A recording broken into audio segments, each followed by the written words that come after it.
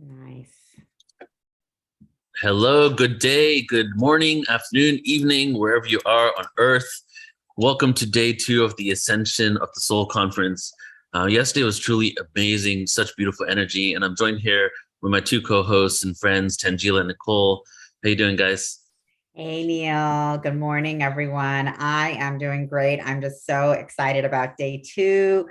Yesterday was just so activating on every level, and just feeling the energy with everyone throughout the day was amazing. So just super excited for today. Yes, me too. It was just super uplifting, activating, so many downloads. I feel like I got an upgrade while I was sleeping, and I'm here. So excited for today. Definitely. We're all upgrading together. We are so Right. fast. It's happening so fast right now. Yeah, and we're sharing earlier for everybody so first of all, let's acknowledge everywhere we're streaming right now. So hello to all the platforms. We're on 5 different Facebooks and New Realities, Soul Search, Joan of Angels, and Portal to Ascension's YouTube. So welcome everybody. Thank you for tuning in. And if you didn't get to see yesterday's show, yesterday's day conference, you can see the replay on all the channels that you're on right now. And it was like just some amazing downloads, and just receiving that frequency. And the love was definitely like really, I could feel it, and we've been having comments come in ever since yesterday. And I read one to you guys earlier, but here's another one that was on the YouTube. Thank God you guys exist. So I thought that was pretty cool. Aw, that's right. amazing. And there's some of us are writing through this pretty effortlessly, I would say, easily, but a lot of us are going through challenges. And having this beacon of light, this beacon of hope, inspiration, tools and techniques that can help empower us as we're going through these challenges, so that we don't have to perceive them as being a victim to it, or perceive things as chaotic, but maybe just a sign of the times and the fact that things need to shift. So it's really about how do we maintain our harmony and our balance as all of these things are happening around us. So that's kind of what I feel we're cultivating here. And from some of the feedback I received, I could see that people were going through some things. Like someone was like, this is the best day I've had in a few weeks. Wow. Listening to the event. Right. And so it's just like there's and I'm going through some stuff too myself. Like I'm like getting kind of emotional just talking about it. And just like the fact that, having that community and being in the US, we're kind of spoiled with the fact that we have so much available to us. And I've shared with other people that a lot of people tuning into these events are in cities, countries where they can't even speak about this stuff. Some people are afraid they might even get arrested if they go into certain websites on these kind of topics, So we create a global community by doing these events.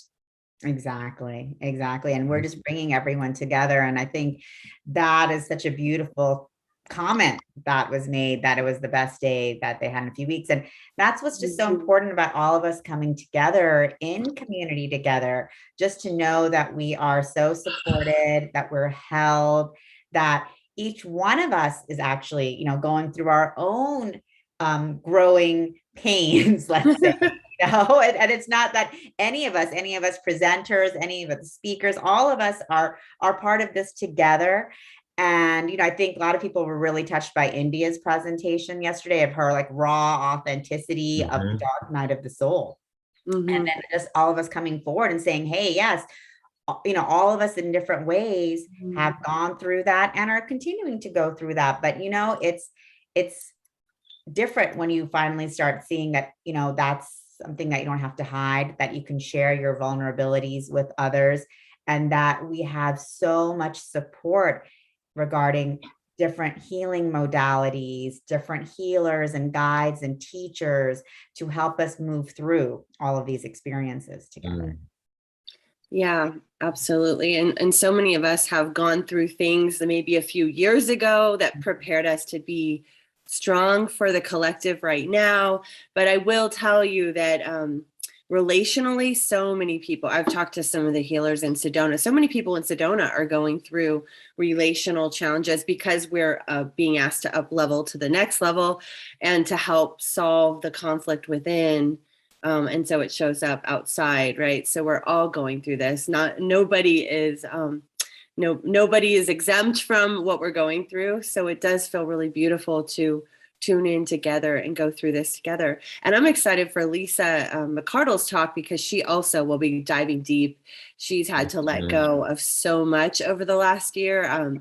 She's a soul sister, and so we're gonna be going deep again.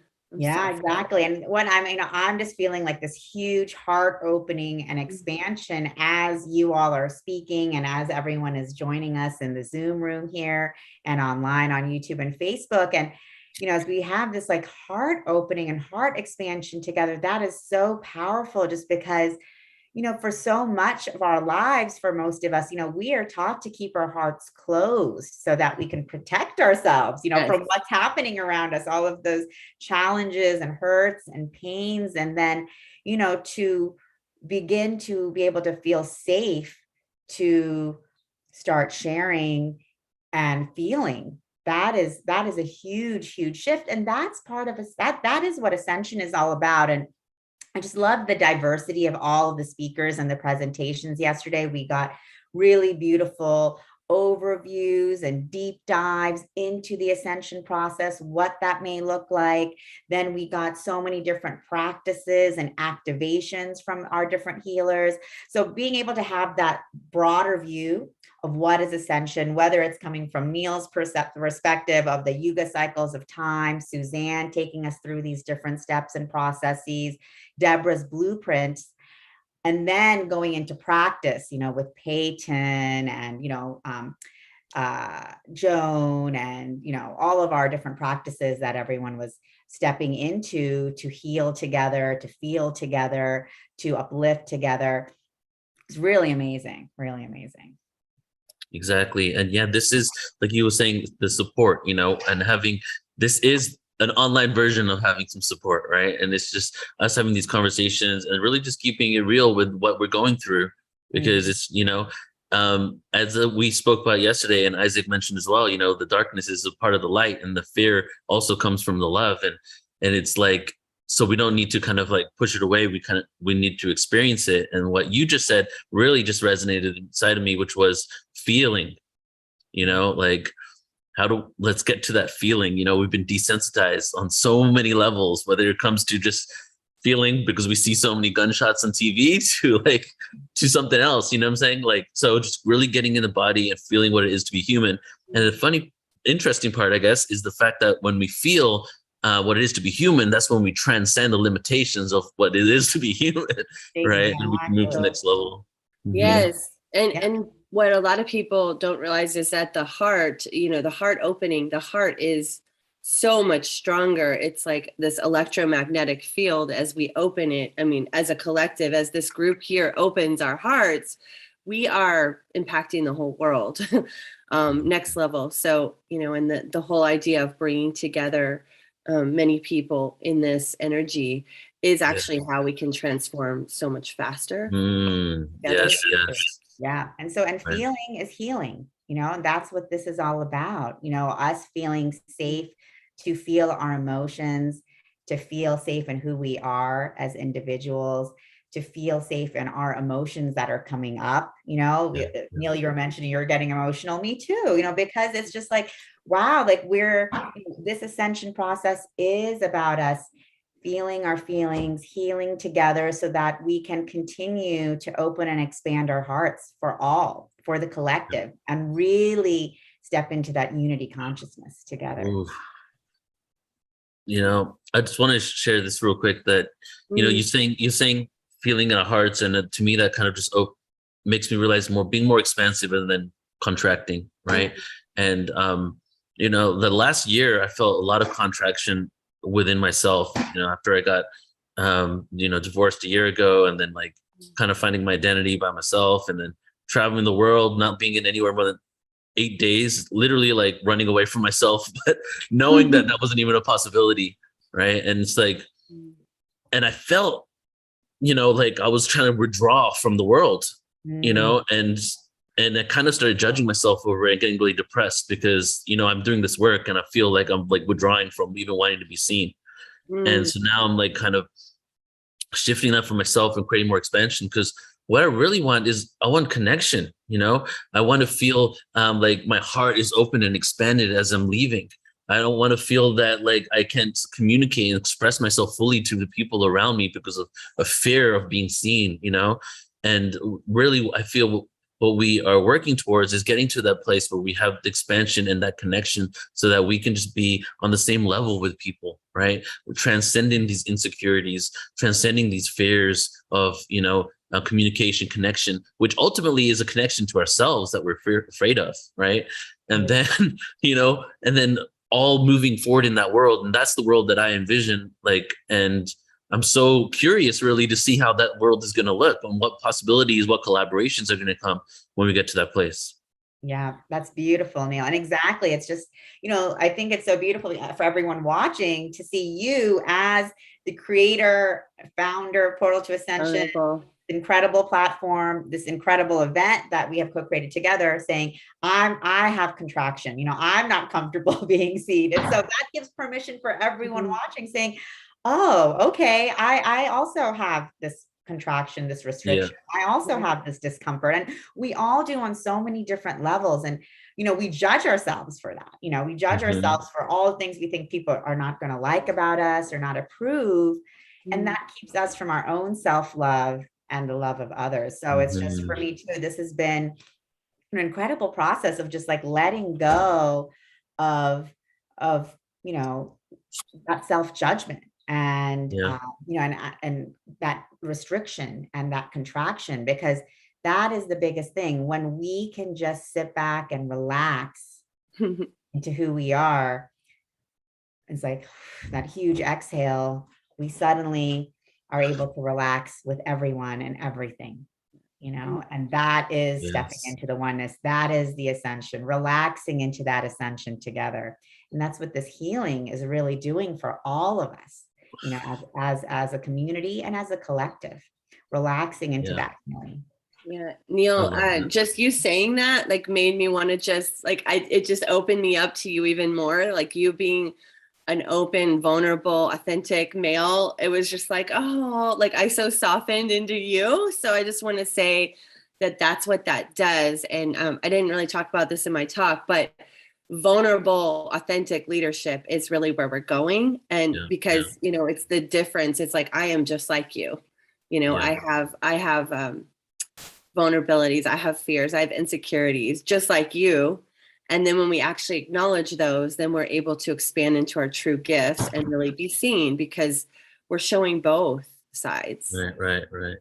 Yeah, relaxing into who we are is really key. That really resonates right there. And just like, I don't want to fake it, you know? I don't want to, if I'm not happy, I'm not happy. And I, like, on some level, I mean, I've been doing this since 2008, and I was definitely nowhere near on the healing journey when I was doing events for like the first 3 years. I did like 1,000 events, live events, touring. And I was like, kind of just on one level, feeling like I had to be a happy person for people, you know? And that goes into some core childhood wounds of people pleasing, right? And so it's just like, showing face and being happy when you don't really feel that way just kind of perpetuates more of that, you know, and then you kind of get stuck into that mentality of having to fake it in order to basically show yourself to the world. Right. So authenticity and vulnerability is key as we move forward. 100%. And that helps everyone relax, you know, as we relax into our authenticity, then everyone around us, with Chris sharing and Keith, you know, that's exactly it. You know, we may feel like our locals or family, people around us don't get us. And that's okay. You know, that self-judgment, you know, we can start releasing that. And when we come together in community here, where we feel like we are all not just accepted, but loved, acknowledged, and appreciated for who we really are. Yeah. Wow. That starts shifting everything, because that's really what started shifting everything for me as well. Yeah. And I'm sure you probably started with loving, accepting yourself for who you are. And then you kind of see that externally too, right? Exactly. That's so true. That's such a great observation, Neil. Exactly. Unconditional self-love is that term that came through yesterday. Unconditional love for self. Yeah. I love it. Beautiful. So, all right. So today, guys, we have an amazing day for you all. We're going to start in a couple minutes here, but I want to make a couple of announcements first. First of all, everybody in the chat room in Zoom, please do change your settings to everyone, because if you're on hosts and panelists only we can see it. And I know you guys want to engage with others, so change your settings to everyone there. If you're on any other platforms and you want to come and be part of the Zoom room, go to portal2ascension.org, upcoming events, it's right there. And today at 1:10, yes, 1:10, we have an open mic. Okay, so it's 30-minute open mic. I'm going to share some poetry. You guys, whoever wants to share poetry or, one poem or maybe something, whatever you want to share. This is an open mic, so something from your heart. We have an opportunity. So go ahead. I know Eric's said he wanted to share yesterday. So let us know in the room here. And, right before we even do the open mic, I'll ask everybody again. So you guys can raise your hands. That's how we're going to do it. You're going to raise your hands when it's time to do the open mic, and then we'll go ahead and put you on. So that's how we're going to flow today. And let's go get into it. Who do we have coming up first? Great. And I just popped our whole conference schedule in the chat so you guys can see who's coming in and coming up. But we have an amazing day 2 today for our Ascension of the Soul conference. And I am just so excited and honored and privileged to be introducing our next presenter, Raquel Spring. And she is an incredible, multi-dimensional, evolutionary 4th generation astrologer. She is evolutionary and revolutionary, I would say, because she has such a unique method and multidimensional approach to astrology, which allows her to dive deep into the heart and soul of any chart, an astrologer like no other. And she is actually from Brazil. She has an incredible story of herself and her escape into freedom from her lifetime as a younger person in a cult in Brazil, which gives her this incredible self-knowledge, self-awareness, and experience that she brings forth in all of her work that she does, which includes mentoring, teaching, writing, videos, retreats, speaking events, and private sessions. And she combines her technique with spirit, bringing astrology to many from the eyes of the soul. So she is really speaking and teaching from the depths of her soul, the depths of her heart. And she has such an incredible view of who we are and where we've come from and where we're going from an astrological perspective, not just in this lifetime, but from ancient times, Lemurian times, Atlantean times, and beyond. So I am just so excited and grateful to have Raquel joining us today. Welcome, Raquel. Raquel, you're muted. Okay, great. There we are. Hello, can you hear me? Yes. Hey, Raquel. I can hear you. Welcome, lovely. Hello, good morning. There's just so much heart space happening here. I've been here silently in the background, just listening and with you all in this beautiful chat this morning. And it's just been so heart-opening for me. Thank you. And thank you everyone for being here as well. Everybody watching this live and of course in the replay as well. It's such a joy to be with you today. Okay, so do I just take over? Do I just begin? You can just get started. I will get started. So here is my medicine that I want to share with you today. And first of all, just I want to say thank you for joining in hearts, joining in awareness. As I always say to my community, thank you for adding to the light of awareness on the planet. So every time that you give your attention, every time that you share your presence and your gifts, your knowledge, your insights, anything, every time that you participate in these community gatherings and events, you are helping to add to the light, the new light that is coming into the planet. So thank you. This is what it's all about. You know, at the end of the day, it really is about us understanding that we are one on a physical and tangible level where we can come together as community and amplify this light, this love, this truth. And this is very much an energy that I've been speaking about recently that has to do with the age of Aquarius. And that has been a big theme of my talks recently. And I want to share a little bit of insights here today on this. And even for people from my community that are watching this and have already heard me talk about this before, I'm going to bring a slightly different perspective here, just to add a new depth of information to this Aquarius energy that's coming in. So many of you have heard already the term the Age of Aquarius. And the Age of Aquarius is a very real cycle, if you will, a cycle that we as a humanity experience. And we have these cycles that change about every 2,000 years. And when these cycles change for us, it changes the entire filter of our experiences on the planet. So, I mean, we are talking about 2,000 years, and, there are studies, and we can go way back and dive deeper. And I actually have videos where in my YouTube channel where you can go and hear me talk more deeply about these eras and these ages and these cycles. But the heart of the matter here is that at this stage, we are transitioning from one age to another. And this is why we are nearing that very last little stage where we are fully moving into the next one, which is the Age of Aquarius. And so this is why through astrology, we can clearly see that all that is happening is that we're going through a transition. And it can feel like an ending for many, and it can feel like a death for many. And that's part of the process. And this is why when we understand the bigger picture, we can ride the wave with ease and grace. And what that means is that you ride the wave in full surrender, in full relaxation, that everything is as it should be. We are at that part of the cycle where we're ready to transition into the Age of Aquarius. And as a matter of fact, I mean, that is the reason why we're here. We have been calling this in by sheer virtue of being on this planet, being born here, and then starting to see new ways to live life, right? To leave the matrix.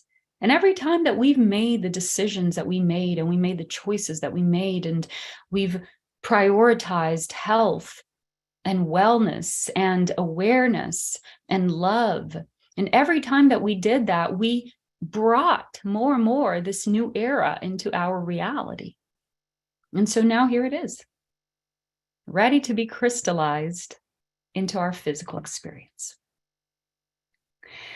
So a big part of my work right now, in these last couple years especially, has revolved around helping people, whether it's through private sessions, individually, or in groups, events, retreats, summits like this, where through the gift of astrology, I help you understand the greater picture of what's happening in your personal life, in the world, where the energies are going into next.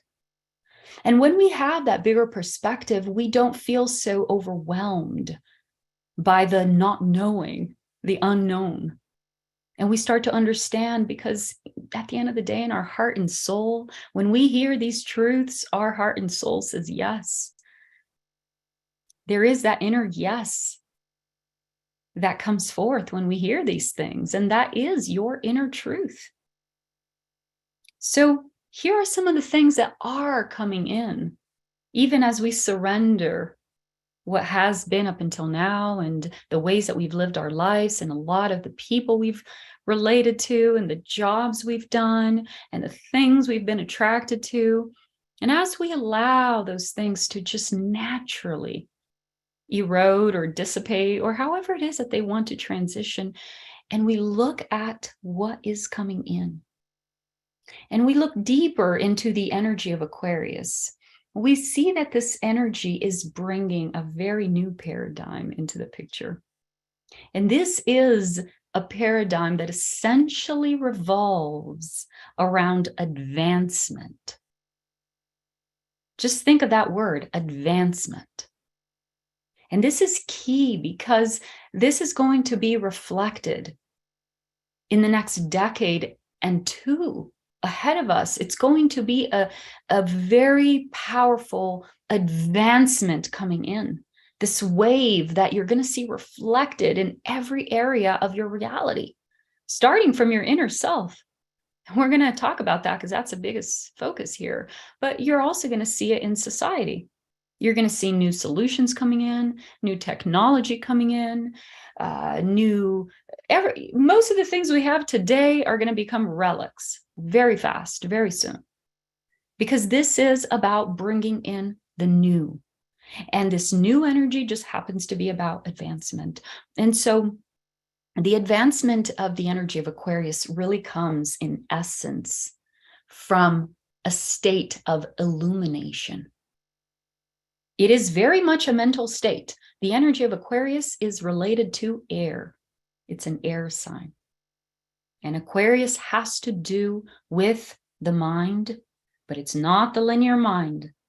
As a matter of fact, Aquarius represents the information, the cosmic information. So if anything, Aquarius represents the mind of God. This is where all the stars and the constellations and the universes are at. I mean, this is it. And the Aquarius energy represents the awareness of all there is. We're not the only one. You know, in astrology, when we go through all the signs of the zodiac and we reach Aquarius, we reach a stage of awareness that we are not alone. And that is where the essence of humanity and community comes in with Aquarius, because that's also a very strong signature of Aquarius is humanity and community. So the reason for that is because all of a sudden you see the whole cosmic web. You see all the dots of light and the interconnectedness of all of that. That is Aquarius. And so because Aquarius represents the cosmic information, it also represents cosmic family. So this is why we are seeing the doors more and more open to our cosmic family. And I know that Portal to Ascension, they have a big focus on that as well. And I was with Neil just a month ago and talking about how this is the time, if there was ever a time that where the doors are opening to our cosmic family, the awareness of them, the contact with them, the interconnectedness that we are. I mean, this is it. So especially the years 2023 and 2024, it really starts to crystallize. There's a big turning point that happens in 2024, but it begins in 2023. So these next 2 years is really where we're going to start to see the energy of Aquarius come in like never before, which has to do with that advancement and the illumination. I want to stick to these two as the key words that you can remember. Advancement, you can think of all of the new technologies coming in, the advancement in society, the progress that we're ready for, the restructuring of our governments. That's why I don't know where the elections this year is going to go, because everything right now wants to end. If anything, everything wants to end.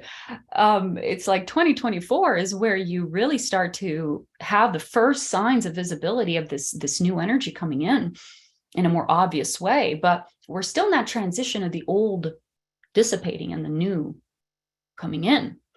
So the advancement brings in the energy of progress, of technology, of we're going to start to see new forms of resources coming in.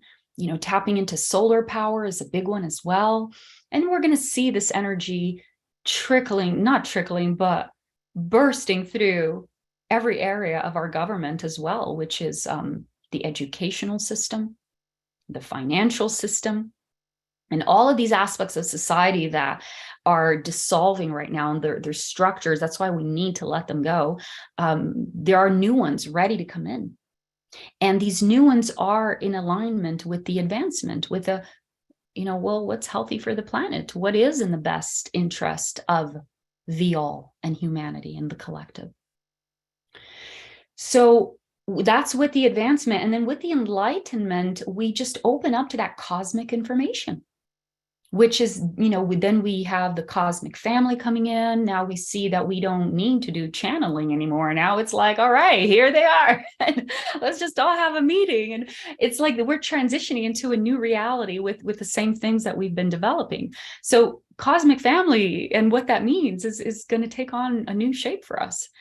And this is where we can welcome and celebrate this turning point for humanity, because it's time.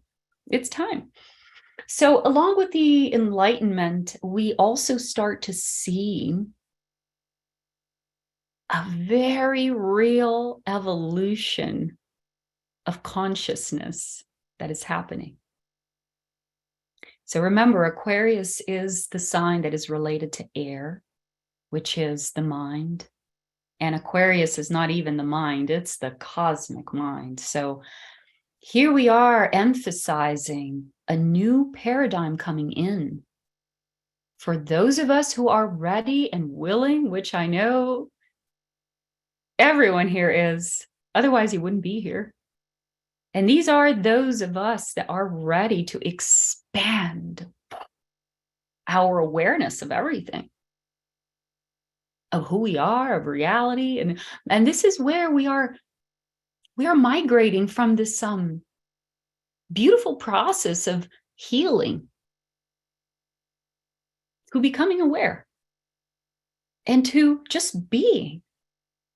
And I thought it was really beautiful where there was a part that all of you were sharing here before I got in, and especially Neil was talking about, just realizing, well, this is a part of my personality. I don't always have to be all bubbly and joyful and talkative, and I'm this way. And I will tell you, there is something so liberating about that, because you're living your blueprint. You're living your blueprint. And when you do that, you give yourself permission in that relaxed state to access new parts of your brain, because you don't have the clutter and the restriction and all the things that have been weighing the energetic, quite real, the energetic clutter in your brain to keep you from using your full potential of your awareness. So now we're having these epiphanies of awareness, and you're realizing now, for example, with the story that Neil shared, that it's no longer about healing for him. Now it's like, okay, now I'm aware. This part is my blueprint, and I can just relax into it. And when you relax into your blueprint, life just works. It just suits you better. So people resonate with you, and you resonate with life. And so we are reaching a stage right now in this phase of opening our awareness to welcome more awareness, more consciousness, where we're starting to see reality in a new way. We're starting to understand ourselves and our potential in a new way. And this is the bottom line of what I want to get to here in this message for you, because we are all transforming on some level, in some way, shape, or another.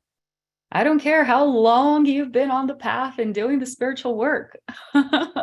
There is a massive level transformation that, by sheer virtue of being on this planet, you have chosen to be a part of.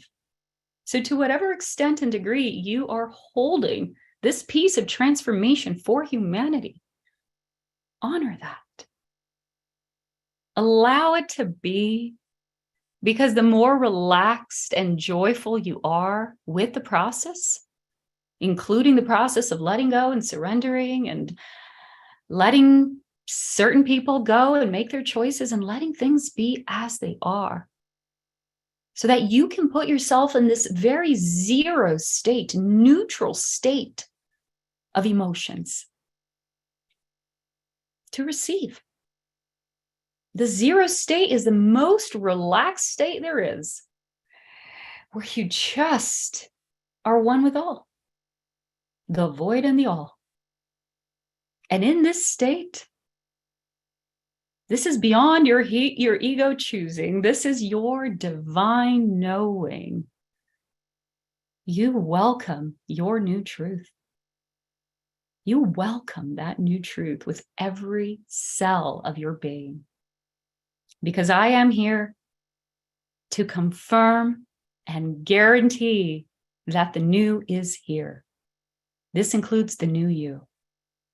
Because just as much as you have signed up to be a part of the transformation, you have also signed up to be a part of the new energy that's coming into the planet. So this is where we start to see a very exciting development of reality coming in, where we start to welcome more of ourselves, our gifts, our potential. And along with this energy coming in of Aquarius, we are also transforming how we show up in the world. And that is why it's okay for things that you used to resonate with before to no longer resonate with you. I'm saying this from the bottom of my heart. I work with private clients all the time with looking at their personal charts and what they're going through in this transformation. And so many of us, we are starting to lose interest or just watch parts of ourselves that are like right in front of our eyes. Like, what happened? Or sometimes we just want to sleep more, or we don't even really know. We kind of feel aimless or directionless some days because there's so much that is coming, going. Our perception of time, our experience of time is changing. So it really is about just getting into that relaxed state, that zero state. This is the eye of the hurricane that I am inviting all of you to anchor yourselves in. Because it's easy to get caught up in the hurricane, but when you get into the eye of the hurricane, you can breathe and relax because you know all is well.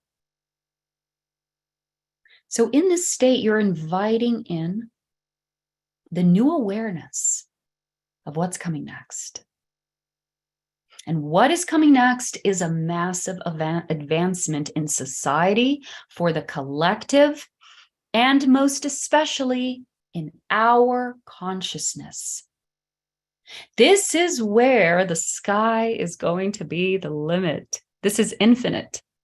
We have 2,000 years ahead of us to explore the energy of Aquarius, which has to do with activations, with awakenings, and quite literally awakening to the superhuman that has been dormant inside of us all along.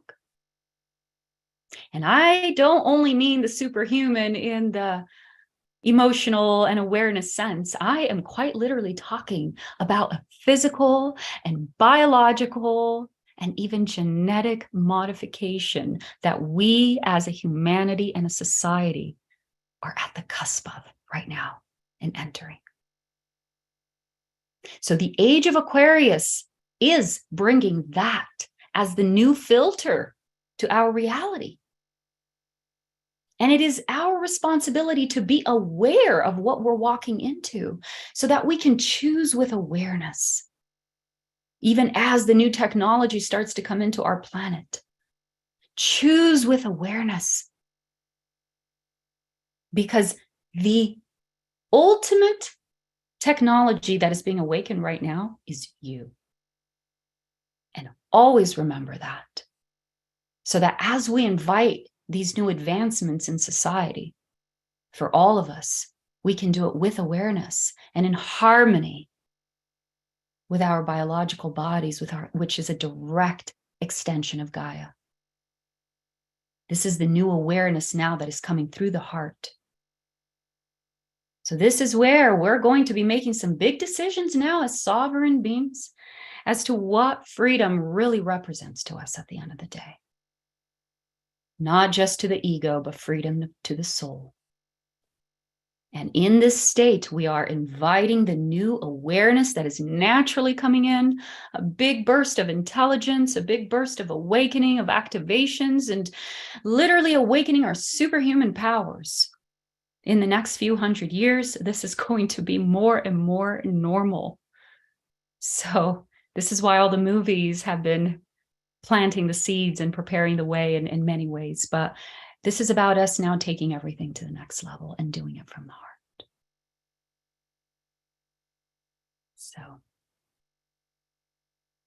going to let that sit for a minute with you, because I know it's a lot of information. And let me take a look at some of the comments. See if we have any questions.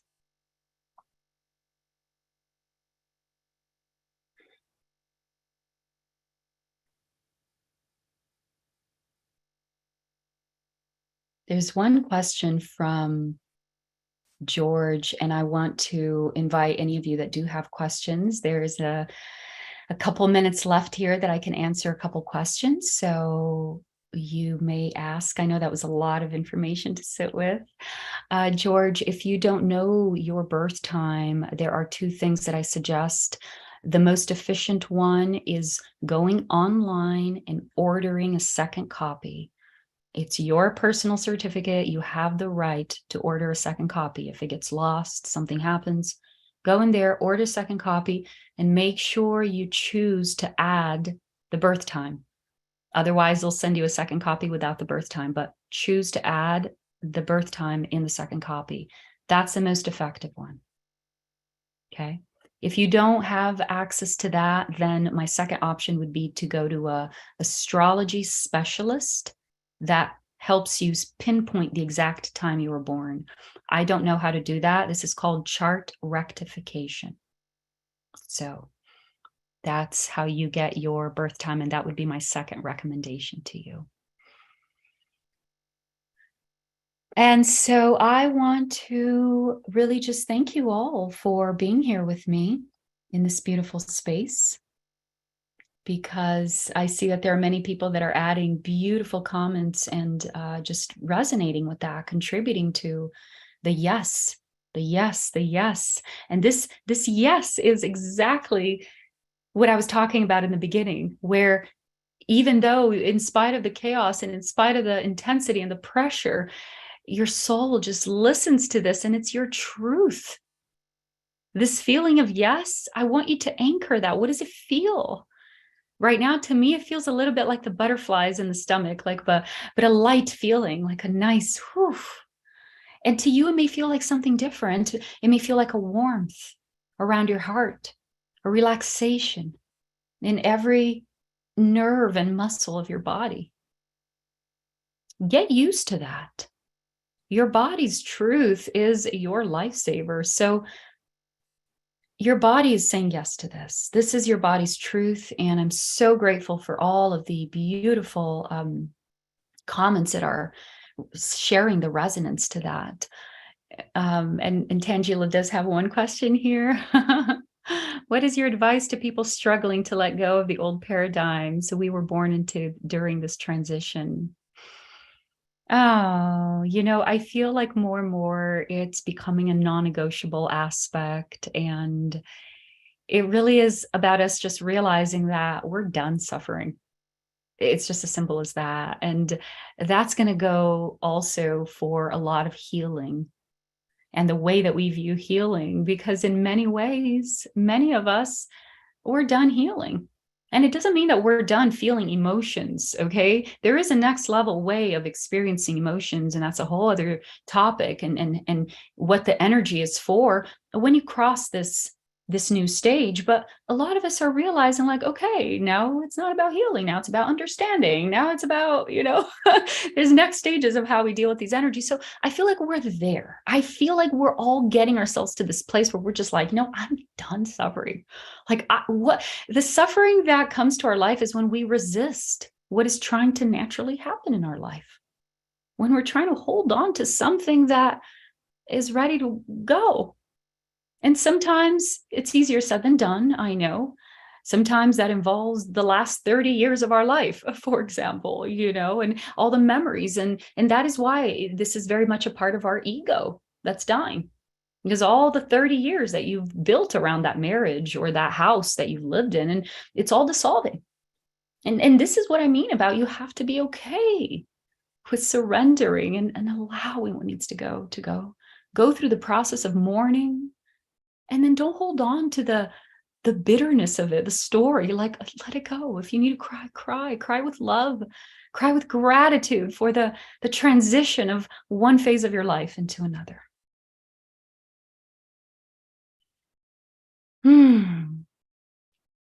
Open minds, loving hearts, love, joy, abundance. So many beautiful words here as well. Sovereign, multi-dimensional self, infinite paradigm, divine DNA, cosmic library. I love your comments. Just extracting some keywords here, full of power.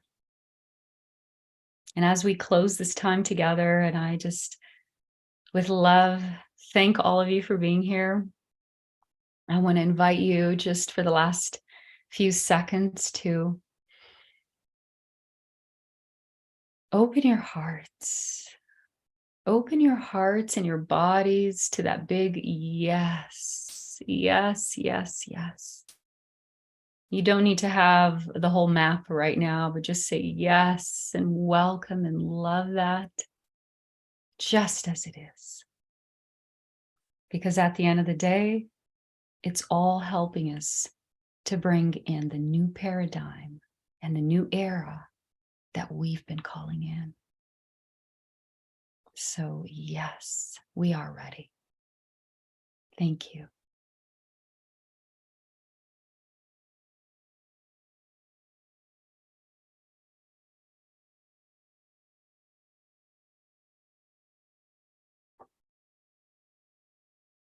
Wow. Thank you so much, Raquel, for that beautiful, beautiful transmission for all of us. Yeah, that My was heart is incredible. so full.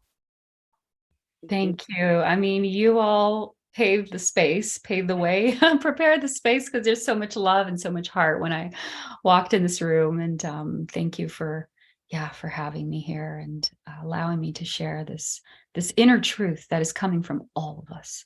And we're all sharing it in some way, shape, or another. And the beautiful thing is that we get to get together and join forces to amplify this truth, the same truth that we all carry together. Thank you. So beautiful. I just love hearing everyone's different perspective of what's going on. And yours is so helpful for the collective. So thank you, Raquel. Amazing. Thank you. All right. So and Raquel is speaking at 11:11 as well. We're so excited. Yes, we're going to have some deep dives. We're going to have some deep dives into the astrology of the moment and some deep dives about this new earth energy that's coming in. So that's going to be the 11:11 retreat happening here. Very excited for that. And for anybody that wants to know more about me or my work, and I offer these personal gathering with my community as well, where we come together in this way to look at the energies of the month, and then have this time in the heart together as well to prepare and amplify the love and the stillness. So if you want to join these live gatherings or anything know anything of my work, just go to my website. It's all there. Yes, I want to give a major shout out to you, Raquel, because I've worked with Raquel a couple times, and it's been life-changing for me to understand my mission and my purpose and where my soul is on the journey and what's happening with love, and all of it is there. And it's so empowering. And I don't think I want to go another year without having an update from you every time. I know Tangela's worked with you as well, right?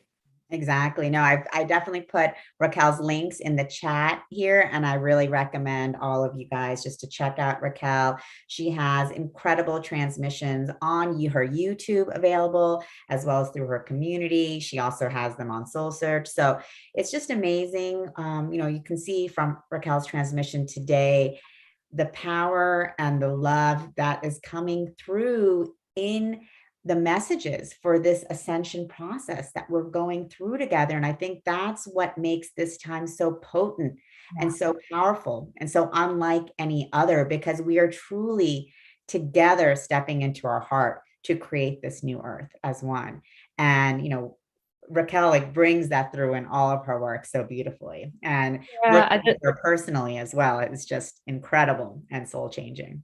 oh, thank you. I know, when I have these personal sessions, it really is like this exact heart connection that you are feeling here, but it's for you, right? So it's your blueprint. And after so many years of working with charts in such a deep way, I see that it's not about good or bad. Like we were talking earlier, like Neil's example of like, I'm not the bubbly, smiley, talky all the time.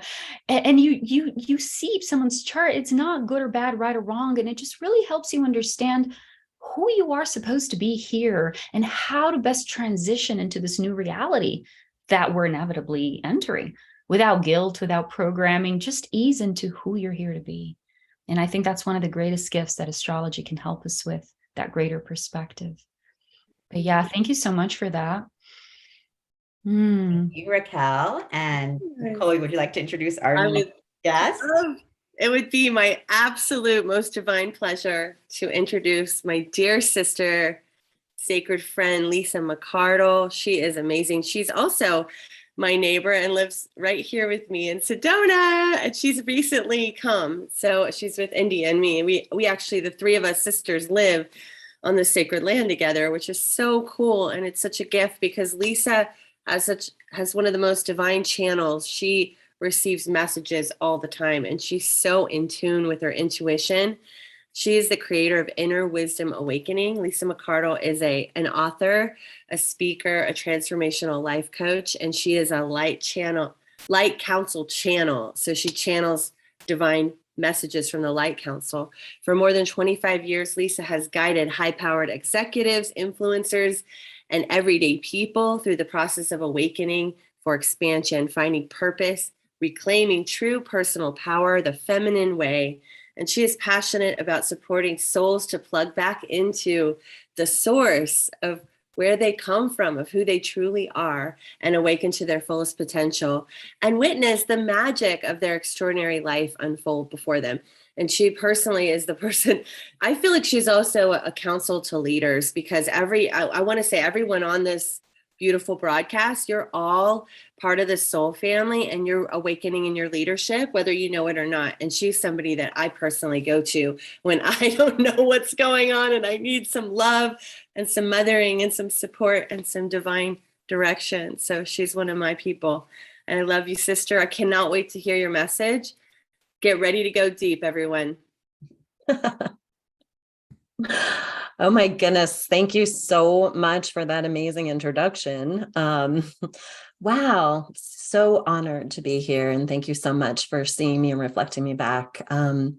We really are on this journey together, and it is the community. It's the commonality of you and I tied together as we rise, right? As we raise the consciousness. And I came in to this lifetime as an Aquarius, so I'm here for it all. So that was beautiful, Raquel. And it leads so beautifully into what it is that I have been called to speak to today, which is letting go, one of the steps to ascension. And we're all doing it. It's a community collective experience, and it's also incredibly personal because we are being summoned deeply to understand the sweet surrender, the deep letting go. We must release all in so many ways that was created in the third dimensionality, so we can rise up, release the density, and be in the full remembrance of who we are and what it is we're here to do as we birth this new earth together. So I started writing a book a couple of years ago. It's getting close, you know how these things go. But what was coming through is the 5 steps of ascension. And step 1 in it is presence. It's really embodying and embracing what it means to be in full presence in this now moment. Because when we are in the past, We are creating and stirring depression of things that we have no sovereignty or no control to shift or change. And when we're in the future, we're usually creating anxiety. And we're usually often from this density lens, writing stories of things that don't really feel as good as they could. So in presence is where we get to find our great remembrance. It's where we get to be in that step 2, which is connection to all things, letting source move through us, seeing all the messages and the inspirations that come in every moment, telling us we're on path, we're on purpose, and that we're not doing this alone. And that elevates our trust. And then we get to the point, to that place, the space of deconstruction. Perhaps, I don't want to quantify it as the hardest, but let's say it is one of the greatest opportunities in our ascension. That letting go, that letting, if we can't let it go, we let it be, right? That sweet surrender, handing it over. And then ultimately ascension occurs. And much like grief, these are all happening simultaneously, right? So we go into deconstruction, we go back to presence, we come back to our connection, we're in another experience of ascension. So it's not a linear approach, but in my experience, perhaps the most profound of all is this great remembrance that it's okay to let go of what is complete and what no longer serves us. So let's dive into that a little bit more.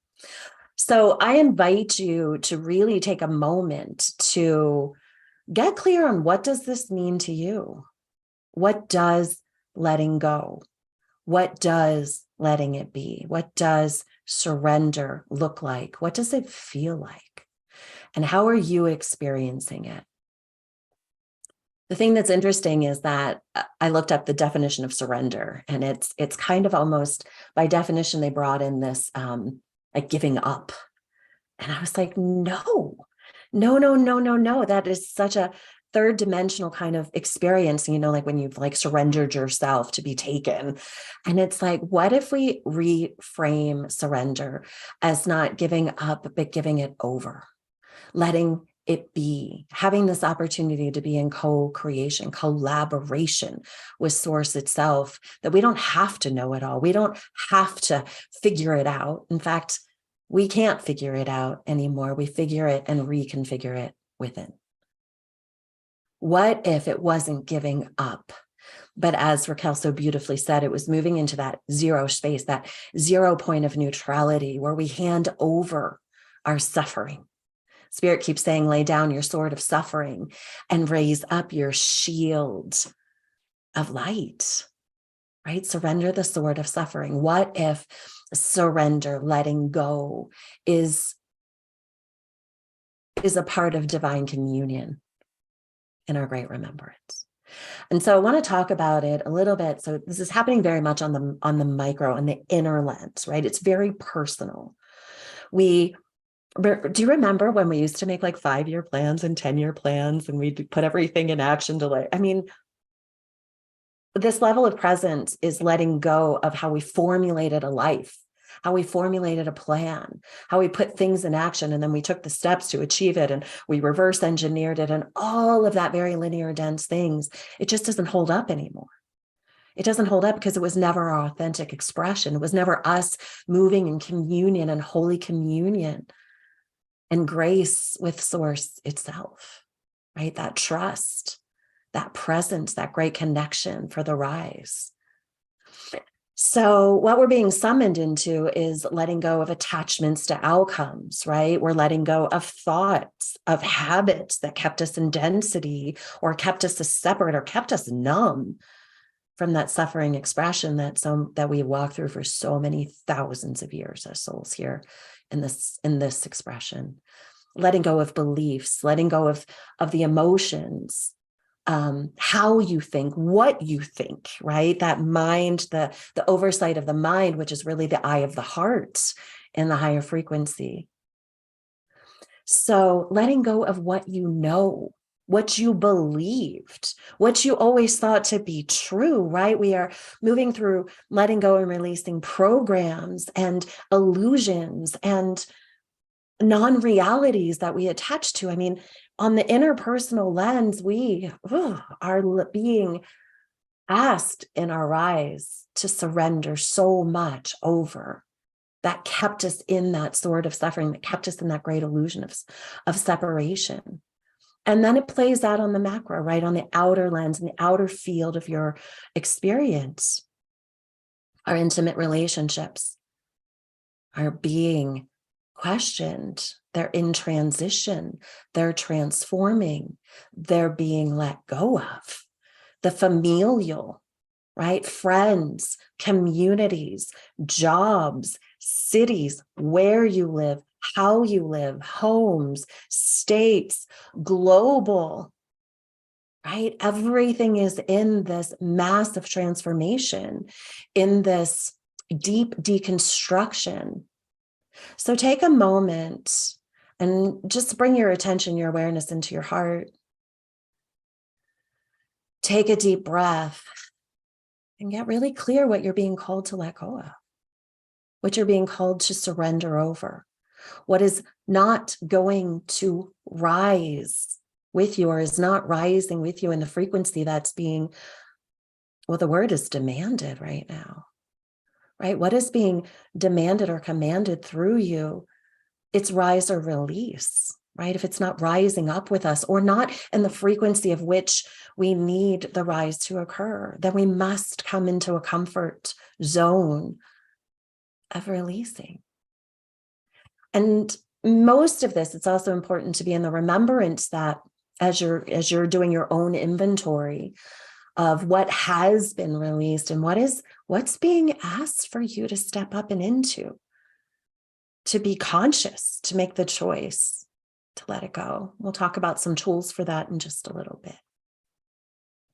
But part of what's happening here as we rise into this golden age of Aquarius and moving out of that wounded healer and that density of which we've existed for so long is that karma is coming into completion.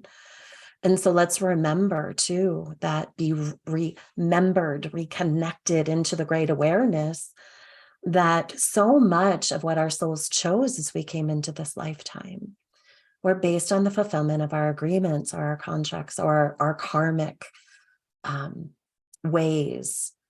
I see karma in some ways as debt, right? And we look at a society that's been very indebted, and that is simply not going to hold up when we move into the full remembrance that we are in communion, connection to all things, that we no longer are going to have to learn from contrast, divide, separation, karmic fulfillment, pain for pain, pain for rise.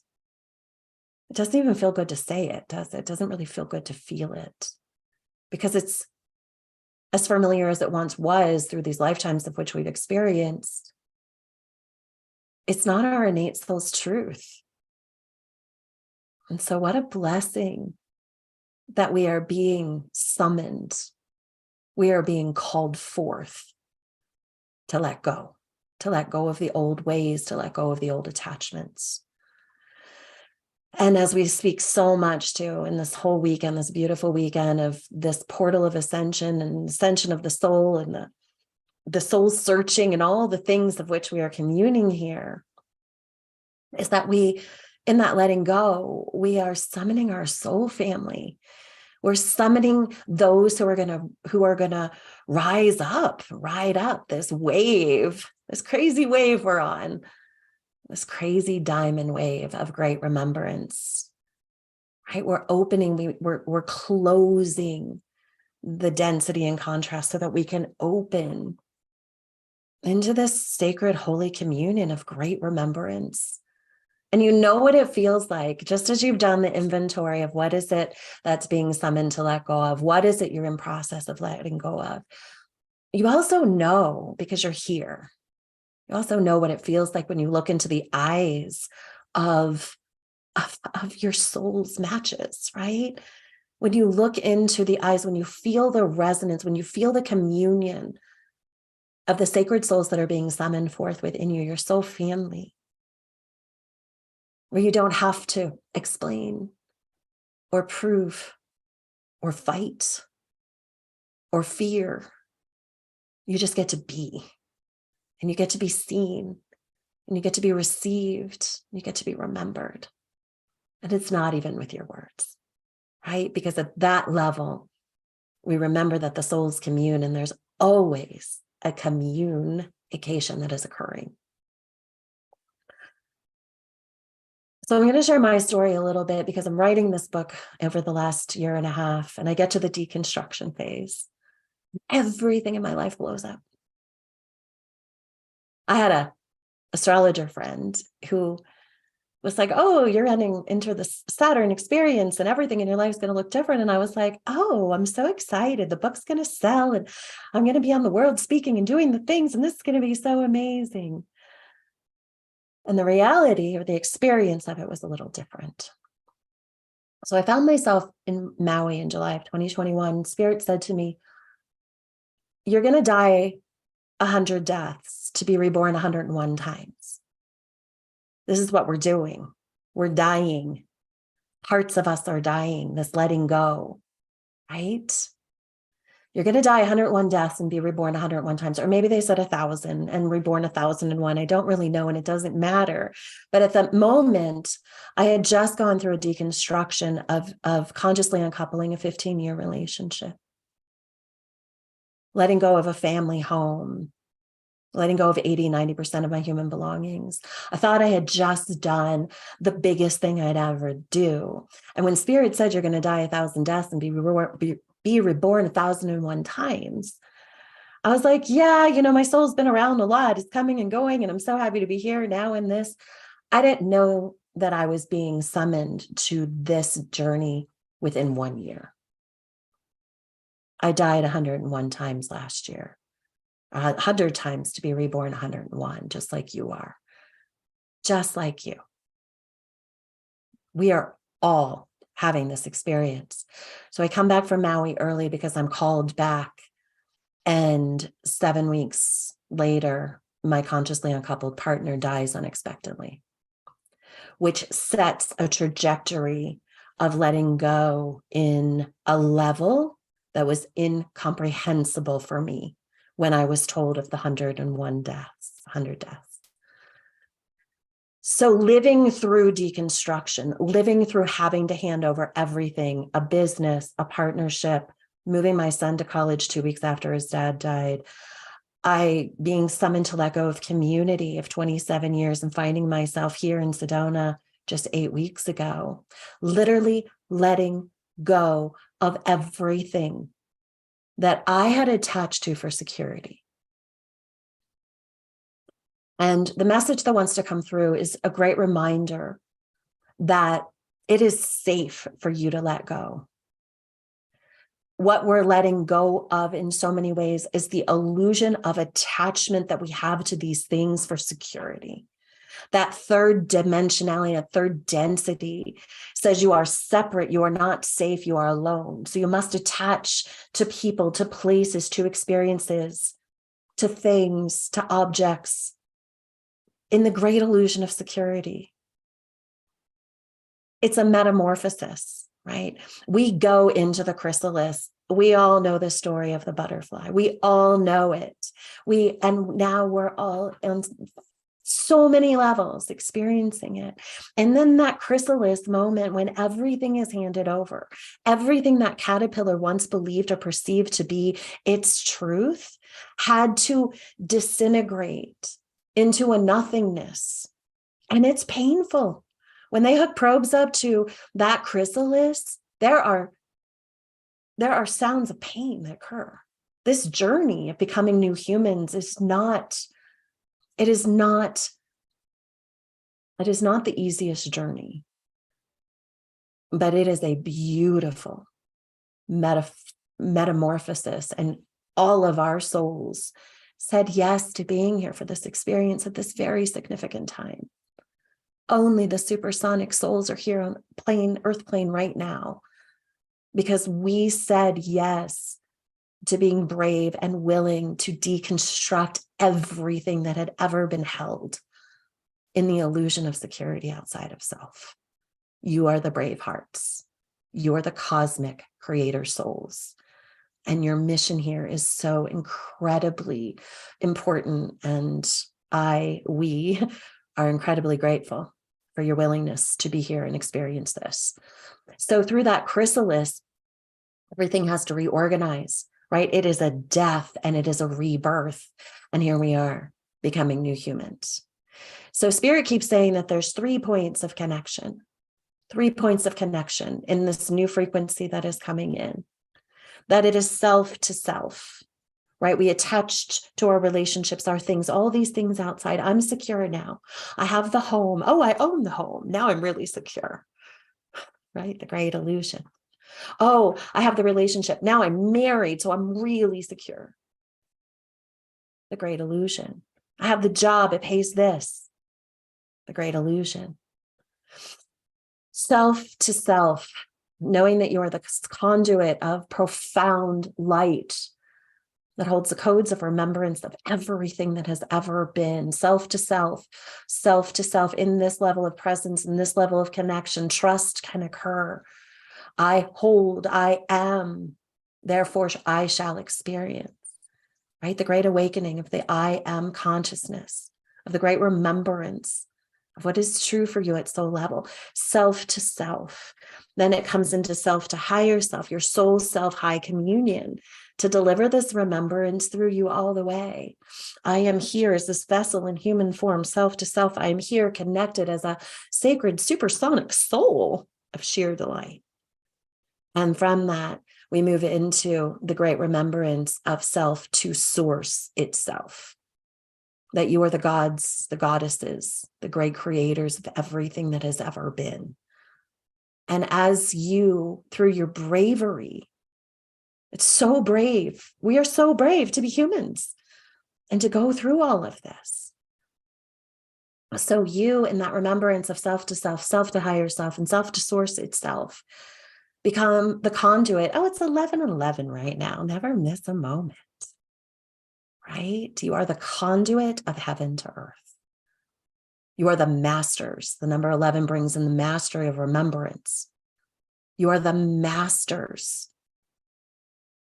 And you are here to become new, to become remembered, and to elevate the frequency of this planet. And you must do it by letting go of the old. Spirit's been saying through me for, oh gosh, it's been a long time. Attached to nothing, allow for everything. And I was like, it made sense, but now it really makes sense. It made sense from my 3D mind of the great illusion of attachment. But now it makes sense in the cells of my body of what it truly is to be unattached, yet in holy communion to all things. That attachment of expectation, or again, the illusion that fear creates, or that creates fear of attaching to these things. And when we are unattached and in our greatest remembrance, that's where, the magic is always happening. And you're allowing for everything. The magic is always happening, but you're more available to be in the receiving of it. When you are standing there as the hollow bone. And they say, someone shared with me after my partner died, that they say that a person in grief is the closest to God. Because the filters are gone. The humbleness that occurs in the face of death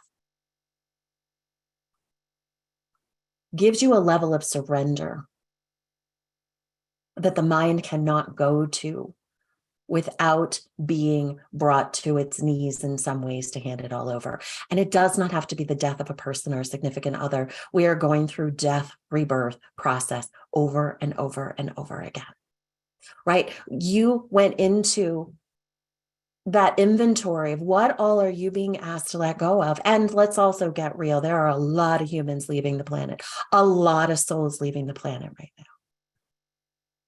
A lot. And so we're all going through an experience of grief, and that is only going to amplify more. Spirit showed me at one point in time, a few years ago, before my awareness was even where it is now, all these souls leaving. And that part of their agreement was to lift their energy, this soul net they showed me, that yes, they ascend up and out of body, but that they hold this frequency of a space in between for us. And Spirit said, you're also busy, like, getting to your job and doing your things and, looking here, micro, survive, right? All the density of this third dimensionality. And when beloveds leave physical form, we lift up. We lift up because we realize that all of this busyness never really meant anything in the detachment to the survival. And so we look up, so we raise our gaze up. So these souls that aren't necessarily here to walk through this ascension and earth plane reality are also here as contribution to lift up and hold us on high. It's so loving. It's so gracious. It's so kind. It's so hard for us here to let go. But we also have an opportunity to move through the illusion of the space and the veil. And here we are coming into this weekend, right? The Dios de los Muertos, right? The veils are thin. The soul's convergence is so much more available to each of us.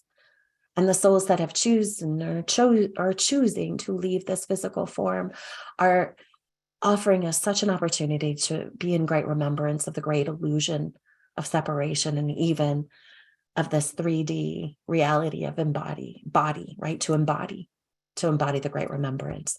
So let's move into some tools. Trust your knowing. You know what needs to be let go of. You know. And often because of that old illusion of holding on to things outside of ourselves for security, it's hard sometimes because of that density that we hold on to think about letting go. I see that come up a lot, especially in relationships or in, a job that you spent hundreds of thousands of dollars to become educated for and moved into, but it is not your soul calling anymore. And you're like, well, how do I give up this? I built it up to this. It's how I support the family. It's all these things, right? We've locked and loaded ourselves into these experiences and attached to them, and they're not going to hold up in the new. And how you know it's not holding up is it doesn't feel good. It just doesn't feel good anymore. So be mindful if you're full of your mind in the shoulding. Are you shoulding all over yourself? I should stay in this relationship. We have children. We've done this for so long. What if I never meet anybody else? True. Could be true. Might not be true. I can't quit this job. I've worked so hard. I did so much. I'm at the top of my game. I finally made it. And I wake up every morning miserable that I have to go do that thing, not that I get to go do the thing. So what are you choosing? Trust your knowing. Because if you're not choosing to let go of that which is no longer serving you, Spirit will choose it for you in time. And it is much more comfortable to be in your choosing in many ways. And there's moments when the awareness comes in that you know that you're being summoned to release something. And maybe you're just not quite yet ready. And it's okay to let it be, to stay curious in heart. I know this is no longer for me, but I do not yet see the path. Show me higher self. Show me source itself. Show me. I am open to the experience of transformation, and I request and ask humbly and openly that I be guided and shown. And for now, I'll let it be in my full presence. Connect, just like all the tools of ascension, connect to the earth, connect to your higher self through prayer, through meditation, remembering that prayer is asking and meditation is listening to receive the right messages. Drink your water, keeping the cells of your body, because that's how transmissions occur. It moves through the waters of the body. You are 80% water. It moves through the waters of this planet. We must bring the waters in and let the waters move. And water is also the energy of emotion. Move your body and seek for proof that everything's going to be okay. And how we seek for proof that everything's going to be okay when we're making these commitments to letting go is do a little rear view mirror look at your life to this point. No matter how intense it's been, no matter what the challenge, opportunity has been, it's always been okay. It's always worked out okay in the end. It always is okay. It's not always comfortable, but it's always okay.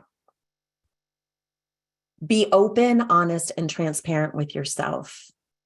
Be honest with yourself. Move through the great illusions and witness where you're attaching out of fear and remembering that there are only two human emotions. There is fear, which destroys, and love, which creates. Could you cast a spell, abracadabra, your words are your wand? Could you cast a spell of love upon whatever it is that is being summoned and asked through you to be transmuted, to be let go of?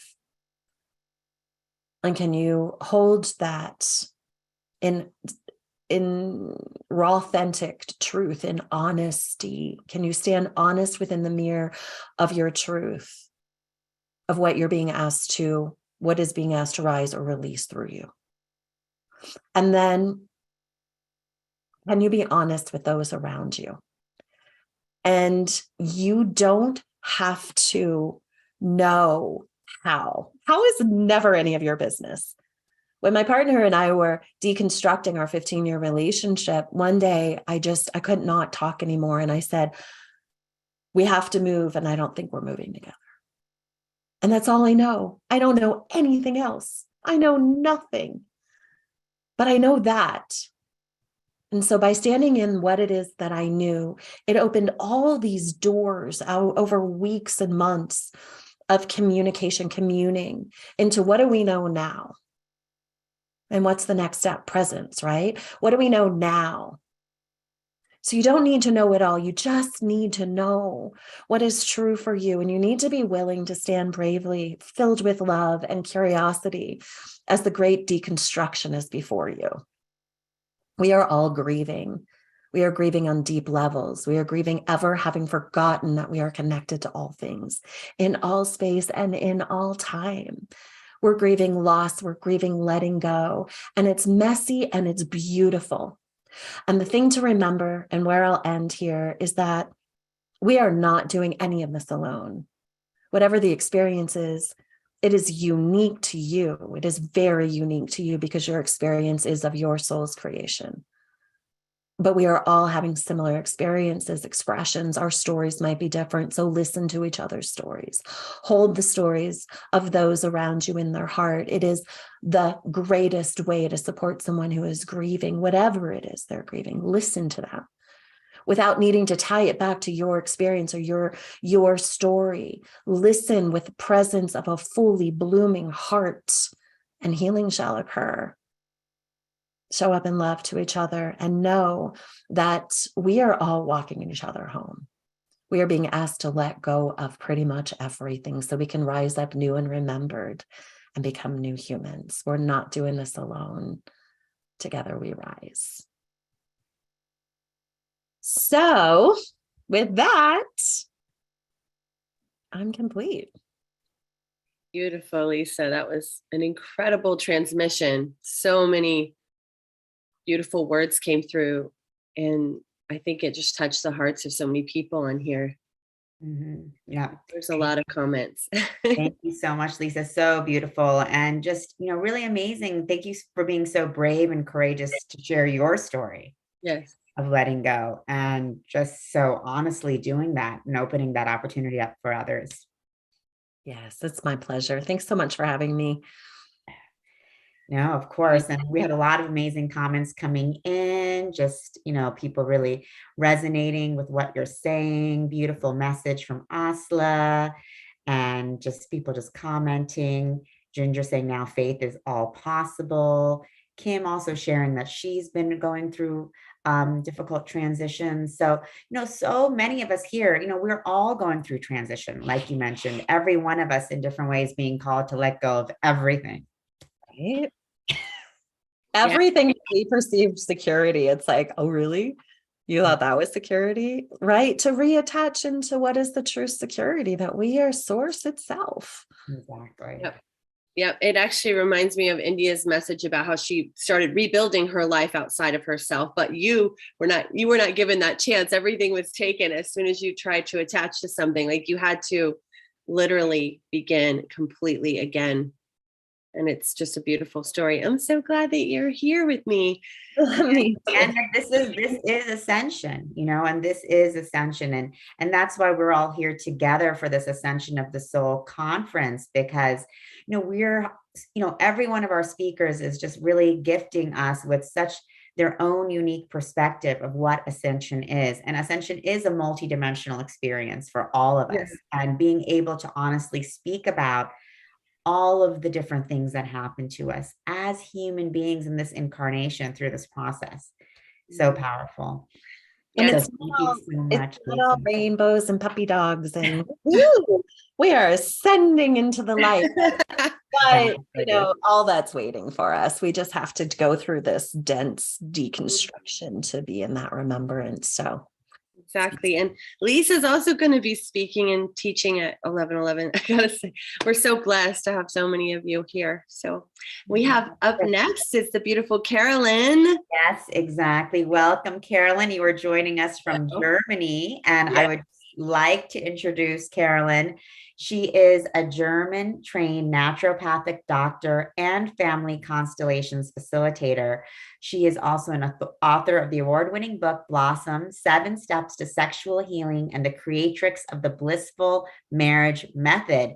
And she also facilitates couples retreats here in Sedona, as well as other beautiful locations around the world. And we're just really excited to have Carolyn joining us here from Germany, taking some time out from her wonderful family vacation to gift us with her knowledge and her presence and her energy. So thank you, Carolyn, for joining us.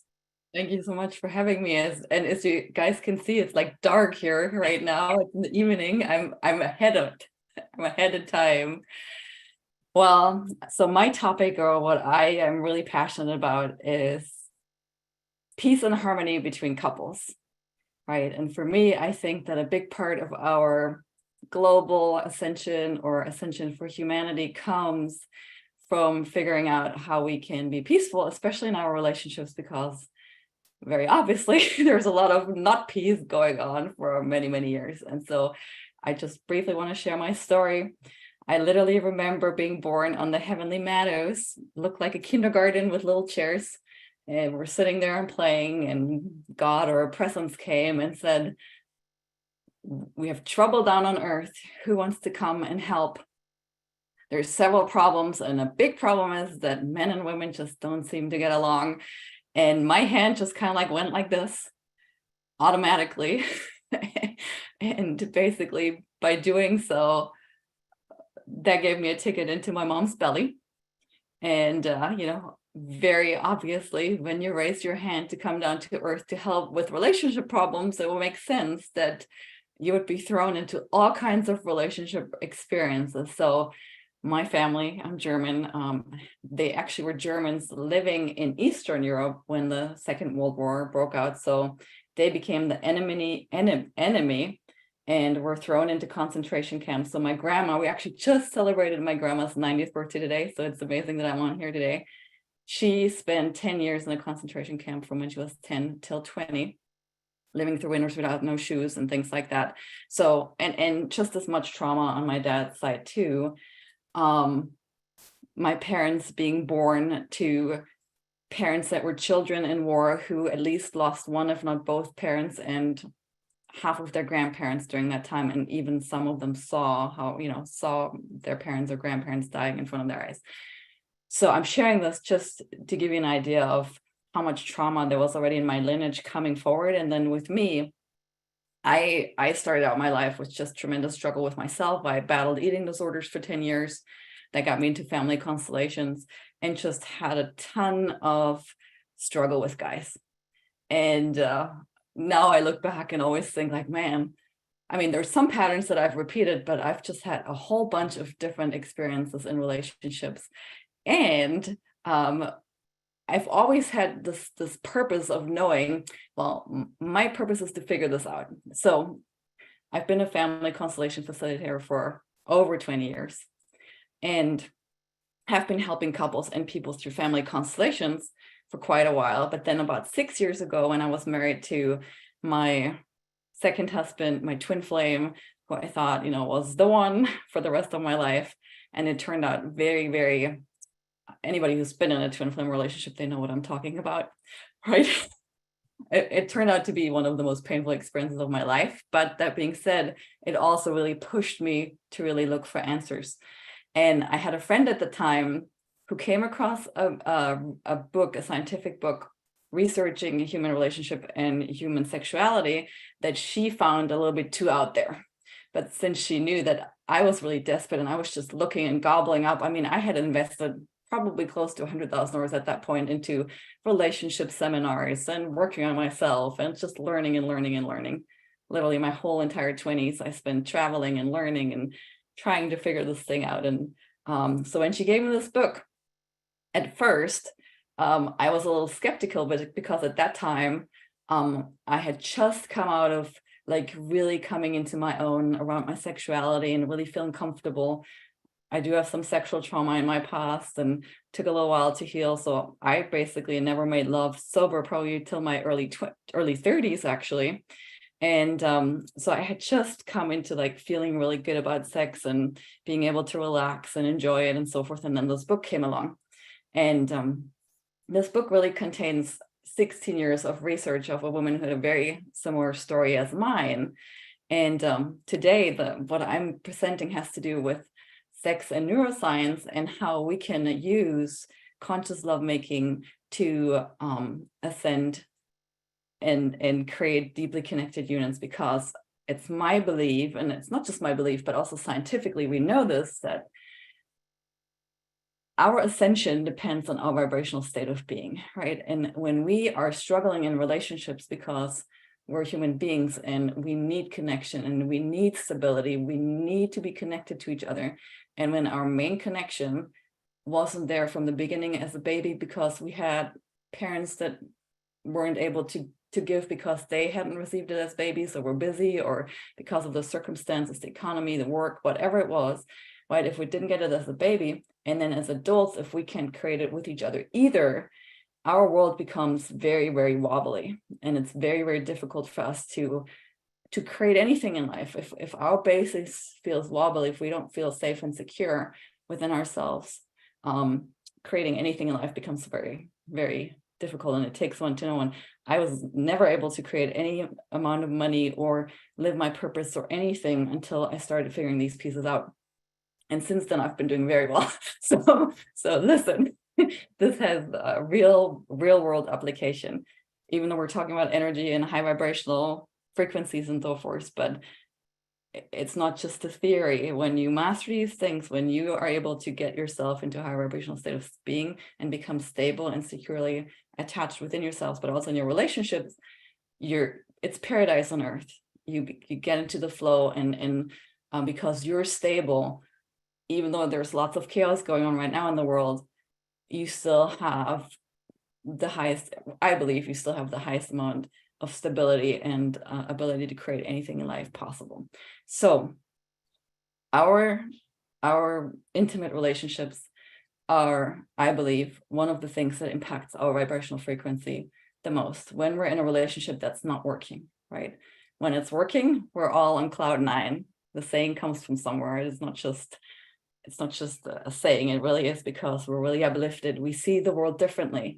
And when we first get together, we all know we have like this super amazing cocktail, we're in love. And what's going on from a neuroscientific or biochemical perspective is we have a certain amount of hormones or a hormonal cocktail that's going on in ourselves that makes it so that we feel relaxed and that we see the world in a certain way. So our neurochemicals and our biochemicals or in our neurological wiring has a deep impact on how we feel, first of all. And then how we feel has a deep impact on how we perceive ourselves, the world, the opportunities around us, and life itself. And so back to the book that I found. What the book was suggesting was that we as human beings actually were created with 2 programs for lovemaking. And I believe that we knew this, that we were empowered and that we knew this, and that we knew that there was one way to make love just for enjoyment and connection and creating a deep spiritual union.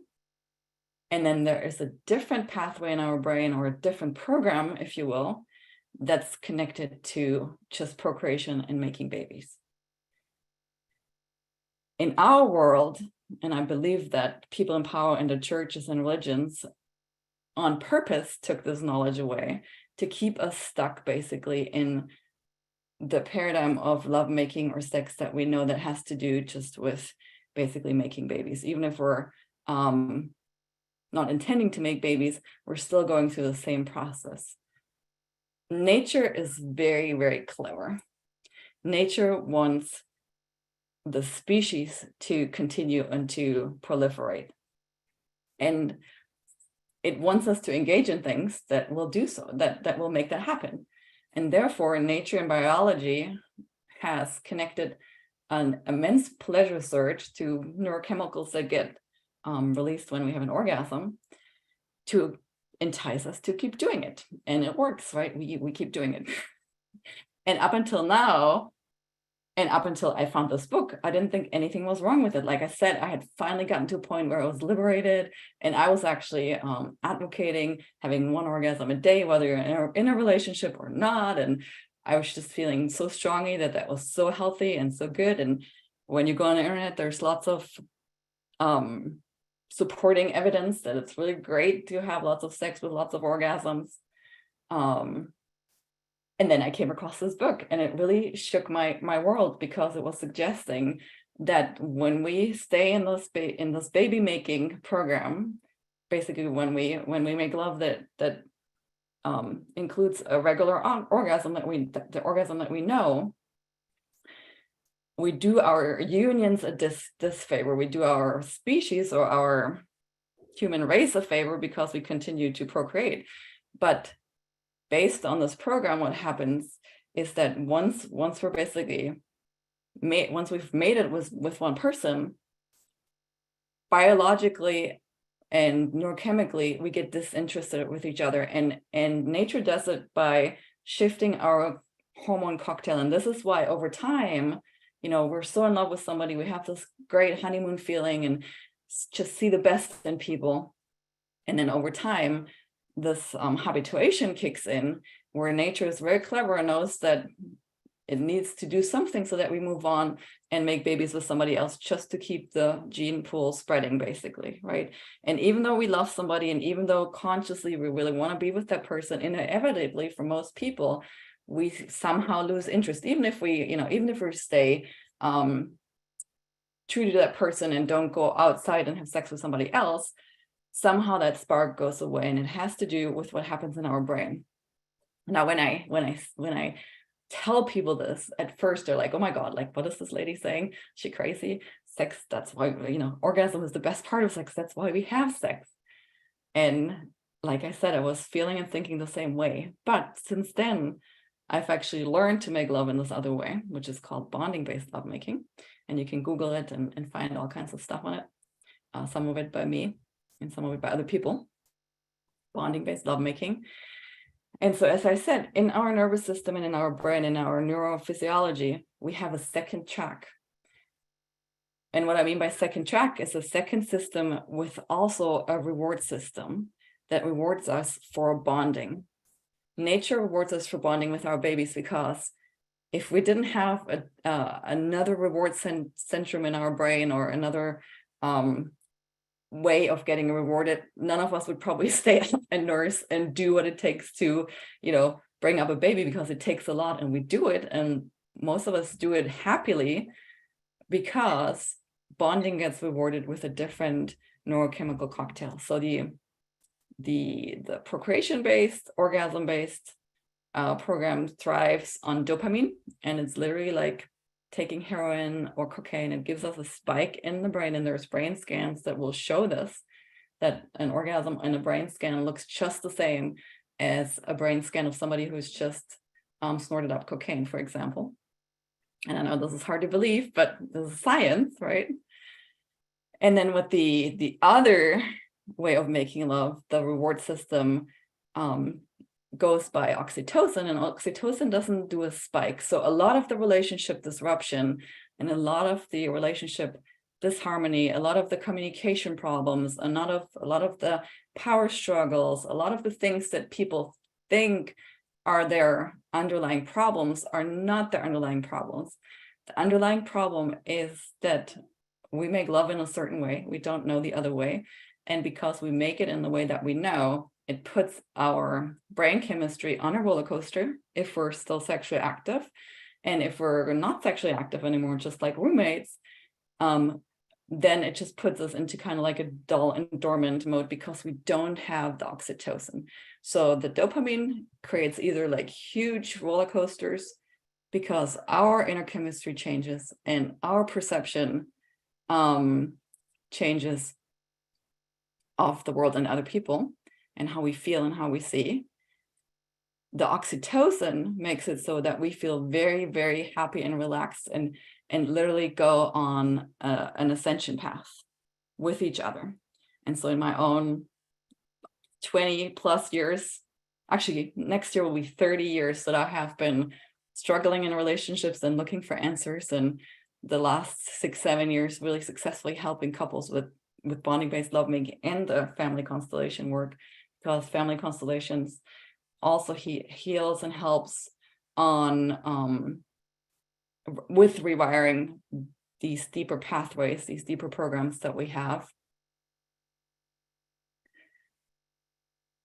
And to come back to the energetic frequency equation, right? So everything in the universe is energy. Einstein told us that. And Einstein also shared with us that if we're not living in the reality that we want to be in, so let's say, we're in 3D, we want to be in 5D. The only reason why we're not in 5D is because we're not quite a frequency match to the 5D vibration yet. David Hawkins did a lot of research on that. He created the scale of consciousness, also something that you can Google. And he gave us basically correlating states of being with vibrational frequencies. 4, 5, 600 is where life gets really good. 600 is peace. 500 is joy. In between there is love and bliss, right? So in a way, we want to, or you want to make it your, or I'm recommending to you that you make it one of your main goals to learn as much as you can for your own self and what you need to be doing to get yourself into 4, 5, 600s. 700, we dissolve into pure light and leave the planet. Not recommended, right? That's not where we want to be. 500 is really the sweet spot. And I know that there's lots of things that we can do on our own. We can eat well, we can, be in nature, we can live our purpose. There's so many things that impact our vibration that we can do on our own. But in my own paradigm, there's nothing as powerful as two people that truly love each other coming together and using this practice of bonding-based lovemaking to create a deeply connected union, because what it does is it heals these underlying early attachment issues that we had, where we maybe didn't feel cared for or didn't get the love that we needed and really wanted. And it makes it so that we become very safe and securely attached to each other. And when we have that, that's the jumping off ground for, achieving anything individually and together. And I just wanted to see if there's questions real quick. Just checking the time. Tangela, are you moderating that? How do the questions? I can if you want. Usually we just let, if any of you all have questions for Carolyn, please feel free to put in the chat. And Carolyn, I have a question for you. Thanks for sharing your revolutionary techniques here. So, and I know, I see we actually have an attendee has their hand up, Delilah. So actually, Delilah, I can allow you to talk and bring in your question as well. So hold on, I'll do that. So Delilah, feel free to ask your question to Carolyn. I think you have to unmute yourself, Delilah.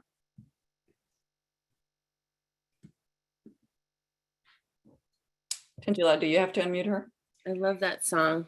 Hey there, Delilah. I just asked her to unmute. So let's see if she joins us, but I'll just go ahead and ask my question in the meantime. So I think one of the things that you're saying is that, you're really focused on like helping couples to reconnect and create a connection that they actually may never have even had, which is really beautiful. How does the family constellation work with all of this? And maybe for some of our audience members, they are not even familiar with family constellation. So if you'd like to share a little bit about what that is and how that also is a part of your work, because I think that's really amazing and beautiful. Yeah. As well. Yeah. So these two programs for lovemaking, when I say programs, they really have to do with subconscious programs.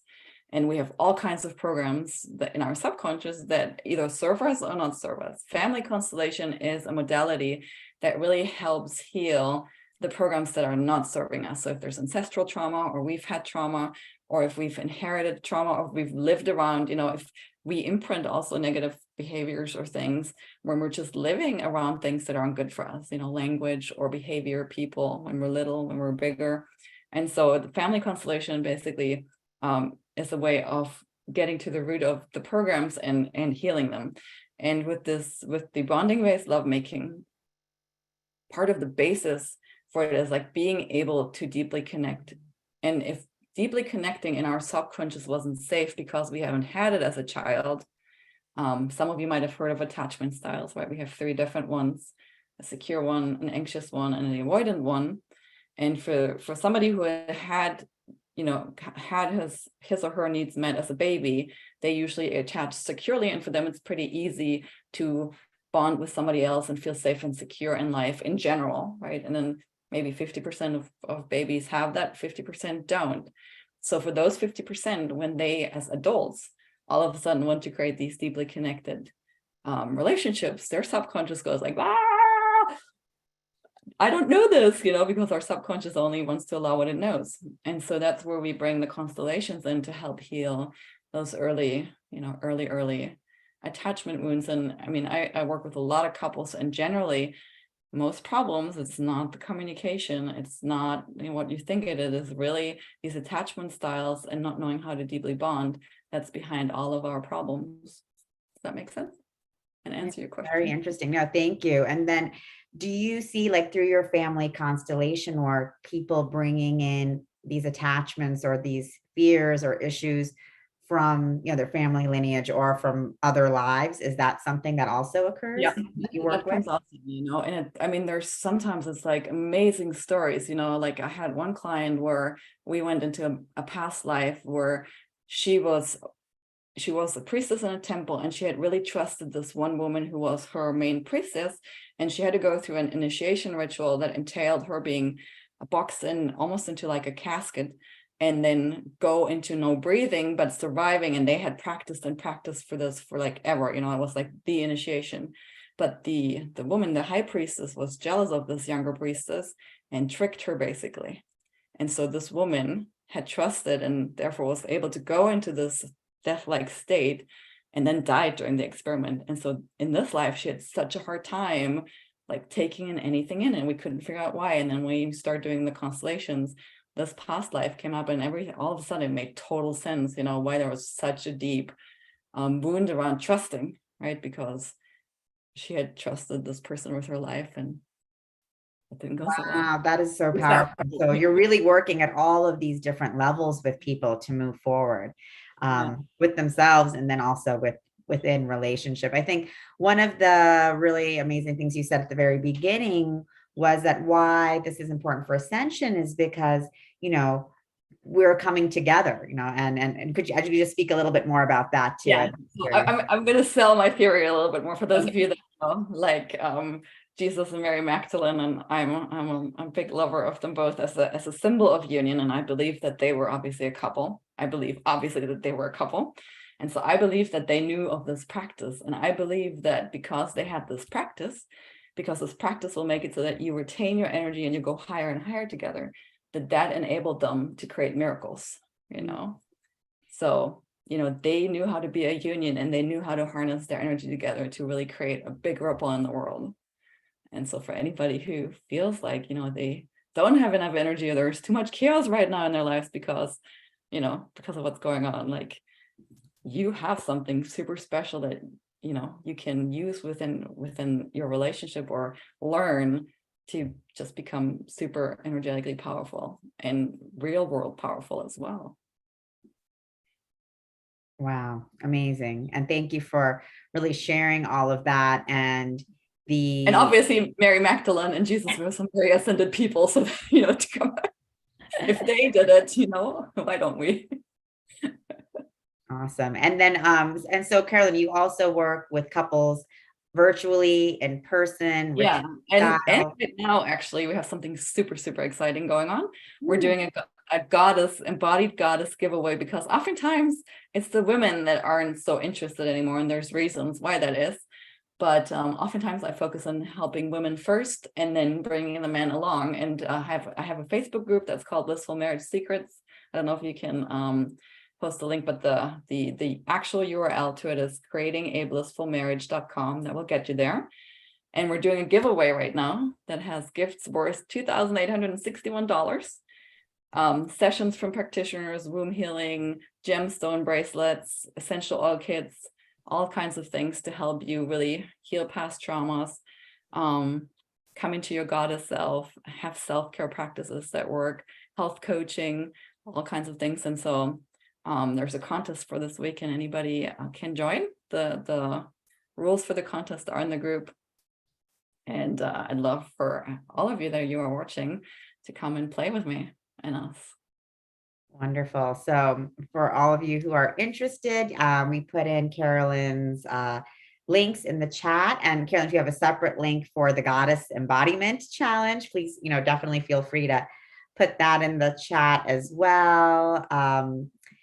And what is that about? So when you said in terms of goddess embodiment, how does that relate with women and our relationships with ourselves? Because obviously part of what I keep saying, obviously, maybe it's not so obvious, but when we as women feel good about ourselves, when we feel like the goddess, right, when we're happy and have energy, we lift everybody else up. Like the masculine always follows the feminine. And if we're down and depleted and feeling not good, our relationships suffers. And oftentimes, obviously, we feel that way because of our relationship, but still, like, there's lots of things that we can do with our own energy and start shifting, because the men start following us. And so the embodied goddess giveaway is all tools and coaching sessions and healing sessions to help us shift our own energy so that we become independently happy, obviously, but then also just learn to shift our energetic dynamic with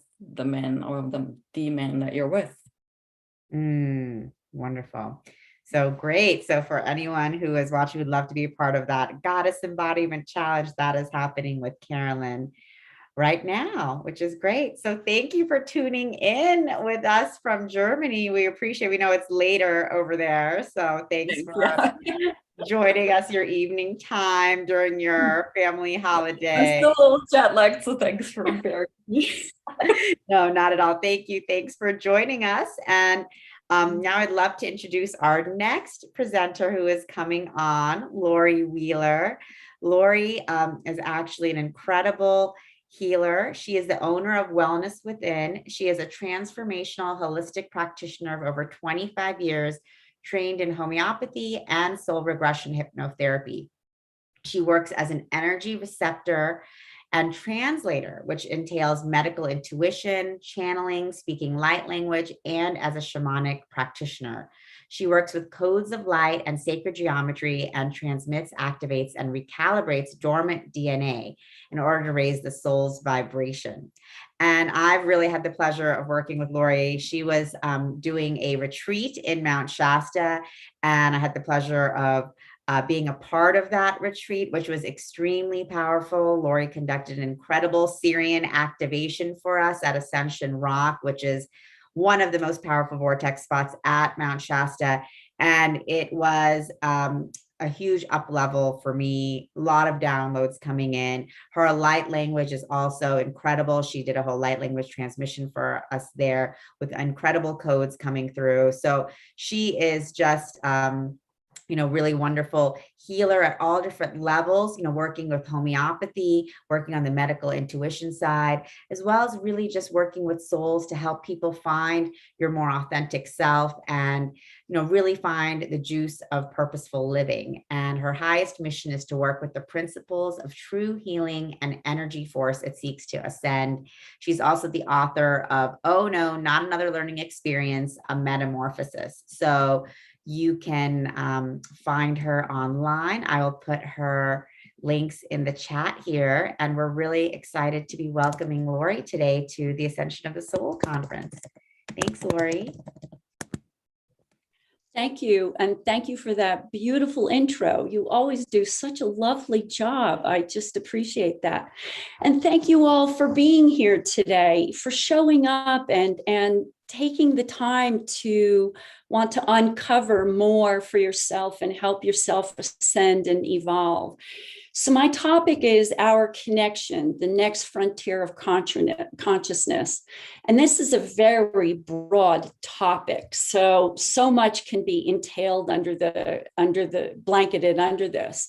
But this is about building stronger connection for ourselves to that which illuminates and brings us to ascend and evolve. And so, it begins with source, opening our eyes to the light or coming into our light and who we really are. And then it's up to us to begin experience and figure out how to blend that, how to blend our spiritual and our everyday lives, our three-dimensional life in order to evolve our spirit. So challenges, and we all go through them. I don't care where you are, at what level, who or what. Every single person on this earth has challenges, but the challenges are our opportunities to learn and grow through. And if you can look at it like they actually give us a purpose, they create purpose, so that helps us to understand a little bit better. And it's in a very organized way, believe it or not. So it allows us to step into our soulful blueprint and bring it in to our more humanness. And one way that we can connect is by opening up the third eye. And I know this is not anything that you're not familiar with, but opening the crystals, activating the crystals to bring us into more of an intuitive connection to help us remember. So I'm told through my channeling, through Egyptian deities, Horus and Thoth, that everything, and this is quote, okay, everything that humanity needs right now to know is written in the Sphinx. It's held in the Sphinx.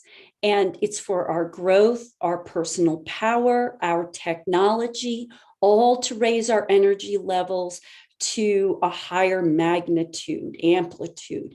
And so I've journeyed into the Sphinx numerous times and received light and information and coding.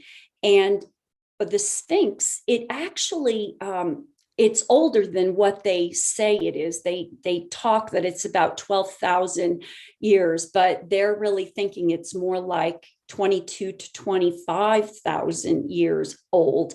And I'm not sure if the Sphinx itself or whether they're speaking of these caverns, these tunnels that are underneath, which is kind of what I'm thinking. But it at the feet of the Sphinx, there are hidden tunnels. And so I've never been to Egypt yet, but I am planning a retreat, and I'll tell you about that later. So I've done journeys, and they brought me to the doorway of the Sphinx at the foot. And I know nothing much about the Sphinx, what it looks like, other than what I've seen in pictures. And they brought me to the doorway, and I thought, wow, there's a doorway. I didn't even know there was a doorway in, but they brought me through, and which leads to the empty caves, and brought all this information forward. Like I said, it carries everything that we need to know in mankind right now. And so it was fascinating. I actually had to Google it when I came out of the journey. And sure enough, there is a doorway in. So I thought that was very cool. And I think the Egyptian authorities are not ready to allow people to go in, but I am working on getting access during the Egyptian retreat to walk in, because it's a necessity that I get in there. I know I'm connected to it. I've had a time, as I'm told, and I've seen, and so it's very important and very powerful. So I'd like to bring this illumination out. And one way that we get to access this information is by lowering our brain waves. And one of the brain waves that induces this ability are the alpha and the thetas, and that slows it down so that the mind chatter quiets, and that we can access in. But this takes some practice. If you're feeling like you can't do it, or you're going to have difficulty, or whatever your feeling is, you can. We've all do it every single day, waking up and going to sleep. It's the process that we do. So you can do it. And then there's chock-filled information in there. I can't even begin to tell you what can be illuminated for you in these lower frequencies.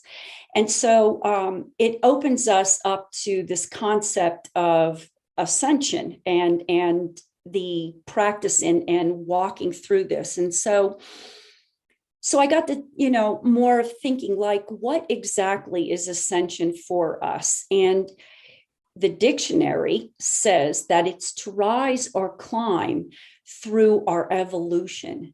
And so we know that we're here right now. We know we're learning right now. This is our classroom. And that we create situations, which then we call karma. But I think, having worked with so many people through regression, that many people feel that karma is bad, and it's not.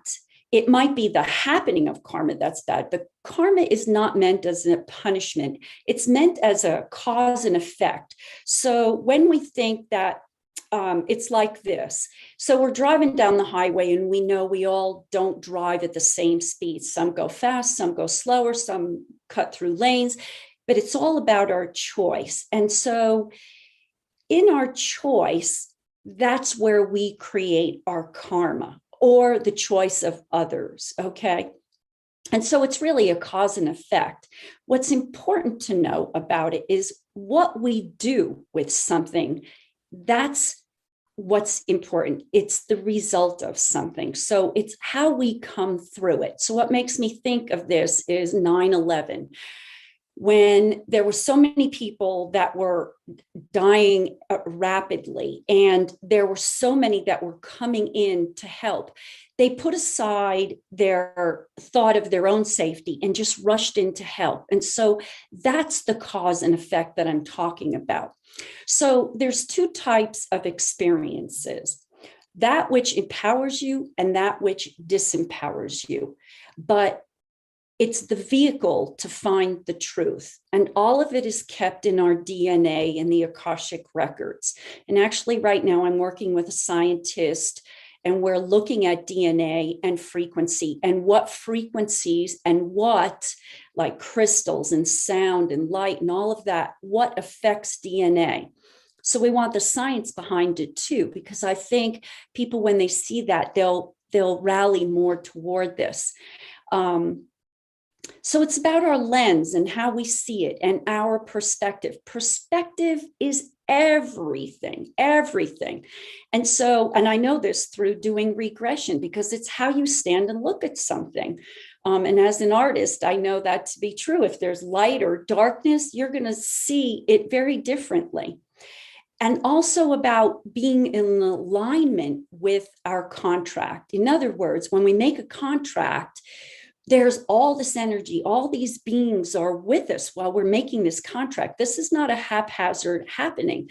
This is very detailed, down to the color of your eyes and how many eyelashes you have and where your freckles are placed on you. So it's important for us to align with our contract. It's what helps us grow and evolve. But we have the opportunity, if we've come in with karma, to change our story, to adjust it, and to see it differently. And so, like I said, it's held in the Akashic records, and also it's held on that 12-strand double helix, our DNA. And so there are ways to work within the DNA, to see the DNA, to be in the DNA energetically.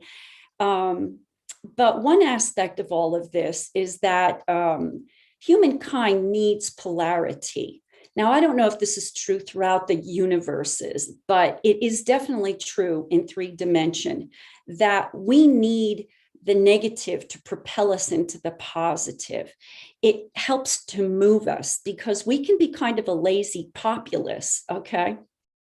And so, on my website, and as Tangela mentioned, that I have different ways of working to help that energy change and move and help us understand and come into this knowledge so that we can adjust our stories and up level and illuminate who we really are, why we're here. So many people want to know, a fuller extent of why they're here and what's the purpose. We want to make purpose of everything.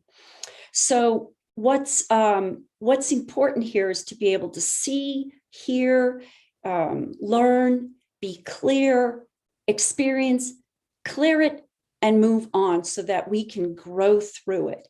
And one very important key is our feelings and our thoughts and our actions and our words, that they all be in alignment to our truth, to help us send out that which we want to send out. So we have to remember that all aspects, feeling, thoughts, and our actions, they're all in alignment, because they're all vibrating together, creating an action and energy. And so I have this little word that's on my desk, and we said it when we were kids. It's abracadabra. And I just love that because I play with my grandchildren with this too. But this is an actual word, and it has actual meaning, and I love the meaning.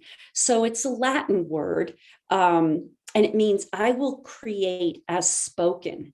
And Goddess Sophia, actually, she's the one that brings this information, this strong information about how we're creating and how it's vibing out there for us. So I just always have that to remember that am I in my alignment?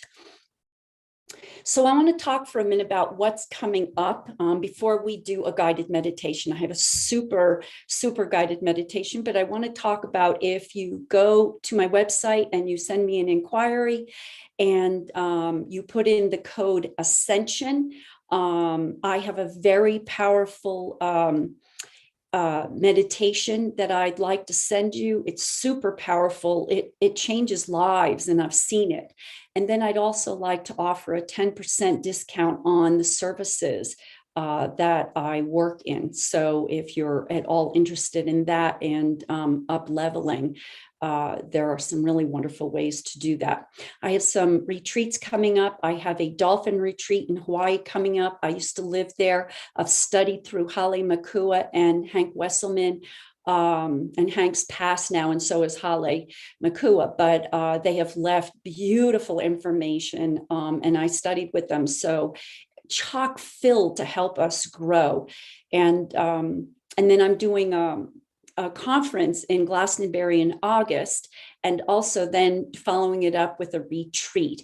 None of this is on my website yet, but I'm working to get all those details together on my website, so it'll show up. And if you send an inquiry, if you're interested, I'll put you in my newsletter and send you out that information. And then in March of 2024, I am doing a retreat to Egypt with Jorge Luis Delgado. We are collaborating. He's an awesome guide. I did a retreat and brought people to Peru. And on the top of my list of the most amazing experiences I've ever had, which is why I bring people on retreats, because I have fabulous experiences. But this one was when 3 light beings met me at Aramu Meru, the doorway, which is a phenomenal portal. And I felt like I was dematerializing, and they asked me if I wanted to go with them. I declined to stay behind to do my work, but it was intriguing. So anyway, and then I have a bunch of classes coming up. We're going to be doing about Egyptian and deities and Mother Mary, Mary Magdalene, Yeshua, Jesus, the Sphinx, Horus, Thoth, and so on and so forth. I've got classes coming up on the 12 chakras, which are necessary because they illuminate and bring us to the higher elevation, like the 8th one, which 8th chakra, which opens up to us, to our soulful potential and self-actualization. So, and then stages of the soul that Hale Makua talked about. So lots coming up this year, but I want to do this real quick intro to energy building. I don't know how much time I have, but I want to do this. So okay, so I'd like you to relax, close your eyes, and breathe in by taking a deep breath in and exhale out, and another deep breath in and exhale out. And as you do, I'd like for you to feel that there's an essence in the room with you of deep peace and relaxation. And follow your breath in and out again, and allow yourself to go deeper with each breath. And imagine at the very top of your head, the crown chakra, you breathe in pure purple spirit energy. And now feel this divine energy as it fills the space between your brows, your third intuitive eye. And now it begins to make its way down to your jaw and relaxes your jaw, and allow it to flow down into your neck and your shoulders, and dropping into a comfortable position. And breathe in and out. And now this fills into your chest and your solar plexus and your abdomen. And at the same time, you can feel it flow all the way down each vertebrae and down your spine to the tip of your tailbone, and then down your hips and your legs and your calves and your ankles, and out the energy centers at the bottom of your feet. And allow this to go and pass through to Mother Earth, and she'll accept it. And now we're going to use conscious imagination. And this conscious imagination and intuition are like flip sides of the same coin. We begin by imagining us 10 steps going down. And as I count from 10 to 1, I want you to trust that when you reach the bottom, you'll be ready to see your energy body. So 10, relaxing and trusting. And 9, 8, going deeper in. 7, take a long deep breath now, in and out, and go down to 6. And then 5 and 4. And take yourself in deeper with each breath. And now 3 and 2 relaxing on 2 and trusting and getting quieter. And now down to 1. And now you're at the bottom. And what you see now is your energy body in front of you. And it is illuminated light, but it looks just like you. And on every inhale of breath, I want you to draw the energy of the sun as it illuminates and bring it into your energy body that you see in front of you. Allow it to come in from the sun. And now see it coming in, and draw the light and the energy of your energy body in through your navel. So connecting from the navel of your energy body and bringing it in to your physical body, your navel. And like it's a magnet, allow it to come in. Allow this illuminating light to circulate now all throughout your entire physical body as you are connected. And all this beautiful illuminating light coming from your energy body in through your navel into your physical body. And now I'd like you to imagine your physical body as it begins to lift up and float upward. And just allow it to continue to float upward, up to a place over the earth where we're all connected. And this is a special energy grid that has opened for us at this moment to connect through. And this web connects everything. And now allow yourself to be taken higher. Allow yourself to go up, up, up. Keep going. And you'll begin to see yourself in what we call outer space. Out amongst the stars. Just feel yourself floating there. And in front of you, you see a long, beautiful, lit, light-filled tunnel. And allow yourself to be drawn in as you travel through it. It is the corridor that has opened to another dimension, outside of the 3rd dimension. And take your time as you watch and observe yourself as you travel through these dimensions. And as you've made your way through this tunnel, you go outside of the 3rd dimension. And you know, as you're outside of the 3rd dimension, because this is a place of no gravity. In this case, size does matter, because anything outside 1,000th of an inch too small is too small to create gravity. So you know you're out there because you're floating. And here you can either create something for your life through thought or words, or make contact with a guide, an interdimensional guide possibly. And you can receive instructions at this moment or some type of information. And this will be transmitted into your consciousness because you are a sensory being, and it's transmitted through vibration, and it will uplift and expand you. And it reaches into your aura through your electromagnetic receptors in your cellular structure.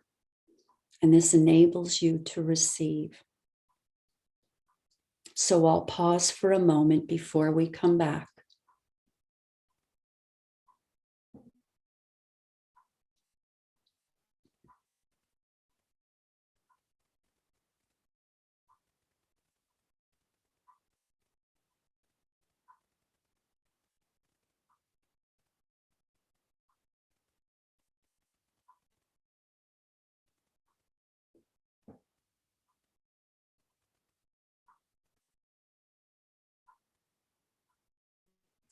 So now I'll call you back to consciousness by beginning with 10, 9, 8.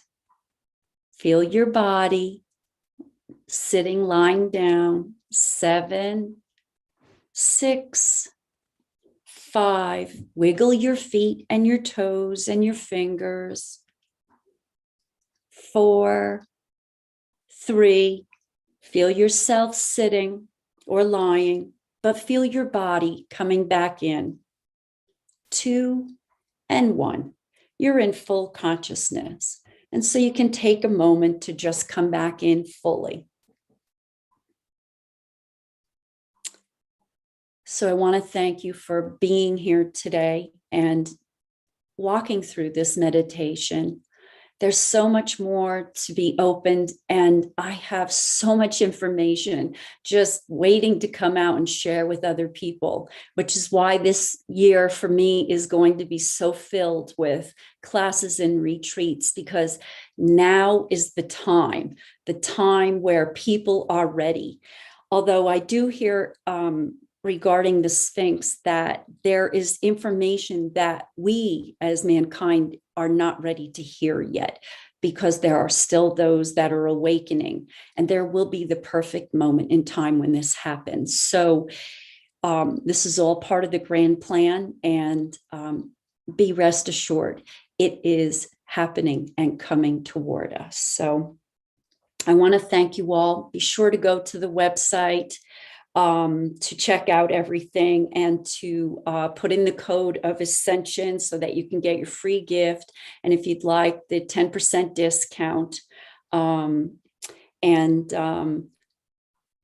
Always remember, keep shining your light. Thank you.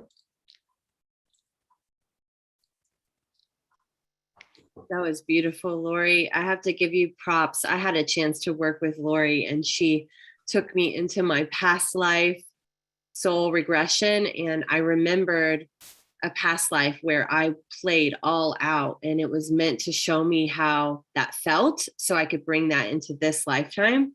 And it was so timely as I'm putting on this big event, and I needed to embody that energy. So I just want to give you so many props for your work. You're such a powerful conduit of source energy, sister. So thank you so much. Yes, definitely, Lori. Thank you so much. And you really are such a powerful conduit and of wisdom, of galactic knowledge, galactic experience, cosmic experience really flows through you in this amazing way. So thank you. I see people, are commenting, incredible. I travel through the universe. I love how the sun energy recharges our bodies. Thank you. So intuitive. I can feel it here and now, like discovering it together and individually, cellularly, organically. So people really feeling that. I'd like you to just share a little bit more, because I had the pleasure and honor of being with you in Shasta on retreat. And you did mention you have some upcoming dolphin retreat in Hawaii. What is that about, for people who are interested and would like to know more about dolphin and dolphin energy and Hawaii? Wow, the dolphins. Oh my gosh. Ever since I was really young, I wanted to be an aquatic ballerina. This was my thought in my brain, right? Because I wanted to live under the water. So what it was I was remembering my time, right? When I was in Lemuria, and I've had other times in other systems where there was water. And so what it is with the dolphins, I always wanted to swim with the dolphins. Well, I've gotten even a greater opportunity. When I lived in Mexico, I worked with the dolphins. So I actually was able to hold the dolphin's head in my hand, in one hand, in the water, and hold the person, and the transmission of energy and being a part of hearing what the dolphins share with that particular person. Magnificent. And then there was a point where I was actually walking past the dolphins, and crazy, this dolphin kept jumping out of its container onto the platform. It did it 7 times as I stood there and watched it. And what I heard was there were 2 separate containers, and we were working with these 2 dolphins, but these 2 were not working with us. And the one jumping out kept telling me, I want to work with you like the other dolphins. I mean, I was like, blow my brains. Oh my God. So dolphin energy is amazing. They have so much to share. They're from Sirius B, and they've been here. They've been left or stayed behind along with the whales to bring us information, to see us along. And that's what they're doing. So we're going to do this in Hawaii. We're going to have great experience. We're going to swim with them. I've actually been able to see a baby born. You get to swim through the bubbles. Oh my gosh, it's phenomenal. Lori, when is nothing like it, you know? When is this? When is this? Well, it's so I'm thinking maybe April of upcoming year. I'm getting the whole logistics together and seeing who will work with us and who can we connect with the dolphins, you know, because there's a lot of retreats to go swim with them. I want to work with them. I want to bring that opportunity for everybody. So I'm working on it. And plus, Hawaii is very sacred. Having lived there for some years, I know the beings that are there, and plus the interdimensionals that come. So I want to bring this for everybody. So yeah. Wow. And Tammy is asking, what island? Do you know yet? Oh, yeah. So we're definitely going to be on Big Island, but we may go do some puddle jumping over to Kauai also. So yeah, they're all magical. You can't go wrong. You should talk to Neil about the timing so I can do both. I know, huh? Lori, do you communicate with the dolphins? Do you like actually have like a telepathic communication? Yeah. Yeah. Mm-hmm. So this is the thing about being a receptor. I can put my hands on probably anything that I've ever tried, and I can receive information. It's just the openness.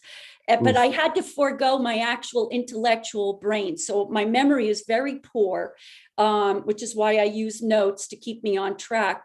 But my intuitive skill is, you know, open. So that's going to be amazing when you go to Egypt, touching the rocks. Imagine what kind of experiences you're going to get. Wow. Oh my gosh. I can't wait. I can't wait. I'm so excited.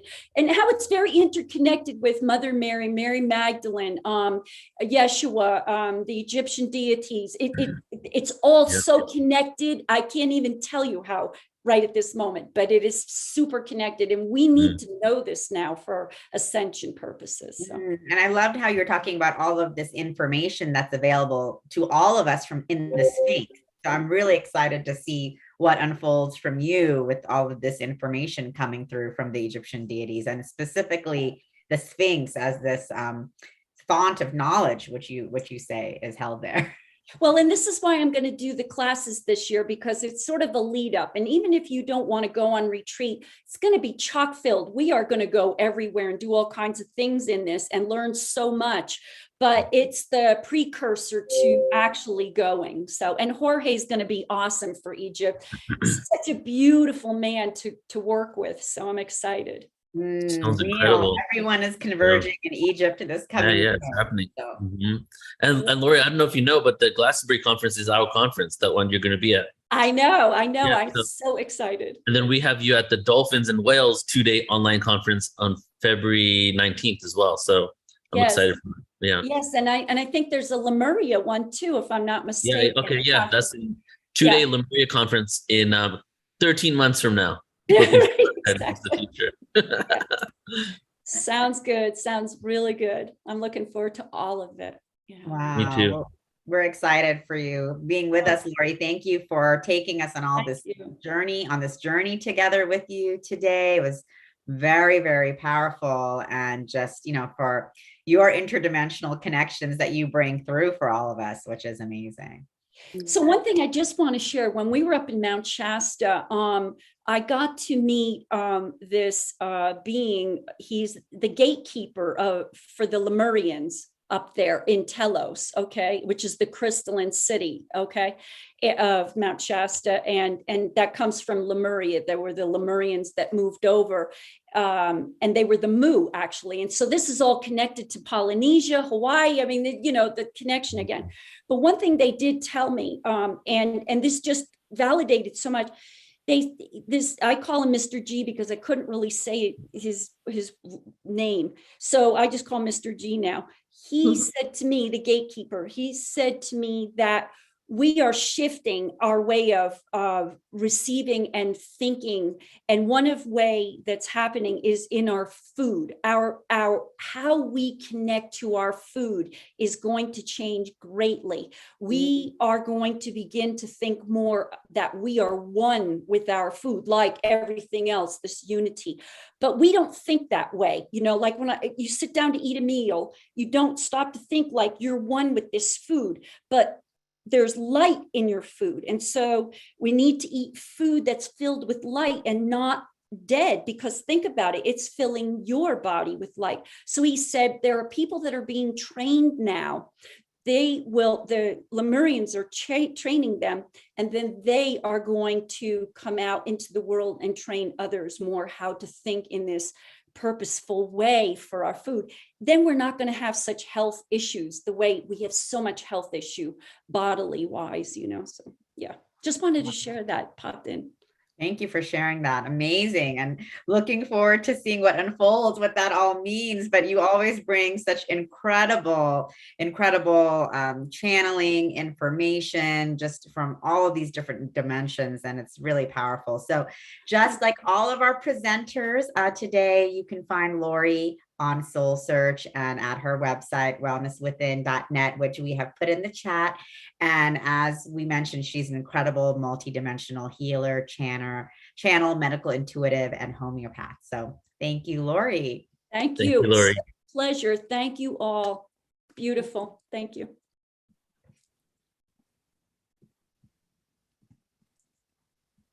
Then Nicole, would you like to bring on our next guest? I would love to. I know this one very, very well. She's my soul sister from many dimensions and past lives, Krista Collins. She's also my partner in the 1111 event that we're doing very soon. And she's such an amazing light being. She's a psychic medium, among many other things. And actually, I work with her often to get information. She has a very clear and visual channel. And she is a transformational guide and mentor. She's also an expert in epigenetic health and an epigenetic health coach. And she really helps people to align with their highest frequency and most authentic self. She's, like I said, a gifted, clear channel. I think that she also helps people get information in their business and really heal and guide their transformation into a whole new way of being. And she is definitely the yin to my yang. So I am just so grateful to have her in my life and to work very closely with her. And we've also been really creating around conscious co-creation and collaboration and teaching on that together. So excited to introduce my dear sister, Krista Collins.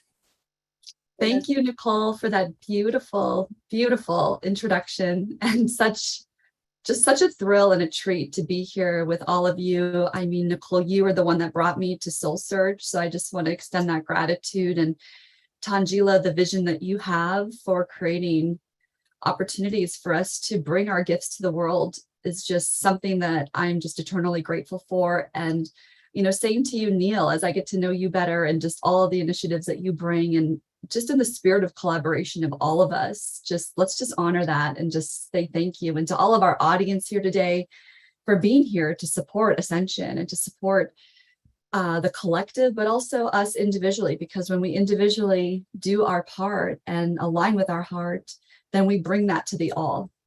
And so with that said, I'd love to begin with just an activation today. So if you could just take a moment to breathe into your heart. Let's all come together in the spirit of Ascension and in the spirit of aligning with your unique and divine DNA so that you can be limitless in health, wealth, and love. That is what I'm here to bring to support others in stepping into that. So let's drop into that frequency. And if you just take a moment to breathe into the heart, just at your own pace, just connecting with your authentic self, who you really are. And what's important in being our authenticity is to realize that, like, finding one thing about yourself today, recognizing one thing that you're grateful for about yourself. So choose that thing. Is it that you're a sincere being and you love your family? Is it that you know that you're following your path and bringing your offerings to this world? Is it the fact that you just took the time to do your meditation this morning and enjoy a cup of coffee? You know, what are those things that are filling your cup that you're grateful for? And as you feel that, now let's expand it. Let's expand it in the DNA and just expand it times 10. And feeling it expand. And now expanding it times 100. Remembering that the electromagnetic field of the heart is 10 times stronger than that of the brain. So this is from the place in which we are to create.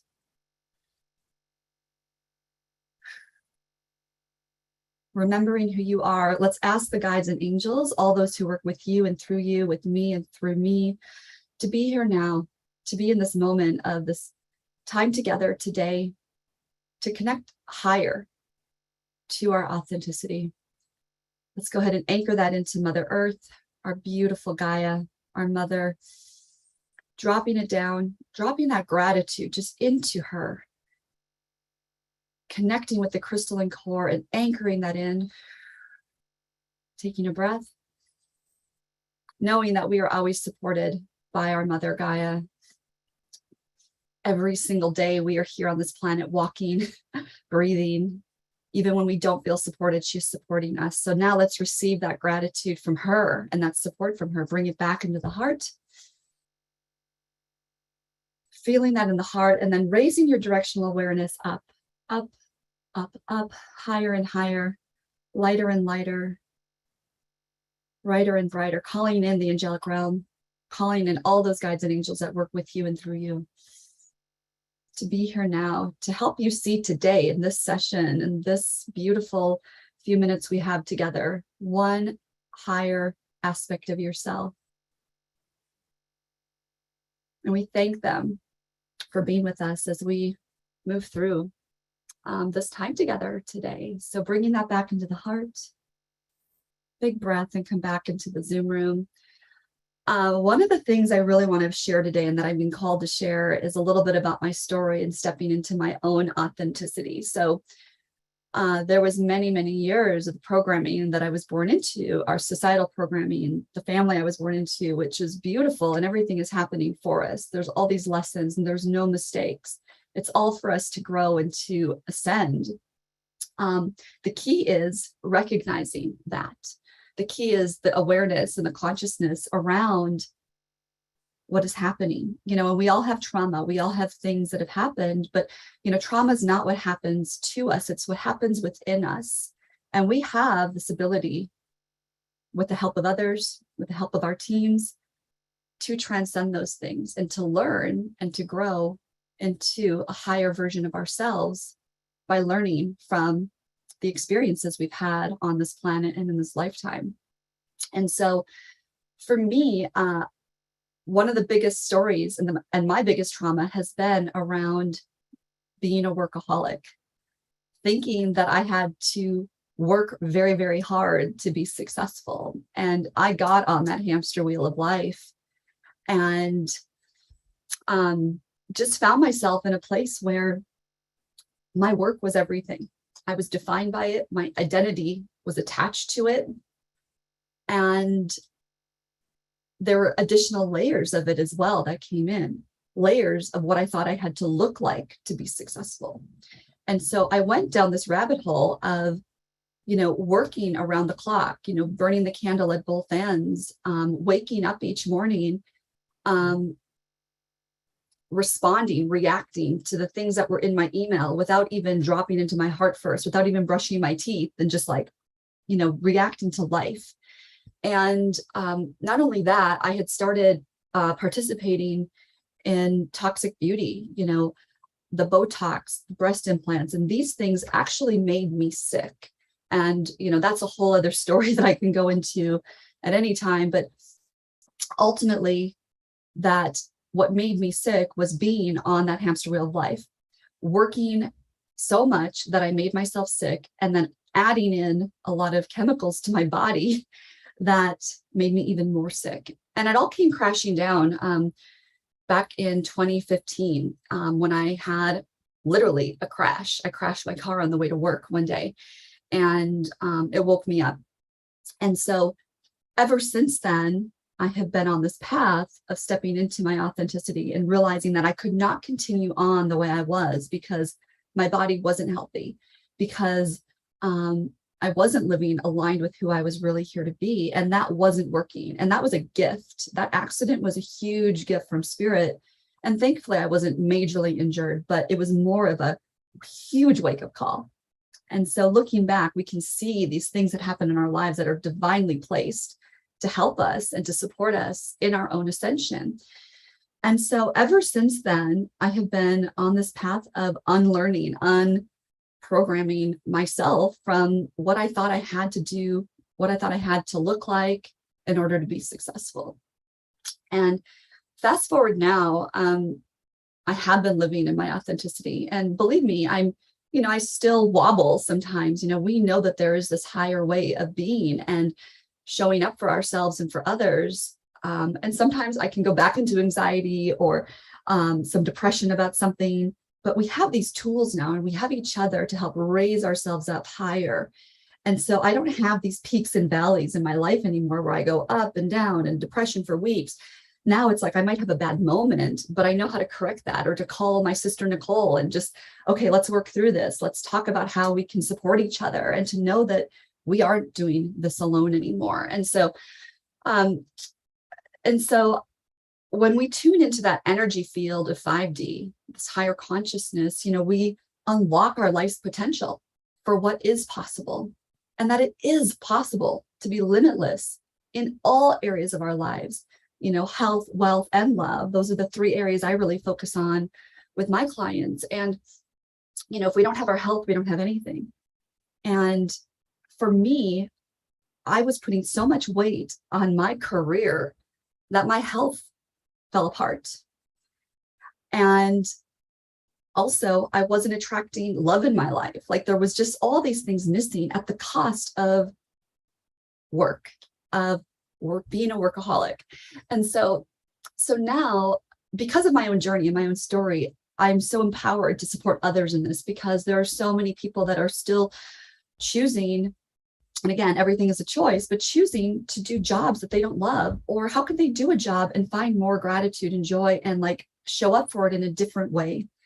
There's nothing wrong with service in a job. I did several jobs in my career that weren't my favorite in the whole world. But, looking back, now I know there's ways I could have shown up in a different way, in a higher capacity, and from the place of my heart, versus, reacting and being in that very 3D dense place of everything's happening to me and I'm a victim. And why can't this go right? Why can't that go right? Everything's going wrong. So that's what's so beautiful, is that we can have this awareness and then shift, and everything is that choice. And, when we tie into this potential that's available, that's when all these synchronicities start happening, when all the right things start happening at the right time. And that's the magic of 5D, of choosing heaven on earth. And I'm coming to you today from Kauai. So I just loved what Lori Wheeler was just talking about, the frequency here, and connecting in with the Lemurian energy and connecting into the dolphins, and just knowing how much this planet is supporting us in such a huge way. And so I'm just grateful for, every experience that helps us grow to a higher place. One of the things I want to bring in is just our DNA in general. If we talk about health in general, one of the things that I was drawn to is epigenetics. And this is ultimately how our lifestyle affects our genetic expression. And we know that we can turn on and turn off genes, upregulate, downregulate. And it's so amazing that now we have access to our own DNA blueprint, that gives us that roadmap to everything, especially with our health, the foods to align with. We don't have to just pick a fad diet anymore and say, I hope this works for me, or why did that work for that friend, but it didn't work for me. How did that person lose 40 pounds? So ultimately, when we look at our own unique DNA, we can be empowered.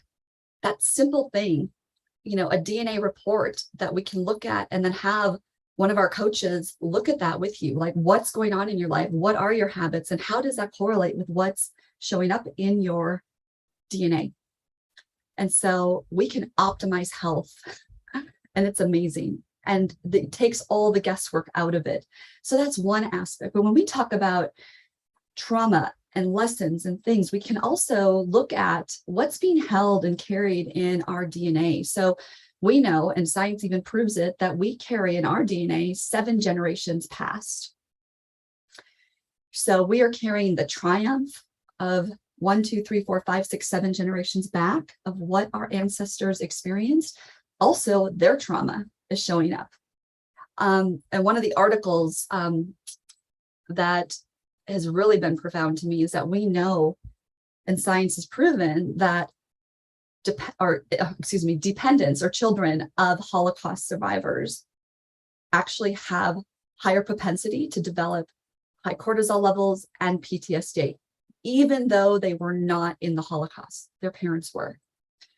So this is a real thing. And part of the work that I do and the offerings that I provide to my clients is looking at what comes up, what is being held in the DNA that can be cleared, so that at this time in your life, you can say, this pattern in my family stops with me. I'm healing this now so that 7 generations forward do not have to create this or have to live that.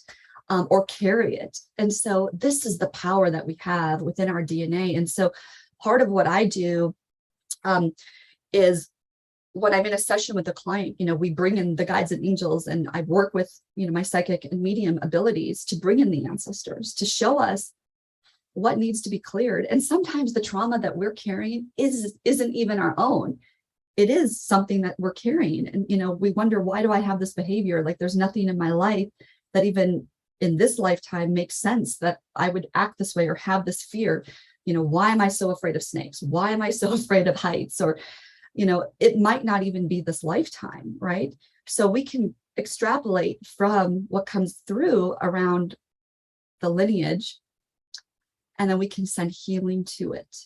And we can do DNA activations. We can clear the gray matter, the things that keep the DNA in that 2-strand expression. We know we're moving to 12-strand DNA, and that is our full potential. We don't even know the potential of what is actually accessible through our DNA because it is so powerful.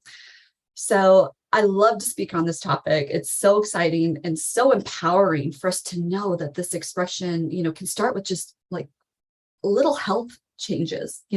What am I having for lunch? Should I have quinoa versus pasta? All these things that we know can upregulate our own expression. But then when we also look at it from how we can activate the DNA, clear the DNA from a trauma standpoint, it's super powerful. And I'm really excited to be able to support people in aligning with their own, because when we do it individually, then it radiates out to everyone that we work with, and to everyone that we're connected to, our families, our friends. And when we change, isn't it interesting how others change around us? I've had this experience in my own family. I've done so much of my healing and trauma work over the last 12 years that now it's like every relationship in my life is just so beautiful. And, those that haven't been aligned, fall away, and we see the alignments. And then, one of the person that I really want to bring back in is my sister, Nicole, because this leads right into it, because we are in a place where now collectively, as we all make this choice to align with our DNA and to clear our trauma and understand what, our wounds are and those kind of things, we can be in these conscious relationships where when stuff comes up, we face it. We don't just run away and say, I'm never going to talk to that person again. We aren't in alignment. I see that a lot, I think, in the spiritual community. Like, I'm not aligned with that person, I'm stepping away. Well, maybe spirit is giving you an opportunity to actually face that, because everything's a reflection. So when something comes up, I have to look at myself and say, what is coming up for me? And this person's an amazing person in my life. Like, I don't want to run away. I want to be there to actually move through things and continue my ascension process. knowing that we are that gift to each other. So Nicole, I'm just so glad to see you here and see your smiling face. We've been through so much together, and I'm just so grateful for the opportunity to have you in my life and the choice for us to be in each other's lives.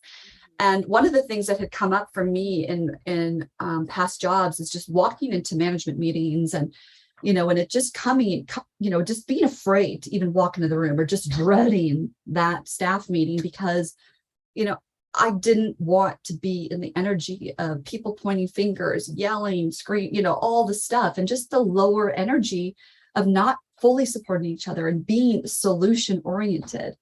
Why does it have to be hard? It doesn't. So one of the things that Nicole and I in conscious co-creation are doing is just bringing that higher vibration. And just like we did this activation at the beginning of my talk today, we do that every single time we go into a meeting. And, we found that we had a lot of synchronicities and things in common as we became friends. And when that happened, we also saw the different things that we were aligned with in business and how we wanted to bring our offerings to the world. And so we're actually doing that. And there's things like meeting decrees. Like I have this beautiful decree that we say before our meetings as well, that helps anchor in and helps us remember that we come from a place of kindness and love, and we work from the heart, and we choose to speak with love and gratitude and to be thoughtful about our intentions and our words and delivery because we give power to them. And I guess the other thing too is, as we're talking about this, this really is bringing heaven on earth. This choice to work in co-creation and collaboration is bringing heaven on earth. So Nicole, I'd love for you just to share just a little bit about, your experience working with me in this energy and, how when we're aligning with that DNA, when we're clearing these things, now we're able to create this beautiful event coming up in 2 weeks, not even. To support others in their own ascension and in their own alignment with their authenticity. So that's what we're here to do. So share a couple of your thoughts. Well, yeah, it's been incredible to work with you. And on my talk yesterday, I shared, I brought people through what we do, and I brought Tangela in because we also do that, before every creation meeting, we bring up the energy. And so that's one thing that's been amazing with you. And we've learned that through our teacher and mentor, Rika. And it's, really tuning into the guides, the angels, the ancestors, all of the elementals, the devas, the fairies, the energy that we want to be in. And from that place, we create from a really powerful place. And we also create with all of those beings sharing their information with us. So it's so powerful. And I just want to speak into, it's real. Like you and I have been through a lot. Like we've had moments where stuff has come up, and we've been able to hold space for each other to work through our inner child wounds, our sister wounds, like our healing. We've had things come up where, I have one of my core wounds is the feeling of abandonment, which has shown up a couple times in my life from childhood, but also from my boyfriend, Mark, passing away 12 years ago. And so I have this thing that sometimes comes up of like, oh my God, we're having a conflict. She's going to leave. And so that's been something that we've worked through. And then for you, it was something different. Like Nicole's so crazy and spontaneous and wild. She's going to outshine me. It's like, oh my gosh, sister, you are so bright and shiny and poised and beautiful. And we've both been able to really recognize our own gifts and strengths and see them as assets and step out of the energy of competition and really be in true collaboration and true cheering each other on as the goddesses and creators that we are. I think that's been something that's really come through this, is when you're seeing your sister or your friend or your, companion or your partner or anyone you're working with, if you're seeing them shining and in their highest alignment, giving their gifts, it's to go into, wow, that's so amazing. Like to really go into the energy of cheering them on and knowing that as they're doing that, that's actually a representation of you also being able to do the same for yourself through your own lens of expression, through your own magical alchemy. There's no one, we are snowflakes. As we are, all one, we are also these beautiful snowflakes of divinity that are just like a fingerprint. So it's the yes and I think it's also come through with us. It's not the either or the this but, it's the yes and also. What about you, Krista? Absolutely. And I think that that's what's just so beautiful about this is that we get to navigate this. And no, we're not perfect, but we are choosing this realm. Like heaven on earth is a choice, and it's a realm that's available for all. And when we choose that, we get to face these things that come up from a different perspective and actually live that and be that example too. Because I think for me, some of my greatest teachers I've seen be the example, living that life, doing these things. And it's really fun to actually just do it and just say, okay, I'm going to hold that vibration with my sister Nicole, and just be authentic in it and real and vulnerable. And sometimes it's not easy. And I've had people leave my life because it wasn't easy. But I'm here for it all. And I'm here to have my highest expression in this lifetime be forefront, knowing that in every moment I choose the highest choice. And even when it's not easy, being in Kauai without you is not easy. We had this choice. Yeah, we had this choice for both of us to be here. And one of us decided to stay in Sedona, Nicole, and I'm here. So this is the other thing too. It's all quantum, right? So when we think about the quantum of this, there's a lot of logistics with putting on an event that Nicole and I are doing. Boots on the ground, like the rentals, the venue, the invitations, all the stuff. And but there's also the frequency we need to bring. So there's this part of being in the 5D that's like, there's a lot we still have to do, but I want to have to like do.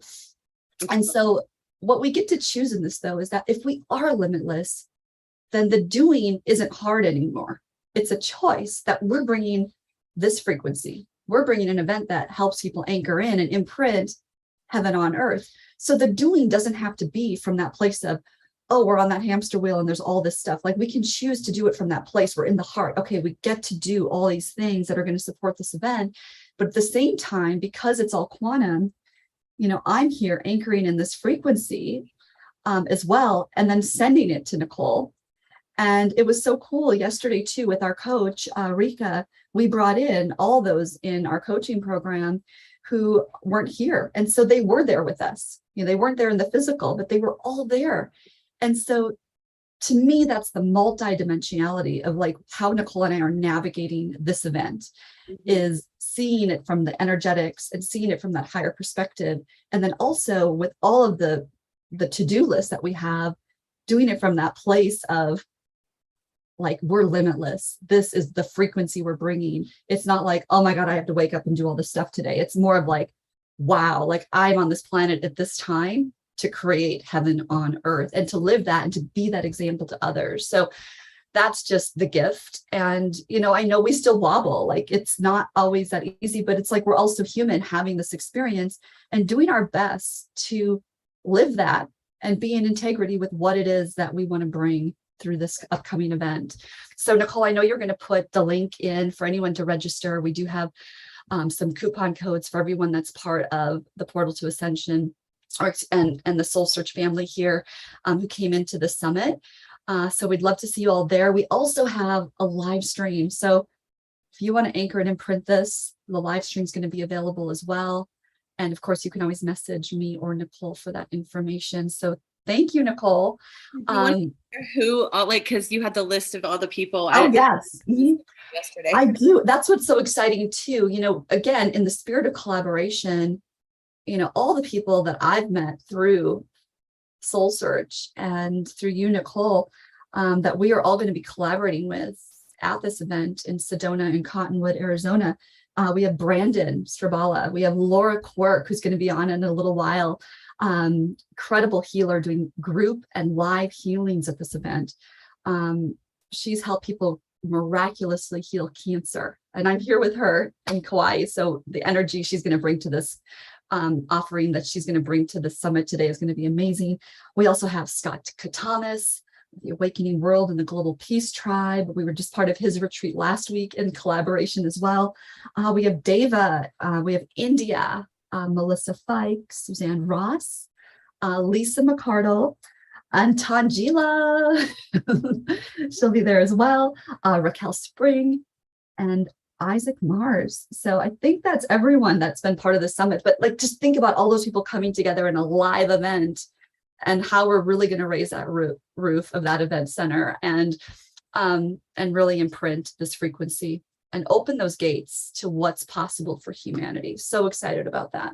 Yeah, and something that's come through, like my guidance has come in recently about the event is that it's an act. Every single person that's there is their light leadership is being activated. Like these, some of you guys were there when Joan spoke yesterday, and what came through Joan was that we were here to bring these 333 souls together so that they can all activate and bring this to the people that they're also souls that they're in allegiance to bring the movement of heaven on earth around the globe. So this is actually what Spirit showed me was the tip of the arrow, like the gates are opening, and that this is like the tip of the arrow. And so there's so much that's coming in and through, and yeah, it's going to be amazing. So excited. And yeah, it's going to be an awesome event.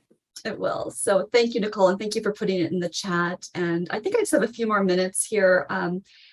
So I want to just go back. I know I opened with a little bit about my story, but in the spirit of being relatable and the spirit of just being my human self, I want to share this. And for many years, I know I've been a psychic medium, since I was in high school, and I was really in the closet about my gift for many years. And when I had my awakening in 2012, all of that changed. And I just want to speak to stepping into that alignment, because we're all here with beautiful spiritual gifts. They're all unique. They're all different. They're our own unique DNA blueprint of what we are here to be and our purpose. And, I know there's a lot of people on the planet that are, still just unsure of what that purpose is. And that's what I love to support people in, is aligning with your authentic self so that you can be who you're here to be and have that clarity and that, discernment around what exactly you're here to be and to do and to offer to the world, that's unique for every single person. And just my own journey, I just love to talk about even the last 2 years or even the last 6 months is really being in a state of trust and surrender that life is flowing and coming to me. It's happening for me in such a huge way. And one of the dreams that I've had my entire life was to live in Southern California, which I did move there in 2012. And then the last 2 years, I had the beautiful, beautiful gift of living on the beach in Laguna Beach, and just thought I had arrived. I'm living where I want to live. I had this beautiful ocean view, and could walk everywhere. And one of the things that happened for me was that in May, I received over about 4 days, 3 signs that chapter was closed. And I thought, what? I don't want to go anywhere, right? But when you're in that state, when you are aligned with your authenticity, these messages become very clear. And I was called to leave, release 90% of my belongings, and I moved back with my family in North Dakota for the summer. And I got to spend quality time with my parents, my grandparents, my sweet nephew, and aunts and uncles, and all these people that I have not, connected with in a long time. And the old me would have really judged that, like, what is happening? I don't want to go back here. I don't want to live in the country, all this stuff. But instead, I just found the gift in every single day. And now there was another shift about 3 weeks ago where I knew I was going to be leaving for winter. So I spent some time in Sedona. I spent some time now in Kauai, and I know I'll be back in Southern California this winter. And of course, I'll be with Sister Nicole and so many of our amazing presenters here at the 1111 Gates of Heaven event. And so what I'm remembering now, what Spirit has been bringing through, is that home is in our heart. And it doesn't matter where I lay down my head at night. that when I am so connected into myself and know that all these external things don't matter, but that what matters is my own connection to myself, my authenticity, that it's all beautiful and that it's all happening for me, and to be in that flow. And, when people ask me, well, where are you going to be next month? I don't know. And I'm not saying everyone needs to go out and do the nomad sort of lifestyle, but that's what I've been called to right now. And to be in that trust has been a beautiful gift. So I just want to end with that, because that's actually a true life example of when you're aligned with your authenticity, how you can do that, how you can be just in that flow and surrender and still in your heart, and just be able to know that everything is aligning in the perfect way. And I feel just emotional speaking about it, because it's taken me a long time to get to this place, but it's possible for everyone to live in that and to not control and to, make plans all the time, but to just allow life to work out the way it is. And that's exactly what Nicole and I have experienced with the 11:11 Gates of Heaven event too, is that we saw this vision come through back in March, and just to allow it to come to fruition, the people to align with it that are supposed to align. There's been certain people that have stepped away from the event. There's been, us trusting that all of our needs will be met to cover all the expenses so that we can create this incredible opportunity and experience for our attendees. So it's been beautiful to be here. Thank you, Nicole, Tangela, and Neil. It's been such a treat, and look forward to more collaboration as we continue with our relationship and all that's to come. Wonderful. Thank you so much, Krista. That was beautiful. Thank you. Yeah. Just want to say I appreciate your energy, the way you communicate, and the way just words come from you, just so unique. And I've just received your vibration, everything you have to share, but really glad I had an opportunity to just hear you for the last 30 minutes and get to know you a little more. So I'm excited for all the collaborations that will come in the future. Yes, Neil. Great. Thank you. Yes, definitely. And thank you, Krista, for also just bravely sharing your story with all of us and everyone watching. Again, it's a time of transition for all of us, and just to hear what you have gone through and what you continue to go through, it's always inspiring. And thank you for being a part of our soul family as well. We love having you here with us.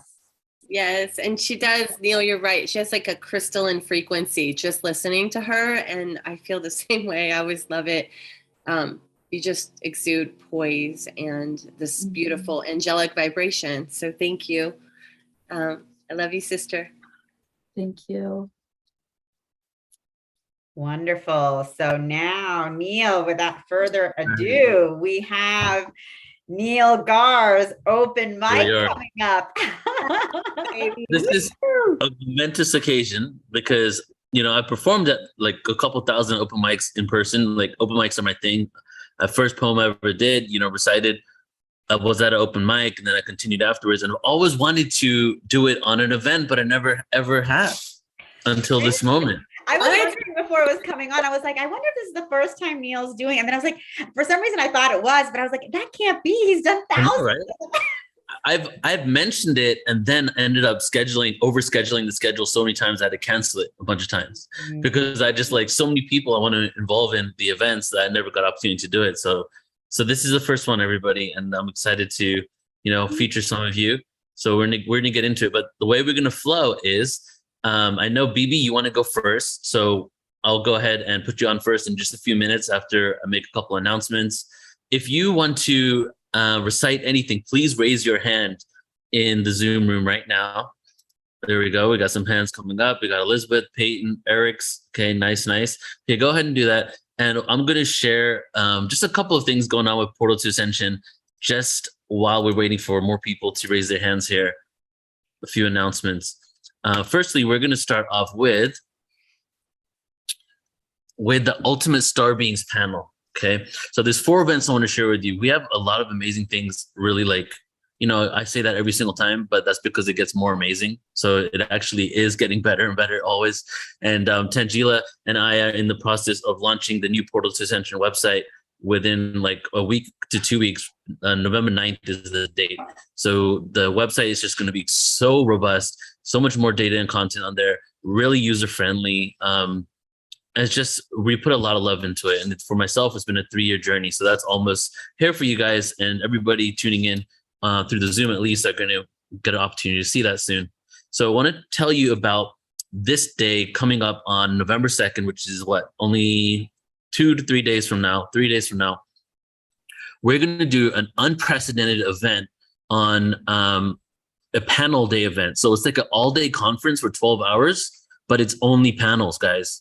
And it's on Star Beings. And this is like, so, since there's so many people involved here, so many panels, I didn't create a landing page on Portal to Ascension like I usually do. So I just made a Zoom event. I'm going to post it in the chat for everybody here. But just to give you an idea, we're going to start at 9 a.m. Pacific with the Galactic Origins panel.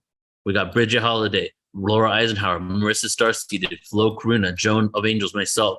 We're going to take a 30-minute break, and then we're going to go for the Ascension panel from 11 to 12:30. Deborah Giusti, Sandra Walter, The Stargate Experience, Suzanne Ross, Joan of Angels. Then 30 minutes later, the Experiencers panel. We got Jenna Layden, Brendan Culleton, Sherry Wild, Alan Steinfeld, Kathleen Martin. UFO Disclosure panel, which is to be disclosed. Which is kind of funny. I put TBD there. I didn't even realize I put the word disclosed over there. So that's going to be really cool. Alan's actually booking those people. And then we're going to end the day off with What is the Multiverse panel, which is myself, Geraldine, Adam Apollo, Sarian Michael White, Alan Steinfeld, and Shreya. This is 100% free. So if you're on YouTube, go to youtube.com/portal to ascension, subscribe there if you want to watch it there, or sign up for the Zoom and you can watch it on Zoom. And in between these, we're going to have like really cool like surprise guests and different things. And Tangela, you said you'll come, right, and do a meditation? Yes, I will be there, Neil. Thank you. Yeah, so Tangela will be there too. And we're picking up momentum really to really just shift into the Star Beings conference, which is the next day, 11/3 to 11/7. It's going to be a 5-day event. And this is 55 speakers, 10 MCs in 5 days. So it's going to be a really amazing cosmic week starting on Wednesday next week, everybody.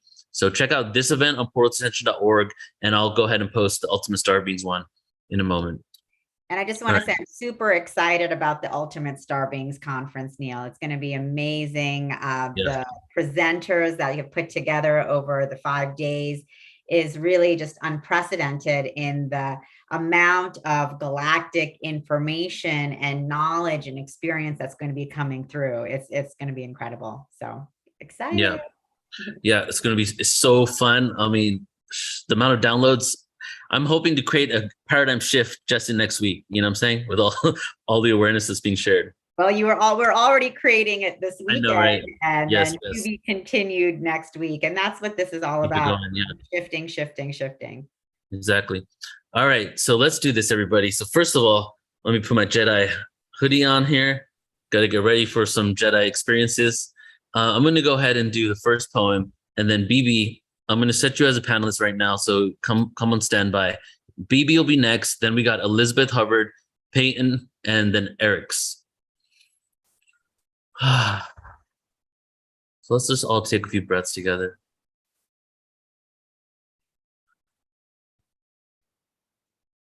And just put ourselves into a place where we're open to receive the creative expressions that we're about to see and hear and feel. And I'm going to start with the first poem, and this is called Astral Travel. And it's a journey of a soul leaving the void, the center, the black hole in the center of the galaxy, and then coming down to Earth to incarnate. Astral travel. Vibrating high out of the center of the galaxy. We materialize etheric energy, dropping in density, increasing in complexity. To the ends of the spiral I shall go. Planets form all around. I see a water world in the system of soul. In my soul, speculate in this illusion, a spacesuit made of skin, into a polarized reality of duality, oneness and sin. Carbon-based will join the crystalline children. I slowly descend through the ozone. Will be born soon, so I enter a womb. Birth cycle almost ends. I rode the unity wave into this dimension, a fabricated fallacy I forgot when. Time became linear. Masculine-based society suppressing her. Feminine energy creating stargates and other etheric tools going through the wormhole, spinning around like a whirlpool, here to overrule the external in this earth school. From my eyes, I finally lifted the wool. I reincarnated onto this planet November 17th, 1982. Thank you, thank you. All right. Snaps. Amazing, Neil. Thank you. Thank you, Angie. You are so good at that. That is just such a beautiful gift, Neil. Thank you.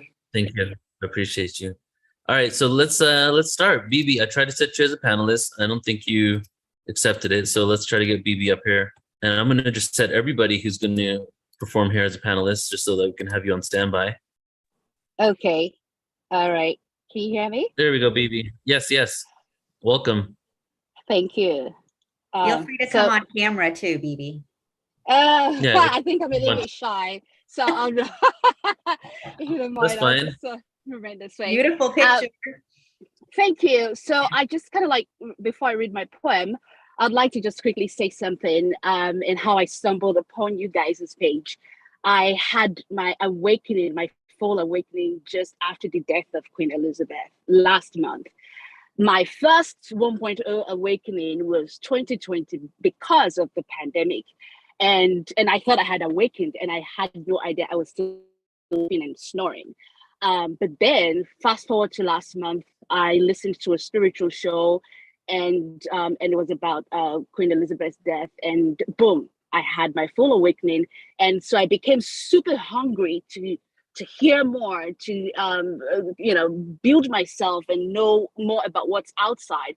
So I went to Spotify one day last week and I typed reincarnation. I just kind of like wanted to know more about reincarnation because I thought it was fascinating. I thought we'd just die and go to heaven or hell. And boom, I typed in the word reincarnation and portal to Ascension popped up. I was like, wait a minute, who the heck? I mean, what's going on? And I was like, okay, let me just listen to one episode. And I even became awakened the more, and I became hooked and addicted. And so I started doing more researches about you guys, like, who are these people? I mean, this is mind blowing. Like, so point is, if you guys ever get discouraged personally about this course of journey you guys are doing, know that you're saving lives. I am already recruiting people. I'm telling other people about it just because I just recently awakened. And so kudos to you, baby kisses to all the folks who planned this and the panelists and speakers. Anyway, so this poem is called Oshupa. Oshupa is called the moon in my language, which is Yoruba. Yoruba is from West Africa. And I sort of this was written last year. And I had an encounter with the moon because my boyfriend at the time took me on a date to see the full moon. And so we went to this special place. He's an astronaut. And so, and anyway, it's a long story. But for the first time, I had an encounter with the moon, and it felt like the moon activated me. And even this was like pre my awakening. But I mean, I had seen the moon all my life. I never thought anything special. I never had any. Anyway, let me go straight to it. So the moon is never really half. With her imperfections, she's unsure and shy, playing peekaboo from behind the stage curtain. Unlike the unblemished, arrogantly confident sun, she's reluctant to show herself. Yet she craves to be seen and admired, but only has night courage. Dear moon, your fan is here. Pacing back and forth, I await your full arrival, from whence I'm standing on this pinnacle, as you and the sun do your seesaw sway. You kept me waiting anxiously, and I found myself telling my meal that you're fashionably late. But alas, you tiptoed forward while I was gushing about you, assuming center stage with your ever silent footsteps. The fascinating truth is, rather, you are eternally fashionably on time. It's just that the other jealous elements try to steal your shine, but somehow, with your inner stillness, you prevailed. rising above the high ridges, trees, haze, and clouds. It's amazing how you fight your battles silently and win without force. Come, let me wipe your tears and let me wash your blemishes clean with those tears so humanity can see your full illuminated beauty. As I drop the tear-soaked sponge, oh moon, arise, smile and shine. I have set you free to a triumphant glass glory. Look in the mirror at your new untainted beauty. Burn like Aladdin's lamp incandescently. Shine on relentlessly. Shine on. Thank you so very much, guys. Thank you, Bibi. Beautiful. Thank Beautiful. you, Bibi. Amazing. You're Woo! welcome. Thank you. Appreciate you. And if you have more feedback like that at any point, feel free to email me, because Sure. that really does help encourage me, and like I'm sure all of us, just to keep doing this work, that just really having an impact on the Exactly. Don't ever give up, please. Like you're literally, because without you guys, I don't know where I'll be. So I just want to let you know, keep doing what you're doing. You're helping millions, because imagine the number of people I can turn around and awaken as well. Yes, Yeah. yes. And I called you 2 days ago, so I'm expecting your call back. I was the one that called you. Oh, that was you. Okay, yeah, yeah. Yeah. Well, I'll talk to you this Okay. weekend. Okay. All right. Okay. All All right, right. cool. Cheers. Thanks, Bibi. Okay, talk soon. Bye. Bye-bye. All right. Who's next? Let's go to, how about you, Peyton? Ready to go? Hi. Hi, Peyton. All right. So I have a couple poems to share. I've written about, I don't know, about 10 or 12 over the years, and they kind of just come through as these packages. And I was excited to find this. This is a little unpublished book that I put together of my poems a few years ago. So, okay, so this is called Loveworthy. You are worthy of the greatest love, your heart of gold. Beloved, you are love-worthy. Receive this with your soft body. Receive this love and know you are worthy of it. Yes, of course, you are this love of which I speak, but I ask you to know that you are worthy of love. You cannot deny it any longer. Every cell is love-worthy. Your pain, love-worthy. Your longing, grief, rage, anguish is love-worthy too. And yes, that which you cling to with your deepest shame is the most beloved of all. Love-worthy? Yes, you are.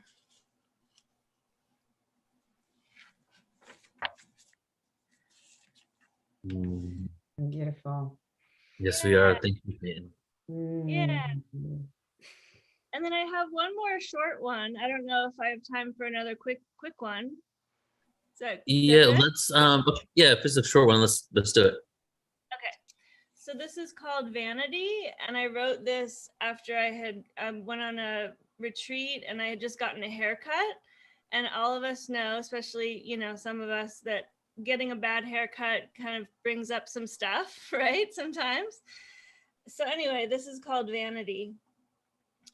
This vanity is insanity, holding on to a passing form for dear life, so much strife. Struggling to maintain, to stay in the game, it's a crying shame. No way out but in, listen to the silent wind. The sweetness of divinity that shines behind the mind and can be found in a sound. So keep your feet on the ground and don't wander too far from here. Be clear, love is always near. Thank you, Peyton. Beautiful, Yeah. sister. Love the message. Beautiful. All right, up next, Elizabeth. Hello. I was at I live in Tucson, Arizona, for all you Sedona people. And I was at a conference at ASU last weekend, and it was also on Ascension, but it was ascending to Mars. And it was engineers and agriculturalists and all the different aspects to go and live on another planet. So anyway, at night, I would listen to the Global Peace Tribe. And so to put these two together, like ascending out into outer space off world, and then the ascension of what's happening on this planet, it makes a total philosophy. And it's very, very powerful. So this is a poem I wrote several months ago. We are the ones we've been waiting for. Hopi elder prophecy. We are the ones waiting for another world war to start. We are the ones waiting for many nukes to be dropped. We are the ones waiting for the rivers and lakes to dry up. We are the ones waiting for the Siberian permafrost to unfreeze and methane gases to be released. We are the ones waiting for the Arctic ice sheets to calve into the sea, causing tidal waves and epic floods. We are the ones waiting for wildfires to rage through neighborhoods, turning houses into ash and dust. We are the ones waiting for the Southwest unbearable urban heat to make regions of the desert uninhabitable. We are the ones waiting for the hypersonic missiles targeted at cities to cause the unthinkable. We are the ones waiting our turn to be climate refugees. We are the ones waiting for crop failures and food shortages as irrigated farming becomes a wasteland in the Central Valley of California. We are the ones waiting to hear the cries of infants starving for baby formula. We are the ones waiting to fight over the last drops of clean drinking water. We are the ones waiting for some force to save us from the brutality of the other. We're the ones waiting for nation states to collapse and nuclear reactors on earthquake faults to explode. We're the ones waiting for the news of the next teenage shooter with a semi-automatic weapon firing rounds at teachers and elementary school kids. We are the ones waiting for sanitation systems to become radioactive cesspits. We are the ones waiting for the coral reefs to bleach and the ocean to become a microplastic, fishless dead zone. We are the ones waiting for post-pandemic gas prices to go down and narcissistic global travel to go up.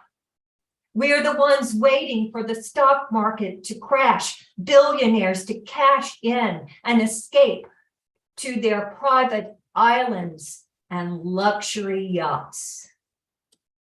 We are the ones waiting for leaders to wisely for the benefit of all. We are the ones waiting for the sanity of providing health care for all. We are the ones waiting to build our colleges for human rights for all. We are the ones waiting for the shining eco-city on the hill to take a democratic form. We are the ones waiting for a regime change, overthrowing oil and gas, evolving to a green lifestyle, an emissions-free, guilt-free, peaceful rest. We are the ones waiting for a poetic love-evolution, a spiritual revolution of the golden age of the sun. We are the ones who are the healers, thinkers, peacemakers, mystics, social visionary artists, musicians, sacred activists who have reached into the deep frequencies beyond life on earth. We are the ones who find ourselves in the bardo, the gap space between two opposing paradigms. The present world is ecocide, waiting for the nuclear holocaust. In the gap, we wait for the rebirth of the good and holy world, where all creatures are part of the infinite web of the universe. We wait as the Great Salt Lake becomes a toxic dust bowl, waiting as our patience blows in dust devils and the poisonous wind. Our lungs can no longer endure the heavy metals in the air. If we wait too long, we wait too long to rescue the endangered plants and animals, too long to avoid the extinction trap of a hothouse Earth, too long to stop the ice caps from liquefying, too long to adapt to a transformational peace plan of converting our current dystopia into newtopia. We're the ones we've been waiting for this extreme and radical moment when nothing else will save us but a Gaian council orchestrating our collective imagination to innovate, design, and engineer a global technological ecosystem. Justice is a design, science, love illusion. Wait no more. No more wait. No more wait. Wait no more. Thank you so much, Elizabeth. Thank you. I agree 100%. No more waiting. Now is the time. All right, let's move on to Eric's. Hello, everybody. Well, I didn't choose which ones to bring today. You all chose them for me. And Elizabeth, here's a response to your poem. It goes like, I have a few short poems. It goes like this. I've left the labyrinth of lies. I've climbed the walls of illusion. I've sprung this rat trap. I will no longer play their game. Let's make our own game. Want to play?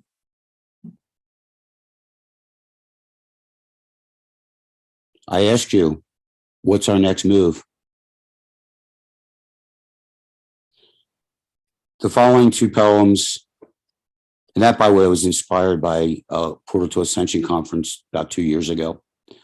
The next one came from things we discussed earlier today about the journey. And for me, the journey has been up and down, of course, like for most of us.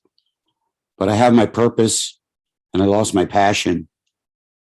And I got with Source for months to try to find my passion to fuel my purpose. And I got 2 answers back. And I'll give you the second answer first, and then the last answer. And then the final poem is a short poem that is for BB. The first one goes like this. Heart pumping passion, gut full of purpose, mind creating mission, soul flows desire. I am on fire. The last one is the first one. And this came out of dance. And it goes like this. Purpose pushes passion. Passion pushes purpose. Purpose pushes practice. Purpose pushes progress. Purpose pushes purpose. And the final one I wasn't going to do, but BB, you just triggered this. And this is another portal to Ascension weekend. And it so happens, and I don't know the astrology very well, so I apologize, but there are several times a year that the sun chases the moon or the moon chases the sun, and she's fully exposed and beautiful in the sunlight with a full moon. It happens at sunset. Sometimes it happens in the morning. Sometimes it carries throughout the day. And I do a lot of sun gazing, and I started to pick up on this pattern. So I wrote this poem, and it's really kind of I wrote two of them, but I'm just going to do one. And it relates to what kind of a correlate to what BB did earlier. This morning, Soul called his love a short time after they had awoken. He rose a bit brighter today and proud as a peacock. He knew today would be the day, their day to shine together in unity for all to see. He showed her with his radiant golden morning light. She responded with herself receiving his illuminating essence. Reaffirming their commitment, she echoed back with charming light of silver joy. They embraced one another for hours. Today is a day, this long-awaited ritual display of romance manifested in cosmic dance. So this is what keeps the sun rising each day and the moon rising each night. It's all about the love.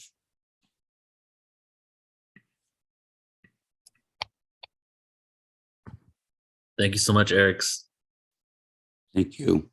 It's good to see you, brother. I don't think I've seen your face before. I think it's only been texts and emails. It's nice to see you, man. Thank you. Up next, Susie. Hey, Susie. Hey, you look good, white on white and white. Beautiful. I'm going to sing mine. Bring forth the dawn, for the time has now come that all mourning and weeping be cast away. Create anew as we speak forth the truth, for we're pressing into the new day. Oh, shout at the walls that stand in your way and rejoice as we see them fall. Oh, lift up your eyes and behold a new day where we live by a trumpet call. Oh, yes, rejoice, for the word has now come that will bind and will loose and set us all free. Leave all behind, for the word has now come that will create our purity. Bring down the faith that contains a new age and displaces the visions of yesterday. New expectations are filling our hearts, for we're pressing into the new day. Oh, we shout at the walls that stand in our way, and we rejoice as we see them fall.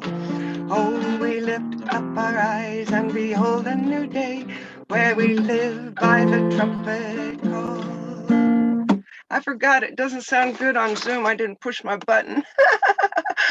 Oh, sounds good to me. Did it good? I forgot. I'm supposed to push the button here. Oh, cool. Great. I loved your song. Yeah. Thank you. Love you all. Thank you, Susie. Love you. Thank you, Susie.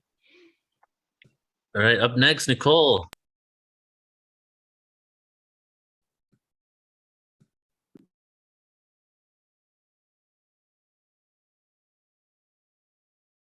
You're muted, Nicole.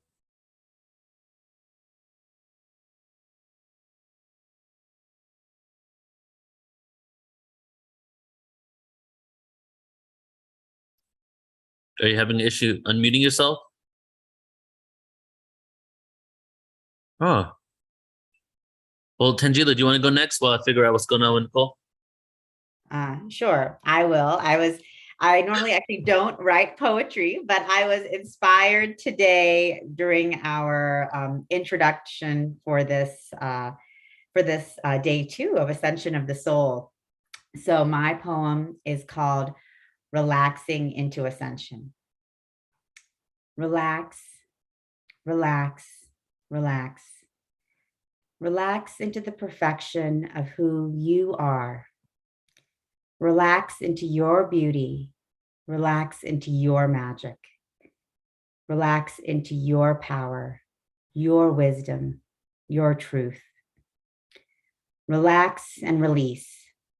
Relax and release. Relax and release. Releasing the expectations of others. Releasing the family. Releasing the society. Releasing the cultural. Releasing the religion. Releasing all of the boxes we have been told are who we are. Releasing, releasing, releasing, releasing, and relaxing. Relaxing into expansion, relaxing into expansion, expanding our hearts, expanding our souls, expanding ourselves, expanding our family, expanding with our soul family. We are expanding together in unconditional love of self, in unconditional love of one another, in unconditional love of all. Together we ascend, together we ascend, together we ascend. Ooh, nice. You really, you just wrote that right now, huh? Yeah. You encompassed the whole weekend. Thank you. Yeah. Thank Well, you. thank you. All right. So Nicole did come back in, and then I accidentally kicked her out. So let's see if we can get her here. There we go. Hey, that was crazy. My computer went black right when you said that. Weird. I know. I was like, okay, spirit. Okay, so I'll go. Okay. This is actually a poem I wrote after my divine union, my sacred soulmate came back into my life. It's called Star Angel. Last night, he found his way home. Don't need to do this all alone. I am here, be here now. The power of love is all around. Orchestrated from above, we find a supernova love. Exploding waves, heart-opening magic, safe and warm in deep surrender. We rest, we trust, are held so sacred, vows to remember in the morning. We seal it in again and again. From a new place, we now begin. We dream, we laugh, we play, we pray. We wake to find the dream is real. I'm in his heart, he loves me still. The moon is full, the night is black. Stars and geometric patterns stack. Bubbling creek, babbling brook, nothing in the way, said with a look. Deep blue eyes, crystalline soul, we are complete, we are fully whole. The time is here, the time to claim the love and freedom that remain. The life that wants to be created, relentless love, union, fated. Into me I see, into you we hold the key. Sacred union, open vessel, spilling over cup of love. My star angel from above. Heavenly body, holy light, will you hold me through the night? Will you take my breath away? Always loving, always play. As we dream and weave together, I can think of nothing better than building a life with you. Veil has lifted, heart is true. Many, many lifetimes together, we merge again as sacred twins. The flame will never go away. You are in my DNA. Oh my God. Thank you. This is my star lover came back after 12 years. So it was like, whoa.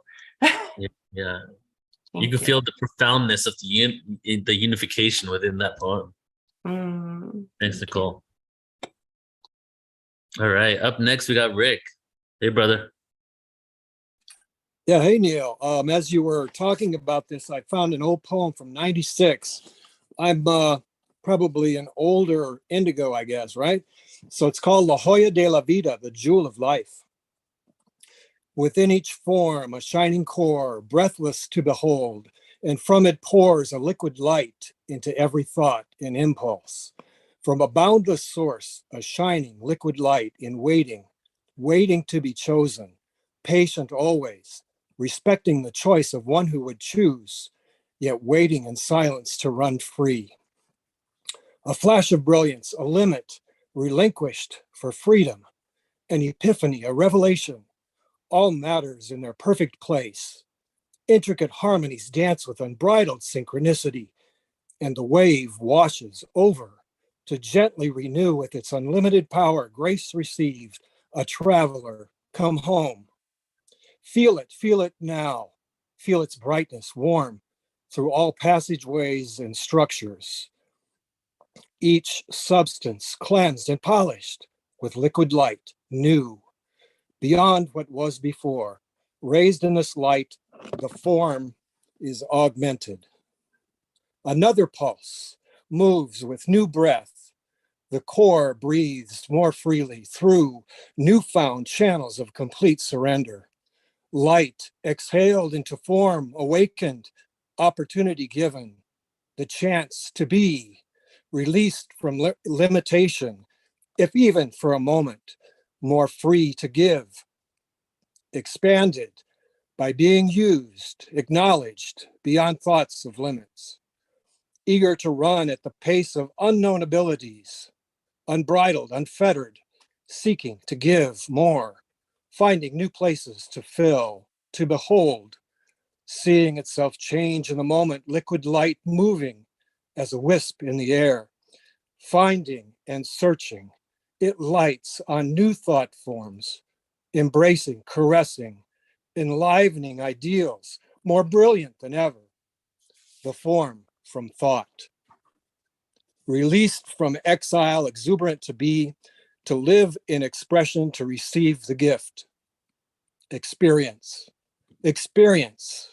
limitless goodness, everything new, every moment fresh, birthed with complete surrender, liquid light, pouring through all thoughts into form, forever and always. The only purpose to fulfill as full as the dreamer dares dream, the thought into form. Wow. Thank you, man. Thank you. Incredible. Awesome. Yeah, thank you so Awesome. much, Rick. Thank you. Wow. Amazing. Beautiful. Amazing. This is know, just right? so powerful. I love it. And I just love seeing everyone's comments coming in here too. Heather saying, I love hearing everyone's self-expression. It's so beautiful and inspiring. Marianne, Yes. excellent. Love the beautiful images conjured by liquid light.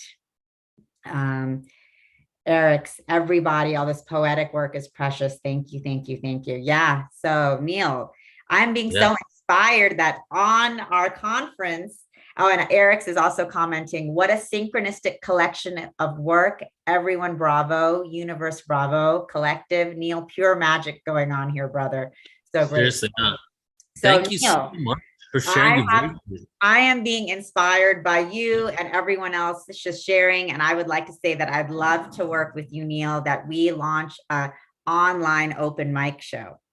Okay, so I tried it a few times and it did not do well because I did it by myself. So maybe if we do it together, it'll be a whole different ball game. You know, support.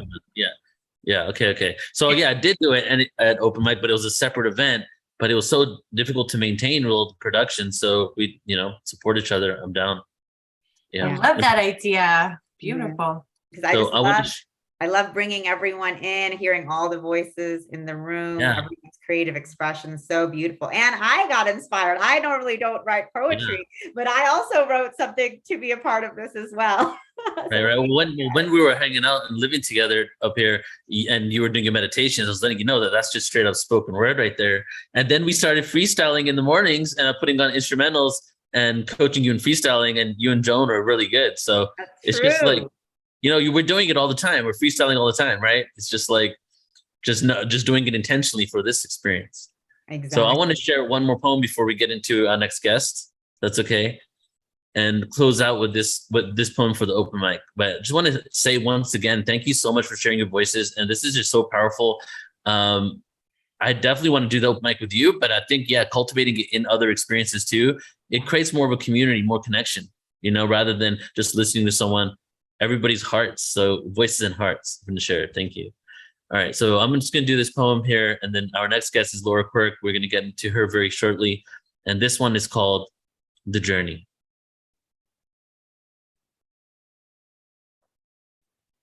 The road goes on for generations. The travelers would disperse their light amongst all the willingly incarnated souls. But what if the ones who didn't know? Amnesia of the internal endowment to reserve a place in the fifth dimension for themselves. The ego took control in a better life. They shall never know. I welcome you, Dark One, into the lap of luxury, followed by pain and woes. We all sold our souls to the devil, but the devil exists not. Negative energy, we dub as evil, creates the demons who we are fearful. Take the D from the demon, put it in front of the word evil, and now you have a personified devil. Our thoughts and experiences creates a creature only exists in the mind. Our desires and wants creates a full feature ego that creates the lower selves for reaching the divine. Intellect, love, on a perfect understanding we will have with one another. I welcome you, my brother, my sister, my lover, to become one, to help me become one before reality tears me from duality and back in the ether's imagination. You see, I'm the ghost. I'm the ghost of lives past, generation descended to gain their experiences. And I pray the human situation is critical, mind analytical, won't let me forget the fall of angels and demons into this third dimensional world. Is this planet yours?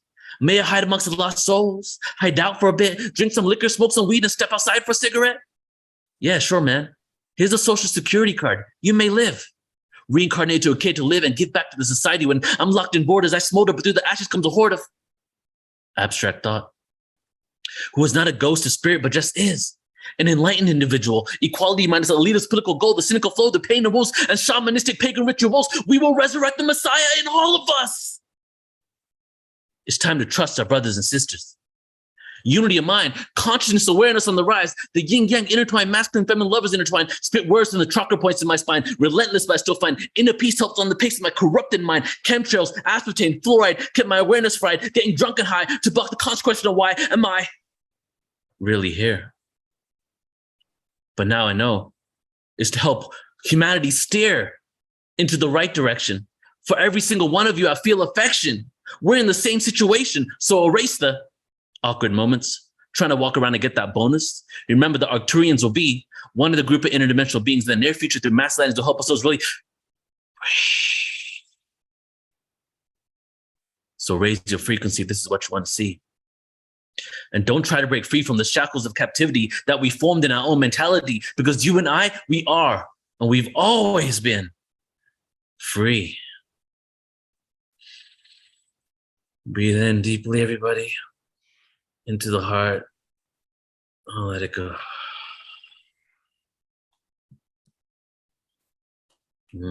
Thank you for letting me share, everybody. Neil, thank you. Thank you for that beautiful, amazing ending, spoken word piece, and just creating all of this together with us. Powerful. So powerful. Mind-blowing, brother. You are so gifted. So gifted. Thank you. So yeah, that was a frequency transmission right there. And I'd like to invite Neil and all of our beautiful poets and artists, please, Soul Search, we are online directory for all of the healers and presenters that you see here, but we're also a community where we want to have all of you involved, sharing from your heart and soul. And I'd love to invite all of you just to come on in, join the community, and post your poem or post your sharing from today. And that's just something that we want to continue building together as community. Whatever you would like to share, your gifts, your inspirations, as well as your questions and what you want to see more of. So, I just love this creative expression. I would love to just see more of it coming forth in so many different ways.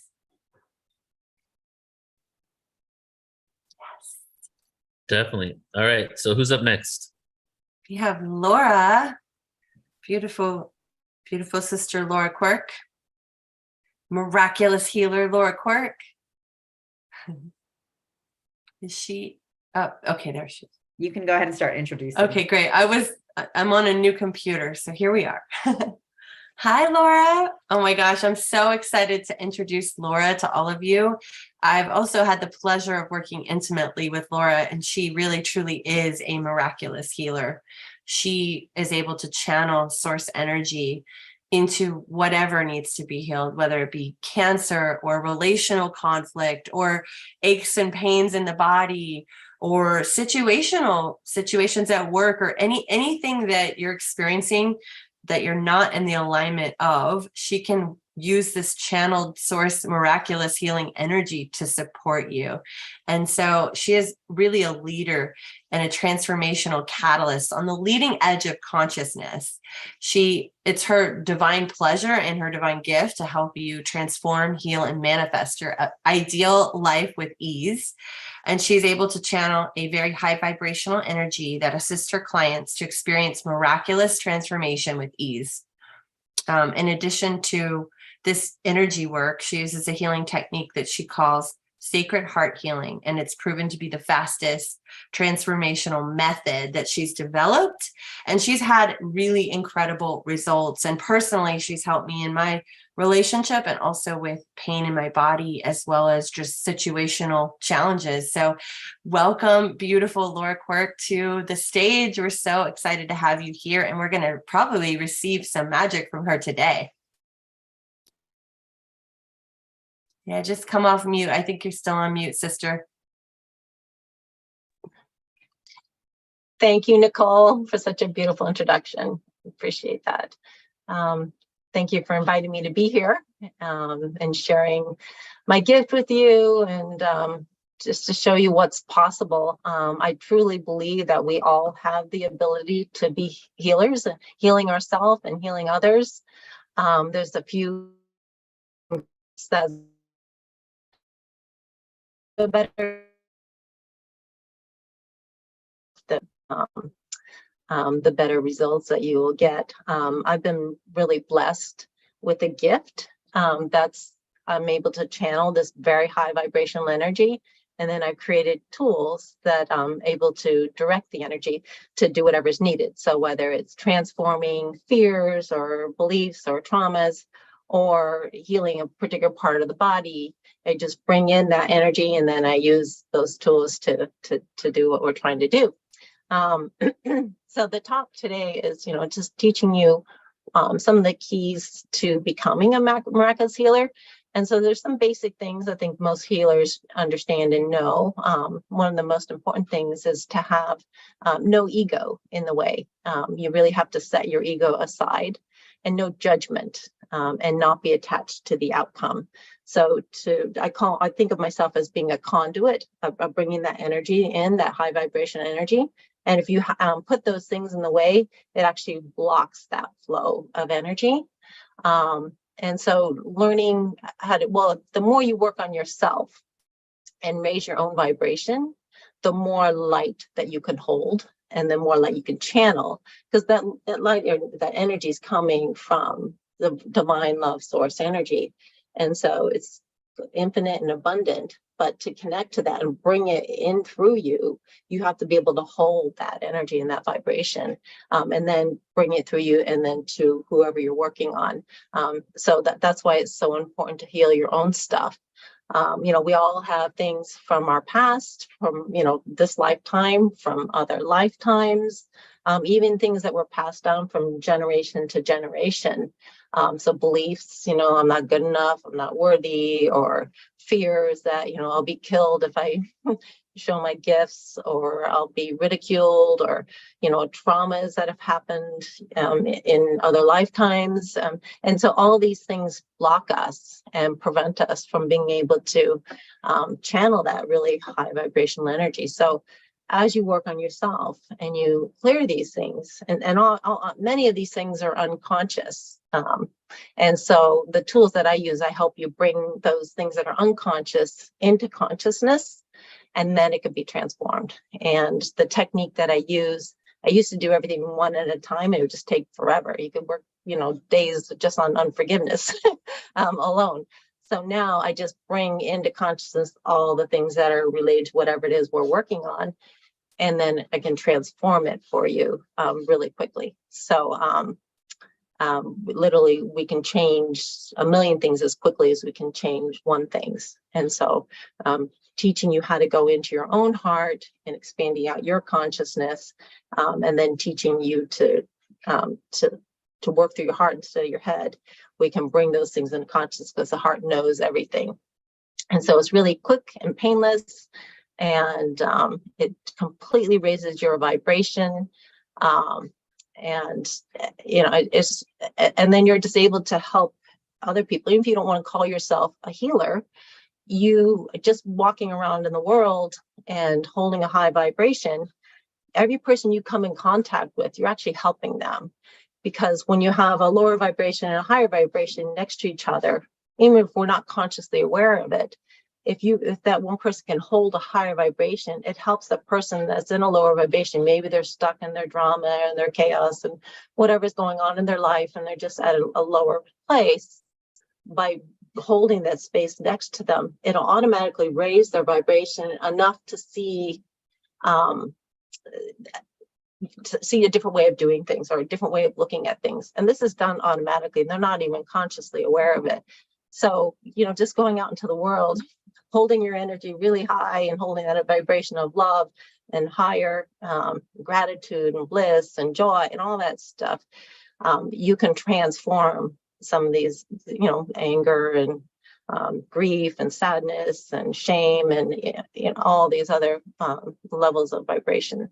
But if you want to be a healer, it's really important to be able to keep your vibration extremely high as you're working on the other person. The other thing I found is really important is for many healers are empaths, and so they're picking up the energies of everybody else. So they're feeling other people's pain, physical pain, emotional pain, and it can be really draining. And oftentimes these healers, what they'll do is they'll feel that other person's stuff, heal it within themselves, and then it heals it within the other person.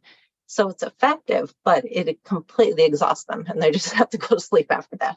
The method that I use, I feel energized after doing healing because I'm channeling this pure source energy through me to the other person. I'm not taking on their stuff. And so, I can just keep doing healing after healing, and it doesn't drain me at all. So that's a really important thing to work on. And so I teach people that are empaths, on how to manage that. Oftentimes I'll just say, imagine like a dial. And if you want to go out in public and you don't want to be bothered by everybody else's issues, you just turn the dial off, temporarily. And so you go about your business and you're just feeling your own stuff. But if you're doing a reading on somebody, you need to tap into them, you turn it up a little bit more to see what's going on. Maybe do the healing on them if that's the way you're doing it, and then turn it off later. It's best if you can learn to do healing where you're not taking on their stuff, and just channel it through it, just easier on you. So those are some of the key things to work on to see some of the results that I see. I'm often referred to as the healer's healer because I'm able to help healers. It's the hardest person to work on is yourself, because you're in your own way. You're attached to your own beliefs, you're attached to your own emotions, and it's just hard to heal from that place. And so there are techniques that make it easier. So you can step outside of yourself and just become the observer of yourself. So it's almost like you're looking at somebody else and their body and their energy field, and then being objective from that place, just saying, oh, okay, here comes some victim energy and here comes some anger energy, and just witness it. And then you can transform it easier. So it is possible to do your own healing, and I do it on myself all the time. But sometimes I'll ask my friends to help me. I was like, okay, I'm stuck here and I can't get past it. Can you assist me? So there's no shame in doing that. The key is to be aware when healing needs to be done, and it's constant progress, right? When you get triggered by something. So let's say somebody says something to you. And it triggers you. It brings up something that you didn't even know was there. It brings up some kind of anger or jealousy or whatever it is. It's just an opportunity to heal. It's just saying, oh, there's something there. Okay, so let me look at that and just do a quick little healing on yourself so you can clear it. So there's no longer those triggers to be triggered when something else happens. So, also if you have like outside circumstances happen to you, people are treating you a certain way or certain things are happening on the outside, you want to look inside. Okay, what part of me is bringing that experience into my life? And so, maybe there's some victim energy that you're not even aware of. And it can even be from past lifetimes. It can be passed down from generation to generation. So you don't want to judge yourself. Like, why should I feel like a victim, right? But if it's coming up and people are treating you and you're feeling like a victim, then you just go inside. Okay, you just bring into consciousness all the places that came from, so you can do the healing on it, and you're no longer affected. So you've healed something when you can think of a situation that happened to you and you feel neutral about it, where it used to get you triggered, like you get really angry, like, whatever happened, whatever story, or experiences that happened. When you can look at it like, yeah, that was part of my experience and it brought me to where I am, and be grateful for it. You've healed it, right? So that's kind of, it's all a blessing, right? Even something that seems horrible is an opportunity for you to look at really what your higher self wants healed, what's inside there. So these are some of the essential keys that I can share with you that have really helped me. And even, when I had a lot of stuff I was going through, I was able to step outside my own ego and do it from a place, do the healing from that place. And so it's really important just to allow that flow to come through, not to have your own judgment, not to be attached to the outcome either. I mean, that's a hard thing to do as a healer, because you have like this attachment, I want this to heal, right? And you do that, you create resistance, right? So you have to allow the energy to come instead of forcing the energy to come. So it's really important to be in that neutral place. And so the way I kind of look at it is every person has this divine light within them, which is part of God. And we're all connected in that way. But we have layers of filters that dim that light, right? And so those filters are unforgiveness and resentment and anger and fears, fear of failure, fear of success, fear of the unknown, fear of change, traumas that happen to us, emotional traumas and physical traumas and patterns and all these things that, are layered on top of this beautiful light that is perfection, that dim that light. And so as a healer, I'm just looking at, okay, well, we're just peeling off some of those layers, healing those layers, so that light can be the only thing left that's shining bright. And then they remember the truth of who they are, and they remember why they came here. And then, their intuition opens up and their divine connection opens up, and so much changes. Their whole life changes, right? So usually people are inspired to come to a healer because they have some kind of physical pain, that nothing's working for them, or they have cancer, or they have an injury. It's really debilitating and they can't ignore it anymore. Their higher self wants them to heal what's underneath it too, not just the physical issue or symptom. And so as a healer, when they come to me, the first thing I do is work on all the stuff underneath it, right? So, all the things that contributed to the cancer or contributed to the injury in the first place. And then once you heal those things, doing the physical healing is a piece of cake, right? And I just channel the energy and direct it. And so if it's ready to be healed, it will heal instantly. I often get miraculous results in a single session because I do all that stuff underneath it first. And then I do the physical healing. So just to give you a little bit about my background, I came from a totally different world. My degree was in engineering, which I did for 20 years. And I worked as a software engineer on the Palm Pilot. I was a technical lead on the first Palm Pilot.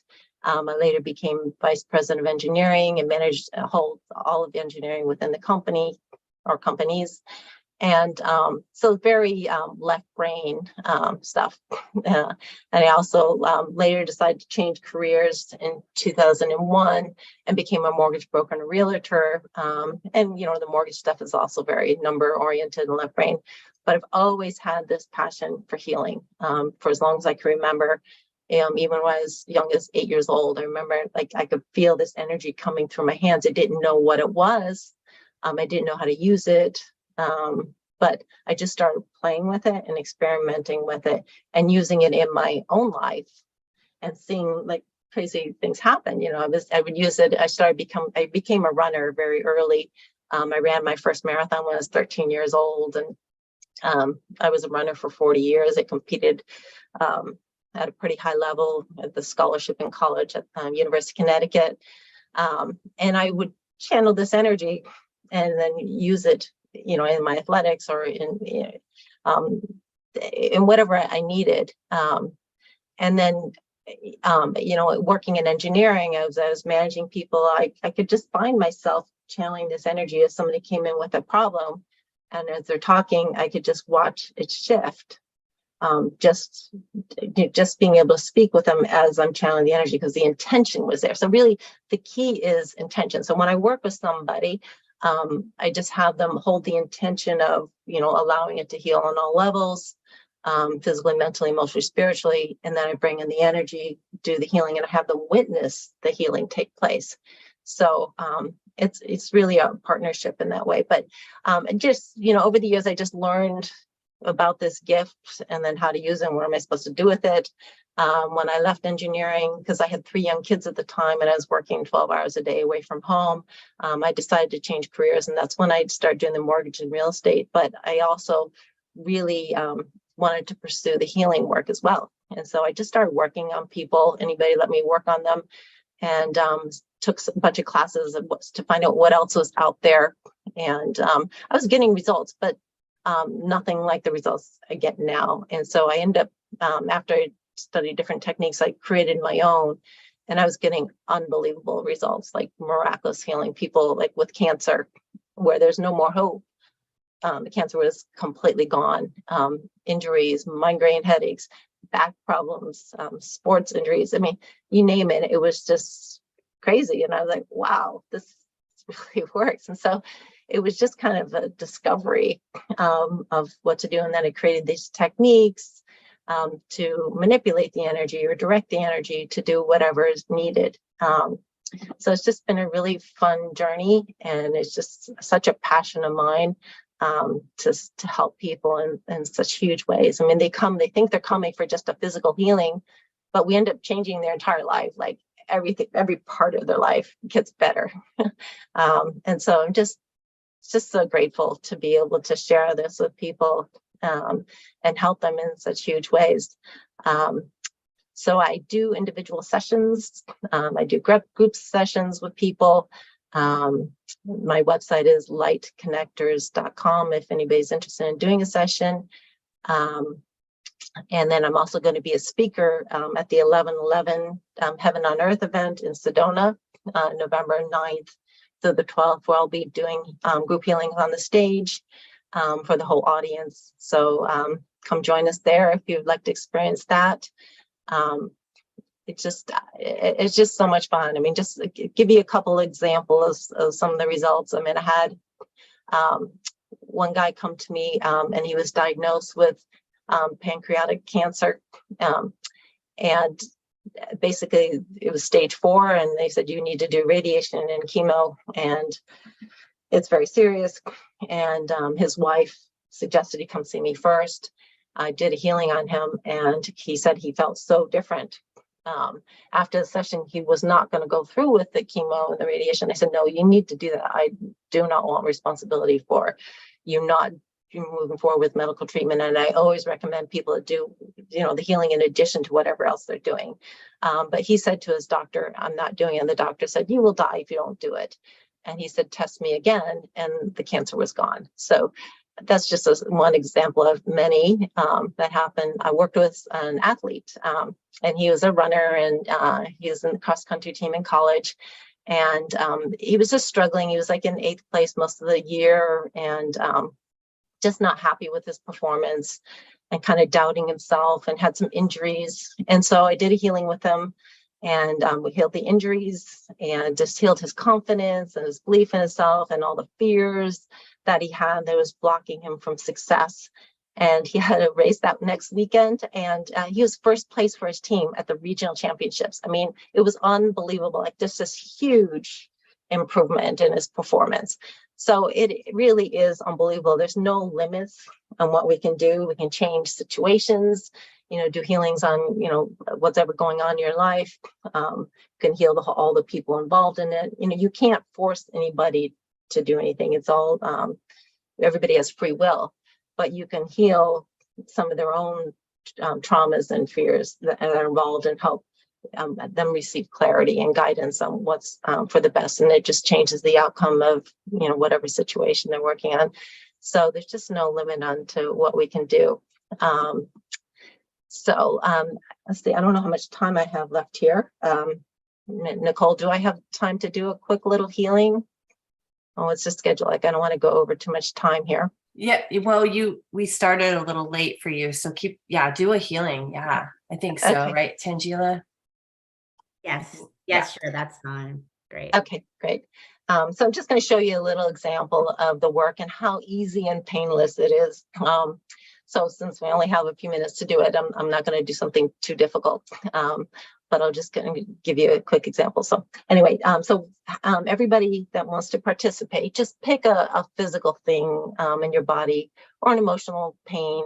So physical pain or emotional pain that you would like to have healed. And we'll work on that. And so I'll do it in a generic way. And some people will receive instant healings, and sometimes there's just more work to do that we would need more time to work on. So don't get too discouraged if you don't, have a miraculous result right away. Anyway, so just put your attention on your heart. So close your eyes, first of all. Put your attention on your heart, and then ask to be guided into your sacred heart. And then imagine your consciousness around you and expand it out bigger than the universe, so you're connected to all that is. Go up above your head and connect with the divine love and source energy, and invite that energy to come back down through the top of your head and into your heart. Go down through your feet, down to the center of the earth, and connect with the healing energy of the earth, and invite that healing energy to come back up through your feet and into your heart. And then allow those combined energies to expand out to fill every fiber of your being. Then allow it to expand out even further to fill your entire consciousness. This is the state that you want to be in when you want to create change instantly. You're in your heart, where you have access to the highest truth. You're connected to all that is, and you're connected to heaven and earth, all centered in your heart. So if you find yourself going into your head, trying to analyze it and figure out, and just go back in your heart and just say, what does my heart say? Okay. So now just ask your heart, which knows the truth of everything, to bring into consciousness all the elements that are contributing to the pain that you would like to have healed. So whether it's an emotional pain or physical pain. So when I say elements, I mean thoughts, beliefs, traumas, fears, emotions, experiences, patterns, blocks from this lifetime, from other lifetimes, and through genetics that were passed on from generation to generation. So your heart knows everything. So you're just asking your heart to bring all those elements contributing to the issue or preventing us from healing it now. So maybe there's, a belief that this is not possible, or, nothing works for me, or, whatever it is. So just bringing all that into consciousness. So just inviting that in, and however your intuition works, trust that. Right. So the four main ways of intuition is, some people see with the third eye, some people hear messages, some people just feel in their own body, and some people just have a knowingness. For me, it's just a knowingness. Oftentimes people have a combination of those things. So just trust however it's showing up for you. So you're just inviting it in, and you're witnessing it come into your consciousness. Some of these things are already in consciousness, and some are unconscious, and we can only heal it once we bring it into consciousness. So that's what we're doing now. So you're asking your heart to invite all those things in, all those elements that are preventing you from healing now, or contributing to the physical, emotional pain that we're working on. So just inviting all that in.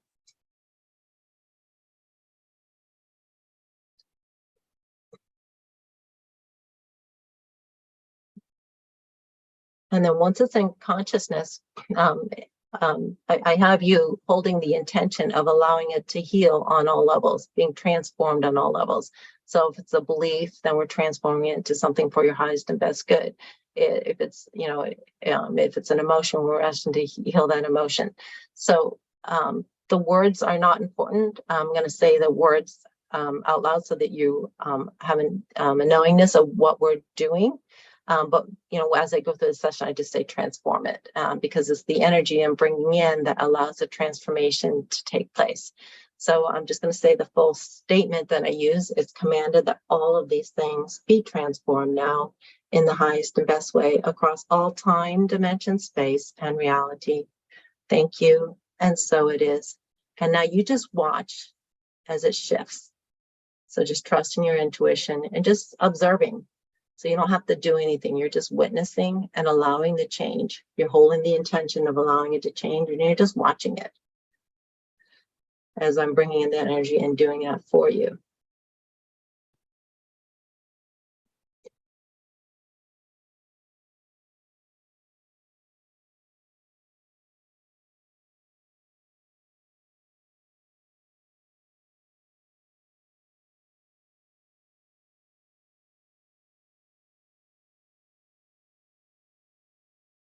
Okay, so sometimes we get it all on pass, and sometimes it takes a couple passes. So do one more pass on that. So just asking your heart to bring into consciousness all remaining elements that are contributing to the issue or preventing it from being healed now. So just inviting all that in. Sometimes it's just layers of stuff. So just inviting that in.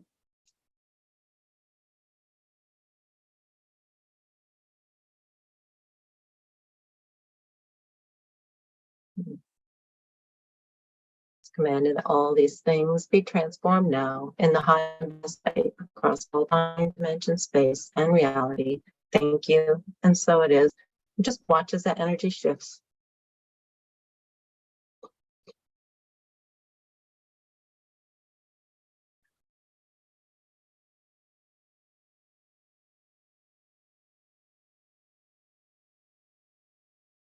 Okay, now we're just going to do a quick little physical healing. So you're going to ask, with your eyes closed, to be shown an image of the body part where this pain exists, right? So you're just going to ask to be shown with your third eye, that body part, and that's to highlight all the parts that need healing. And then ask for another image of what that body part would look like in its perfect health, balance, alignment, and functionality as a reference point. Okay, and now just put your attention on what it looks like now, holding the intention of allowing it to be completely healed on all levels. And I'm going to channel the energy, bringing the energy in through your crown chakra into that body part. And then you're just going to witness the healing take place. And then when both images look the same, we know the healing is done. Okay, so just go ahead and allow that to happen, and then just watch as the healing takes place.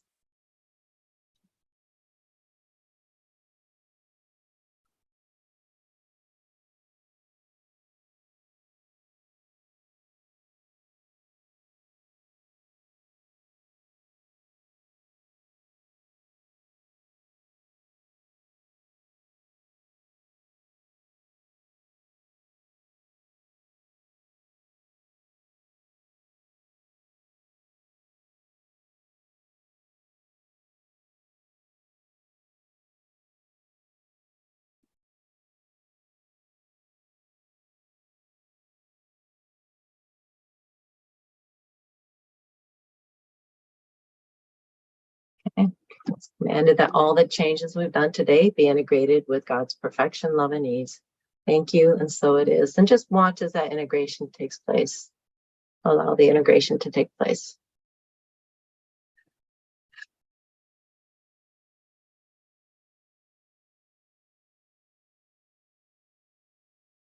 Okay, and then you can open your eyes.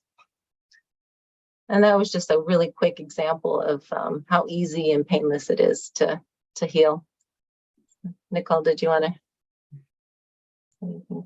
Oh yeah, that was amazing, Laura. I had tension in my neck and I feel like it was unwinded there. So thank you. Awesome. I needed that. Yeah. Wonderful. So as I Laura, said thank before, you so much. you're welcome. Yeah. So normally I do healings on the phone or through Zoom.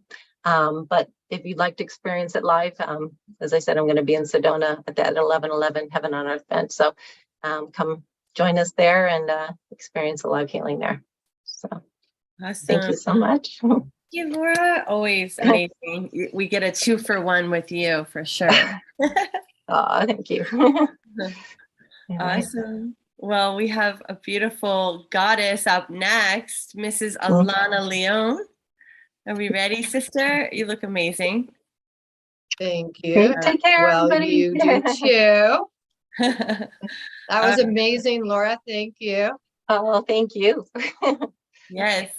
So I've had the pleasure to get to know Alana over the last few months, and also recently to get to receive her newest offering, which is soul astrology. And it was amazing. It really showed me a part of myself that I didn't know. I mean, that I knew was there, but I also I wasn't fully aware of. So I feel like my session with her really brought many knowings about myself to light. She is also, I didn't know about Reverend Alana Leone. Is that right?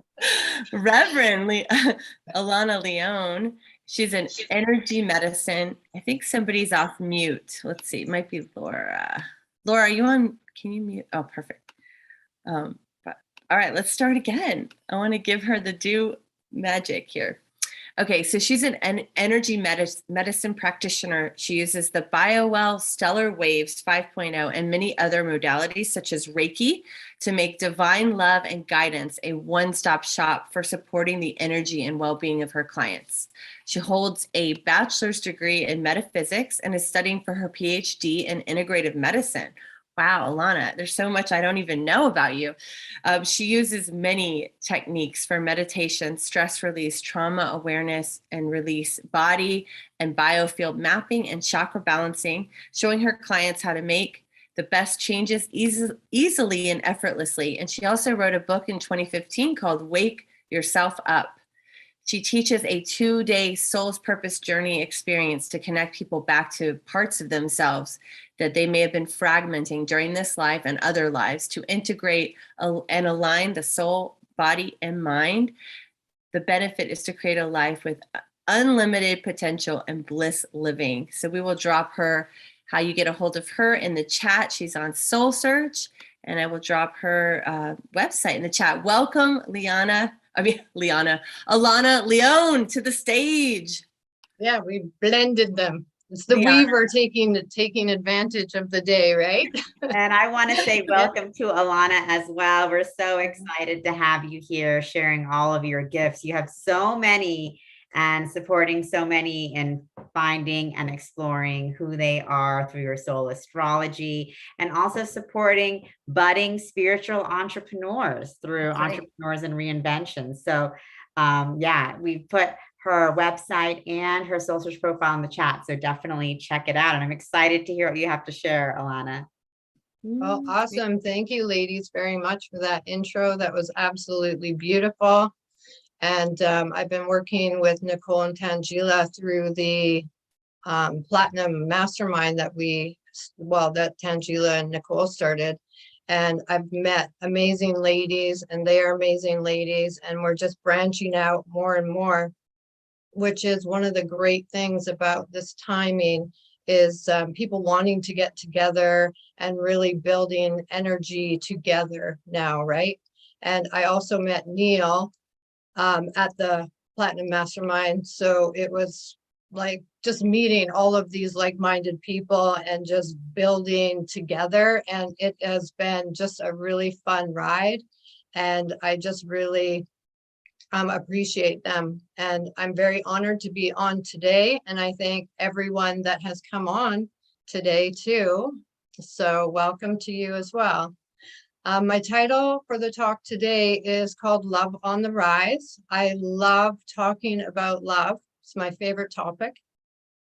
And is it okay if I shared a little bit about my personal story? I just want to go to where, how this enveloped in me quickly. So I started in construction at quite a young age, and I worked in construction. I worked my way all the way up to site superintendent in residential construction. I started a company in 1998 in the infrastructure area, and that's still running today. It's still a major company in Canada.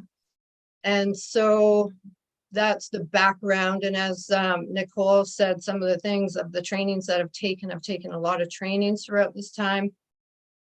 And I wanted to get more into, what happened to me, and I'm sure other people will be able to relate to this as well, is, you know, growing up as a kid and just being, you know, that love being that we all start out as, and going outside into nature and talking to the birds and the bees, and then coming inside and telling my parents and my family about these amazing experiences that I had outside in nature. And, you know, a lot of people, even today, I find, are shut down. They're disconnected from their heart, they're disconnected from their soul, and they don't know. So when I would explain all of these magical things that were happening to me, I would fall on deaf ears, and even to the fact of, well, that's stupid, and, you know, that doesn't make sense, and all these things. So just growing up with that, a pattern started to evolve, right? And a lot of us go through different patterns. I wanted to make people happy, because what I found was people were unnecessarily unhappy, and they, like I said, were disconnected. So I wanted to bring them back to their joy, and for them to just have an expression of love, the love that I was feeling and seeing in the world. So through that, I had a lot of lessons, right? Trying to make someone happy is not an easy task, and we can't really make anybody happy anyways. It took me quite a while to understand that. So I would find people anyways through my teens, through my growing up, even my husband, right? I've had 2 divorces. So I would find people that I could make happy. Now, I don't know if anyone can relate to having a story of making someone happy, or wanting to be more loved, or wanting to feel good enough, or all of these things. So if you have, then throw it into the chat, throw out maybe what one of the things is for you. One of the things for me was feeling not good enough, right? So, and that took me on a journey as well. So quickly now, just to move forward, is I did a lot of training, and I believe that's why I did a lot of training, is to figure out what's wrong with me. You know, I took it personally. Why couldn't I make these people happy? Something must be wrong with me. I must be not good enough. I must be not lovable. Like these mantras almost that, you know, a lot of us grow up with. So today is totally different. Now today, with all the trainings and all the help and the wonderful people that I meet, you know, I love my life. I totally love everything that happens. I am aware that everything is a lesson, and that we get all of these learnings so that we can become our highest potential. And so once we come to that understanding, and like Laura was saying, like expanding our consciousness and being able to stay in that state, to look down and see what we are creating, right? We are gods and goddesses, and we create all of these things in the universe, you know, whether you like the word God or universe or whatever word that you do prefer, just slot that in that space. And yeah, what I found is we've forgotten our power, right? We have power, and looking around in the world, it's like trying to find some of the things that we can take into that. So, and also it's an inside job, right? So 2 of the things that I'm going to discuss today is self-care, being able to truly sacredly love yourself. I wrote not a paragraph, but an article just saying what is the difference between societal love and what is the difference between sacred love. And you can find that on the Soul Search link that was shared in the into the chat room. And I just really feel driven to sharing this, because what I've worked with people is for them to find their purpose. I've done a lot of coaching in the years, and a lot of people come to me and they're like, I'm stuck. I'm at a crossroads. I'm lost. I'm not sure where to go next. And so it's keeping them at bay. And so we just find their purpose, really. It's that simple. I used to teach that, you know, your purpose is to love yourself first, which it is. However, now that I do this soul astrology, and really in 1 hour, you can find exactly what you are here for, what your legacy is that you're to build, and who you are, and more about you. Because the thing to self-love is knowing more about who you are, and what you want. I ask people, you know, what do you want in life? And they're like, I don't know. Like, I want a house, I want this, and I want that. However, I want a relationship. What does that look like? You know, you go a little deeper and people are like, yeah, I haven't really thought of that. And I think more and more now, like I'm talking when I was doing one-on-one coaching a few years ago, and we've had this time now to do some real deep dive inner work, which is, you know, it's been weird, it's been a blessing, it's been a lot of things, right? So we can take the blessing out of the things, the events that are happening in the world and to us, right? So my why is to be able to help people to find their purpose and really take action, you know, because being stuck in a place, it can last for a year, 2 years, 5 years, 10 years, even 20 years. I was talking to this lady, and you know, 20 years is a long time to wait when you don't have to. So that's the whole thing, right? There is a lot of people now that can, you know, move people through this energy pattern. Really is all it is, because we are all energy, right? Everything is energy. Business is energy, abundance is energy, relationships is energy. And so why I talk about sacred self-love is because when you love yourself, you are a magnetic being who is also electric, right? With our neurons and all of these things. It's scientifically proven that we create and we bring to us, you know, if you think of the law of attraction and things like that, there's a lot of information now that we do bring to us.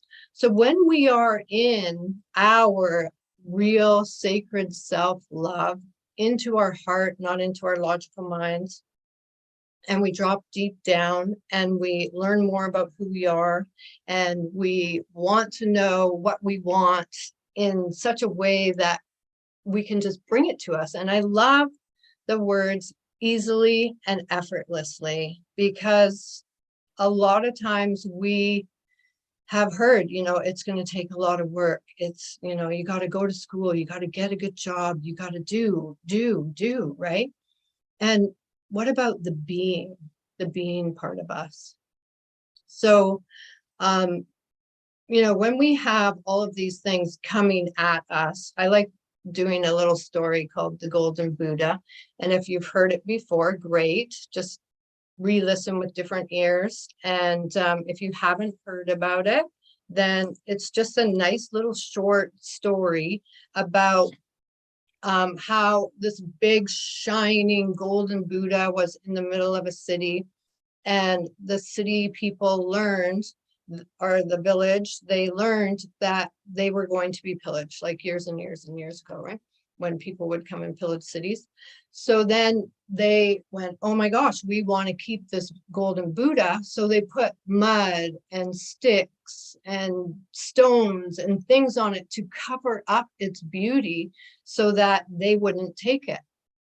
Well, what happened was it worked, right? They didn't see it and they left it. They didn't see the value. And so over time, generation after generation, the villagers started thinking, well, I think that was a myth. I don't really think that there's some golden Buddha like the legend being told by our elders, right? So anyways, fast forward, somebody was doing some work around the area and knocked off some of this stone and sticks and things like that. And so it came off, and in there was this shining, beautiful piece of the golden Buddha. So they're like, oh my gosh, I get, you know, we get to take this down. It was generation after generation after generation that they finally found this beautiful golden Buddha. And it was shining its light and totally exposed for the world to see. And the reason that I want to talk about that is because I really feel that we do this to ourselves as well, right? We have all of these pains that happen to us, traumas and things like that. And we just pile on to our heart these stones and bricks and rocks, and we just cover up our heart, and we're not shining the way that we really could, right? Does everyone agree with that? Just put one into the chat or any expression of what you're thinking right now about that. And I just want you to think about a couple questions that go with this. And I do appreciate the comments that I'm getting too. So I thank you very much for taking action. I love action. So, so the golden Buddha, as I said, was free to shine. So now when this resonates with us, and where in your life do you think that you've added, some of these sticks and things like that onto your heart so that you're not shining as bright, right? And the reason that we want to break down and even explode that wall is to just be able to shine, be able to create, be able to bring to us the abundance that we all deserve, to be able to hold our power without the ego, and to say hi to the ego, because the ego is awesome as well. When I do past life regressions, actually, it's not only your past lives that want to talk, and I call it actually soul liberations now. And, but it's not only your past lives that want to talk, it's also your ego. And when I first learned that, it was absolutely amazing to talk to this ego. So, whatever happens, all these little things will pop up, and it's to fulfill your purpose to your highest potential, right? Which is the goal, for me, definitely. And I know for a lot of people, right, is to, be of service, and whether it's to your family, whether it's to your community, or even to the world, right? So, and another question, just going back to the golden Buddha, is we may have covered the heart with mud for protection, right? So is it time to chip that mud and expose the light of love of you? And I think definitely yes, right? So put in the chat if you think it's time. That would be amazing. So yes. So with that now, I want to talk about, yeah, it's time. I love it. Definitely time. Okay, so the 2 points that I wanted to talk about today is, the first point is forgiveness of yourself, right? I find there's a lot of people that are able to forgive all the people around them, right? Maybe there's one or two different people, but you're working. And what I want to say is, a lot of times we forget about ourselves, and we are so hard on ourselves sometimes. I know I am. I'm sure we all have stories of how we get ourselves in the way. We have these loops of thought that, I'm not going to get it. I'm, all of these things. And one question that would be great to write down is, I was doing this Think and Grow Rich mastermind, and the guy, I think it's actually in the book, and the guy was saying, what do you spend your time thinking about? Your success or your failures? So are you thinking about the abundance? Are you, seeing a picture of yourself already there as if it already is? Or are you in lack and thinking, oh, I don't know if I'm going to make it, right? So it's just like an awareness. I love questions that open up our perspectives to a different, it's like a reframe, right, of the mind. It's not either or, it is a definite and, right? And we can upgrade our perspectives when we are totally in love with ourselves, and without too. It's just so magical and so powerful when you can do that, and to forgive yourself, right? Like I said, we do get in the way quite a bit. So, and the second one, I just love this because self-care, I don't, there's a lot of people that, you know, we're busy. We have all our laundry to do, we have our work to do, we have our kids, or we have these people that we're helping, or all of these things, right? And it is a great idea to slot into your calendar a self-care, whether it's half an hour in the beginning, even if it's 10 minutes to go for a walk. So, but to be able to slot that in so that you are looking after yourself. And so I have an easy way for you to remember the care part. So, care, I was going to say something else, but I think I need to stay on time. So I love talking about this. So care is communication. So when you are, like, I honestly say to do put it in your calendar, a half-hour meeting with yourself, whether you're going to do some, you know, walking in nature or different things. Have that half hour with yourself. So I'm going to give you some ideas here too. So communication.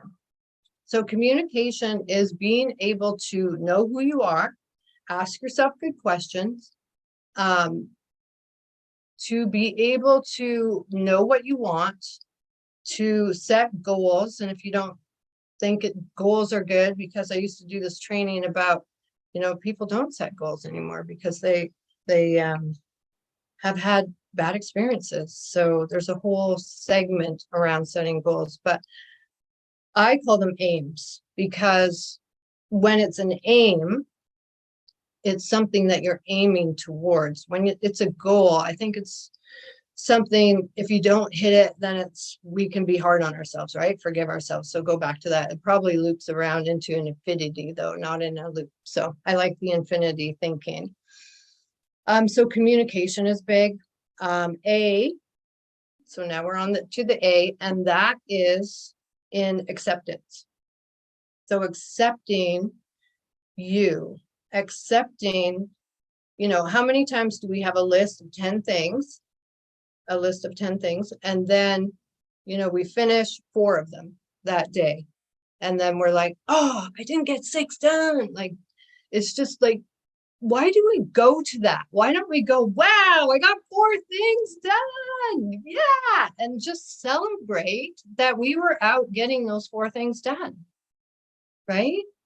So how many people do celebrate themselves? I'd like to hear that in the chat too, because, you know, celebrating, it's not just for it's not just for birthdays, right?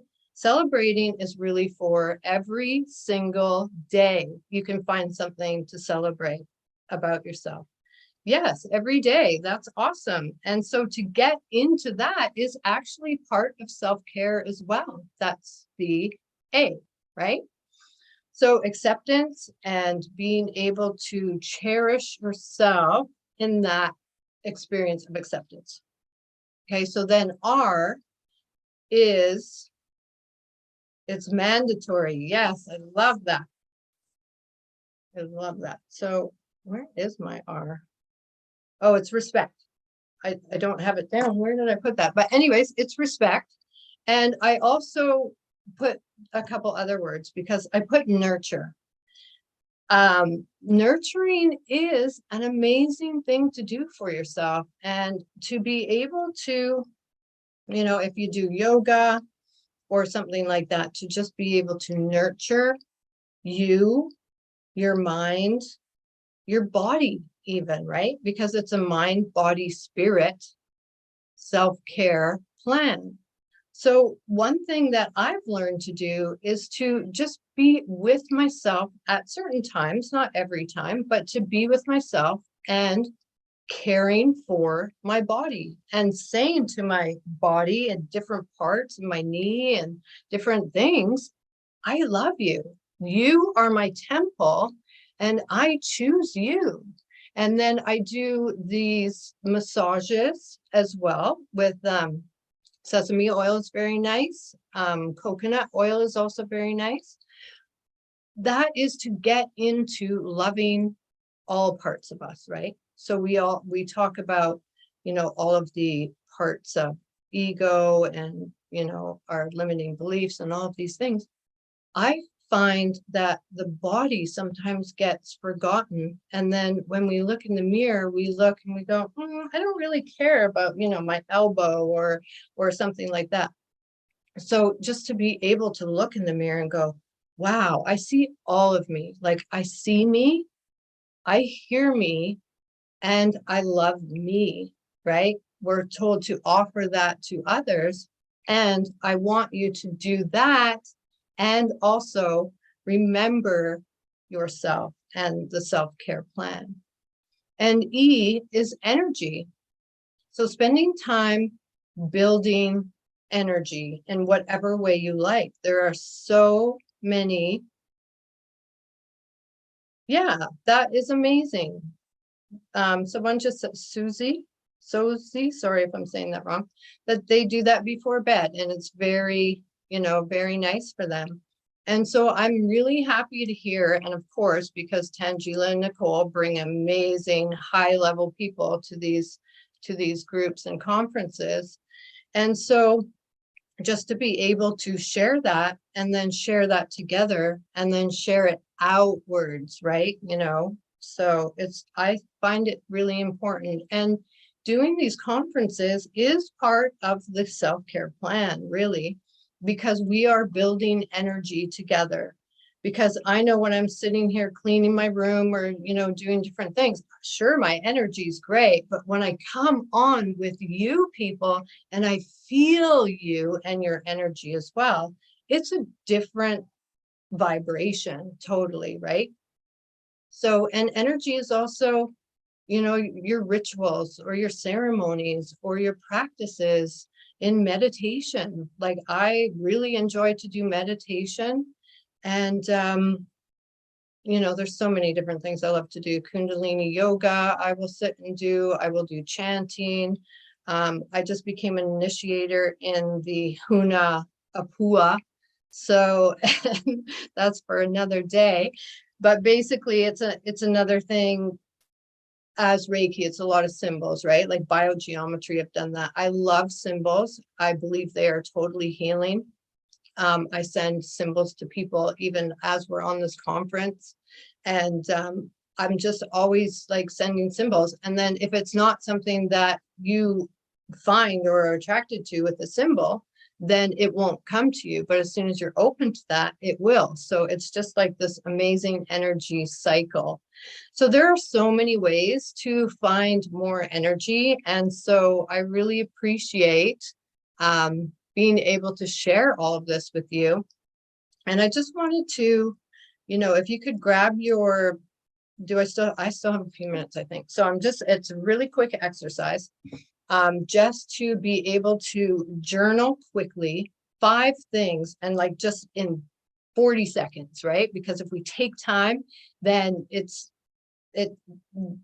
think too much. So it just let your intuition just give you 5 things that you love about yourself right now. And it's like this race for 40 seconds. If you guys could even just think about it or put it on a pad of paper, 5 things that you love about yourself. And usually I'd play music, and I won't sing because I'm sure, yeah, you wouldn't like that. I could chant, but that's another thing. So, yeah, so just to be able to cherish yourself every day with celebration, with finding things that you love about yourself and taking time to really sit with yourself. And honestly, that half an hour that you set, right? Whether it's like weekly or even if you want to start with once a month, you are going to, once you get into this place, you are going to want to do this even more. And when you do it even more, or even the time that you have, it is sending signals from you of how much you care about yourself. And that is who you will be attracting as well. So it is a really amazing practice. And thank you all for listening. And if anyone wants to share in the chat anything that they have discovered of what they love about themselves, if they found something new, maybe that they wanted to do from the talk and from the other people in the chat, that would be amazing. I love hearing and I love watching. Okay, that's a good bumper sticker there, Chris. We talk about that a lot with Uranus in the astrology field as well. So great catch.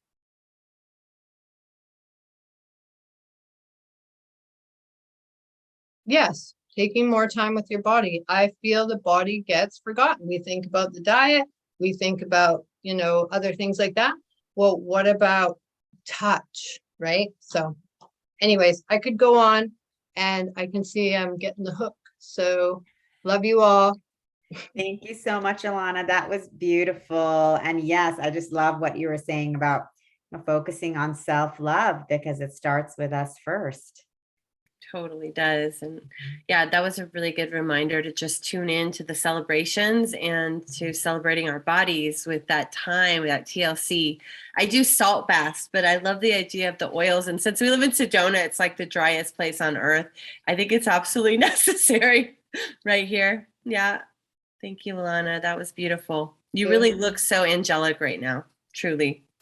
Yeah, Alana, really amazing. And I love also just reminding us to celebrate, you know, celebrate our wins, because we do. What do we spend our times focusing on? Do we focus on everything we are accomplishing, all that we are, all that we're doing, like who we're being, you know, and even just the simple things of just being alive, you know, enjoying the sun, or are we focusing on, you know, lack and things like that? So I just love your, you know, you're kind of focusing our attention on celebration and celebrating ourselves. Beautiful.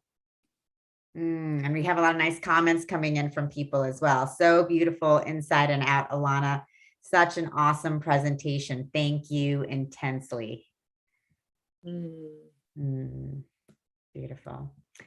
Oh, yeah, thank you, everyone. That's awesome. I love to hear that everyone is celebrating and doing well. So yes, and then I am just putting again in the chat all of your contact info, Alana, so people can get in touch if they want to get some more of Alana.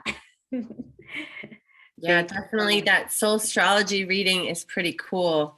Really teaches you a lot of aspects about yourself that are not necessarily traditional in the astrology. So I liked how it was so different and unique from some of my astrology readings in the past. Alana. Awesome. So much. Great. Well, have a beautiful time in Hawaii. Come back. I'll be back home soon. True. Looking forward to seeing you soon. All right, beautiful. So our next presentation is actually by Doctors JJ and Desiree Hertak on understanding cosmic ascension. And if you are not familiar with Doctors Hertak, they are amazing healers, teachers, social scientists, and futurists. They are the founders of the Academy for Future Science, an international NGO. And Dr. JJ Hertak is also a specialist in remote sensing and space law. He has authored 20 books, including his bestseller, The Keys of Enoch, that has sold over 100,000 copies in 25 languages.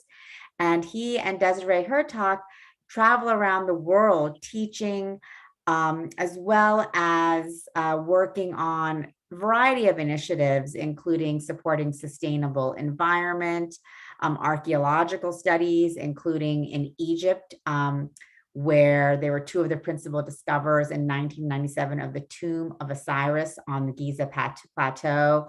They've also worked in the pyramids of both Egypt and Mexico, doing ground penetrating radar and acoustic sound tests. And they have worked in the Brazilian farmlands and throughout the Amazon on environmental work, as well as helping indigenous people in Africa and South America. They also work closely with the UN on a variety of different initiatives. So They're really pioneers in so many different areas, including space, law, awakening, consciousness, and we're really excited to be hearing from them today. They are currently in Mexico, where they don't have the greatest reception. So we have a wonderful video that they have provided for us that we can all tune into and watch. And we're really excited to have them as part of this conference. So thanks, Neil. I think you've got their video queued up for us. All right. Yeah, I got it lined up here. Just before I put it on, let me just say this also about the heart attacks. They're going to be at the Portal to Ascension conference, which I'll show you guys at the end of today. Hopefully I get to show you the website. They'll be there in April, but also, Tangela said that they've done a lot of Egyptian research. Well, they've never taken a tour of people there because they're just researching. They've just gone there for their research. So we're taking them for their first tour to Egypt in September of next year. So we're doing 2 back-to-back tours, as well as so many other people it seems are doing. And we're doing 2 tours, one with the Stargate people, Stargate crew, if you guys know who they are, and Prageet and Jules, and then right afterwards with the Hertech. So if you guys, really resonate with them, go deep into information, or just love them in general, and want to go on their first, tour that they're doing for a group of people, we'll have that website up within a couple of weeks. So let's go ahead and put this on. Wonderful, Neil. And we've popped their info in the chat, and you can learn more about them there. And we're just so excited to have them with us. They're really good friends and beautiful teachers. Thank you. Thank you.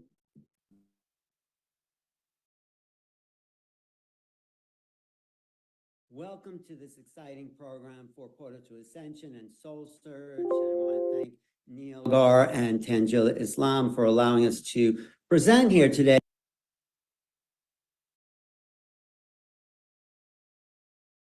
Welcome to this exciting program for Portal to Ascension and Soul Surge. And I want to thank Neil Gar and Tangela Islam for allowing us to present here today, because I have some very interesting guests, especially in terms of ascension. My name's Alan Steinfeld. I'm the author of this book, Making Contact, which has a chapter by my good friends and guests here, doctors JJ and Desiree Hurtak. And today's theme is really about ascension, because there's nobody, I feel, in my experience, who knows more about the transformation of consciousness in the body than Dr. J.J. Hurtak, based on his book, Keys of Enoch, and Desiree Hurtak, who's been with that book for, I would have to say, it's okay, 50 years. Is that okay, Desiree? Close to it, okay. They are students and I guess masters in a sense, more than anyone else, about ascension. I have my own definitions, but JJ, how would you define ascension?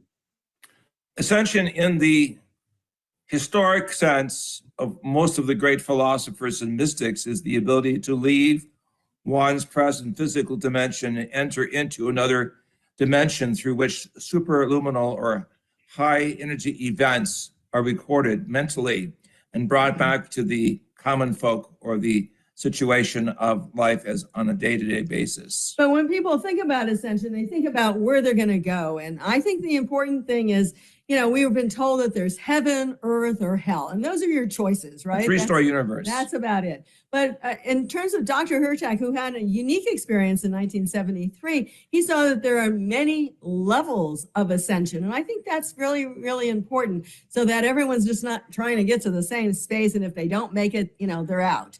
So there's, different realities that they can go to. And that's why you're also called new realities. Right, exactly. But I have to ask the obvious question, because some people say ascension is just a one-time thing. And JJ did have an ascension experience, but yet he's still here in physical form. So what is it? Is it a one-time thing? Is it a progression? How would you talk about it, JJ?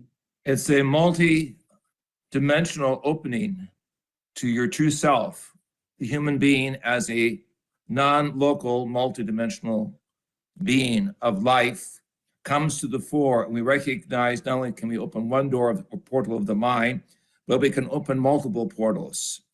Right, and his experience brought to this planet the book called The Book of Knowledge, The Keys of Enoch, and his connection was with Enoch, and it's somewhat similar because Enoch was literally taken into the higher realms, saw different realities, also went through multiple stages of those realities, which I think is important to note, that he came back and wrote about. And then he was taken again by God. So this ability of ascension and descension, in fact, if you listen to the Bible, the ladder of Jacob, we always think is a ladder of ascension, but the very first thing that Jacob talks about is that the angels were seen descending as well. So it's interesting the fact that there is this kind of going up, going down. When we talk descending and ascending. Right. And we also say it's a vortex energy or portal to ascension. I was examined by Dr. Andre Puharich, who worked with U.S. military in the intelligence community, because in my return into the physical dimension, there was a residual light around my body.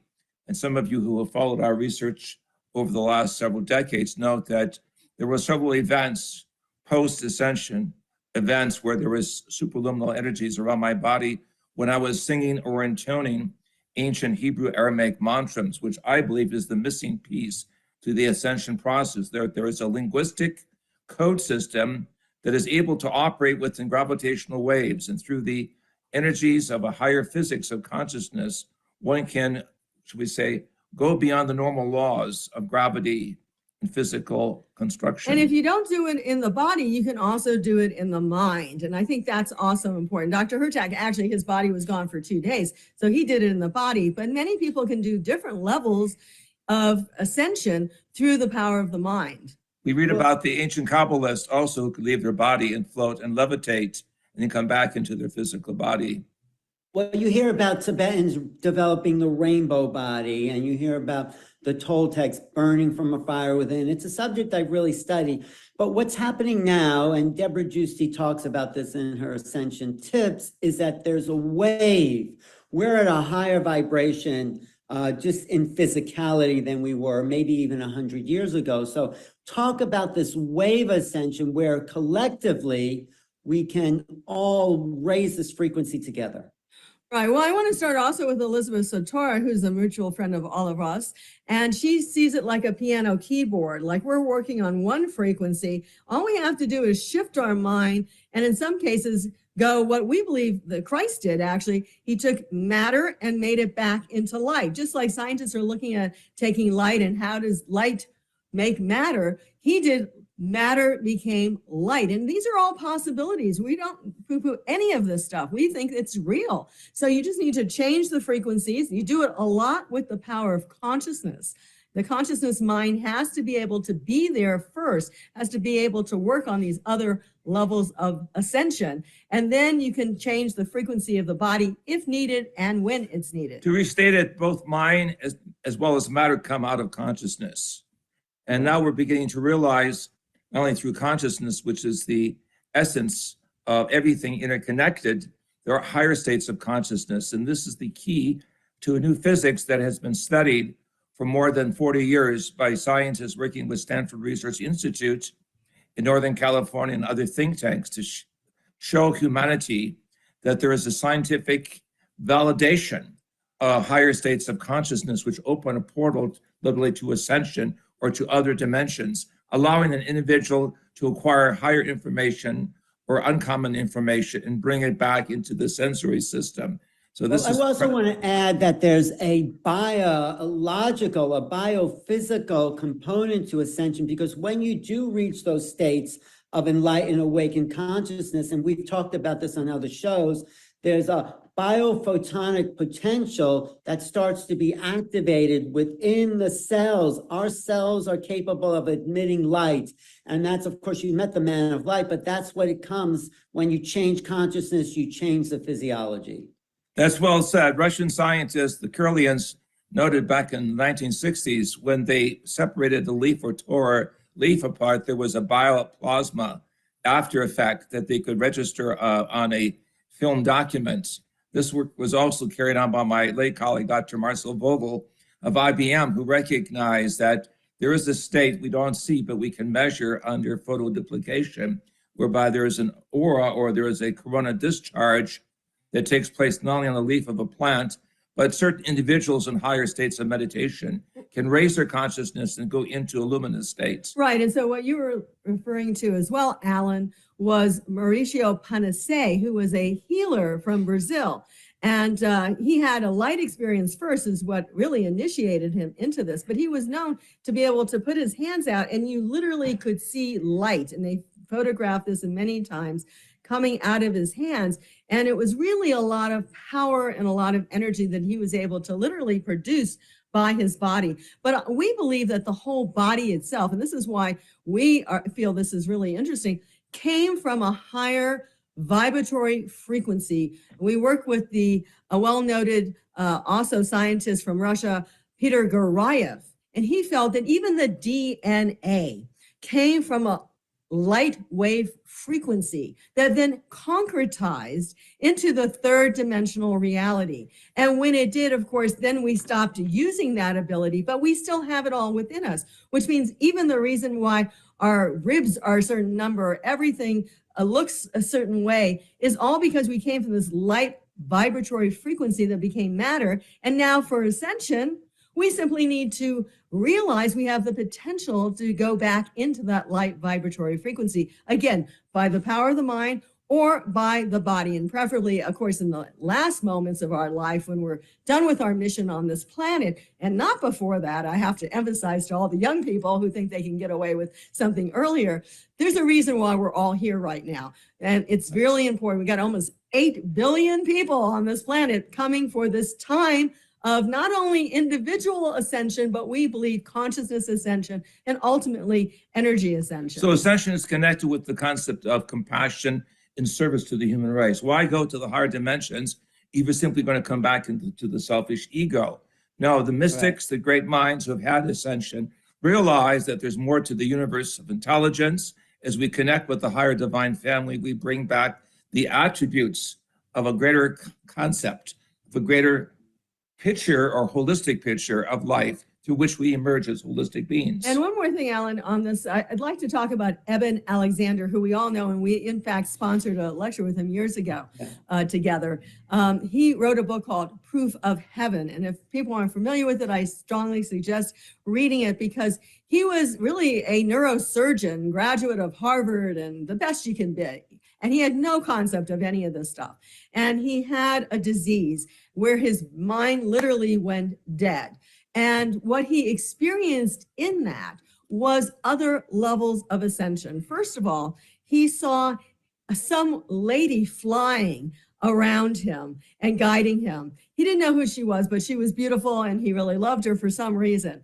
And then he went to this other planet and he saw spheres, literally what we would consider like Merkabahs or orbs, and they were sending down rays of energy. We believe that these are other realms he visited. And in that realm in particular, there were these energy orbs that were giving positive energy, positive solutions to the people living there. So he experienced different levels of seeing color phenomena. And the final level he went to, so he basically had 2 or 3 levels. You have to read his book. The final one was this one where there was literally a link and beauty of all consciousness brought together. So, right, you know, and he was having these experiences with no brain function. That was the miracle that he said, oh my God, how could I be experiencing if there's nothing going on? Which means that it's really the soul, it's really the non-local consciousness that is the essence of who we are.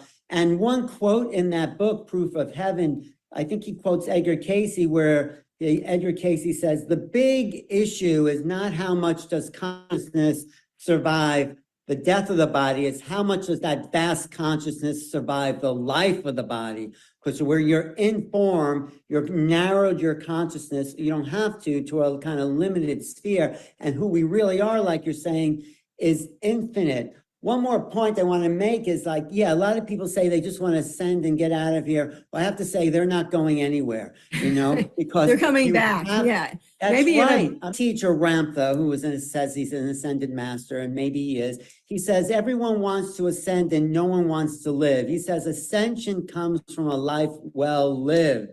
And we're here to do the best, to be our most optimum potential. And then, because we've done the good work, like you two, you've dedicated your life to service. This is what happens when you've seen that other side, JJ. You came back and you said, I want to be a teacher, and you spread the word for what you've learned, and you've given both of you, your life in service, that's a life well lived. And that's the prerequisite for ascension. Right. I just want to say a few other things. That girl that Eben saw, he did not recognize her. And when he came back, yeah, he could have thought, well, some of these things were just in his head, but he was adopted and he finally found his real parents. And there on their mantle was the picture of this girl. It happened to be his sister. He never had seen her in his entire life, but she was there to help him. You go to Daniel Brinkley, another near-death experiencer. He came back. The one thing what he was asked when he went to the other side, because he had died through lightning strikes and things like that, what did you do in this life? That was what they asked you. The first thing they asked him, what did you do? And you do have a life review, not only of yourself from your perspective, but what other people saw of you from their perspective. That's very important because you think, oh, I'm on top of it. And, I can do anything to this guy and who cares? But, you see that from that other perspective. So as your book is entitled Making Contact, we must make contact with our higher consciousness first. And Desiree, in another book, Over Self-Awakening, have illustrated many of these contact stories. As you can see here about the beautiful illustrations of realizing that we must work with sacred geometry, higher vibratory acoustical physics, and an understanding of a spiritual dynamic, which is called in poetic language, the divine spark, in which we bring together the missing pieces of life and orchestrate this within a greater picture of human evolution, connected ultimately with the higher evolution of the spiritual teachers and masters. So this gets into our teaching, the Over Self-Awakening. And what this book is 72 levels of consciousness awakening.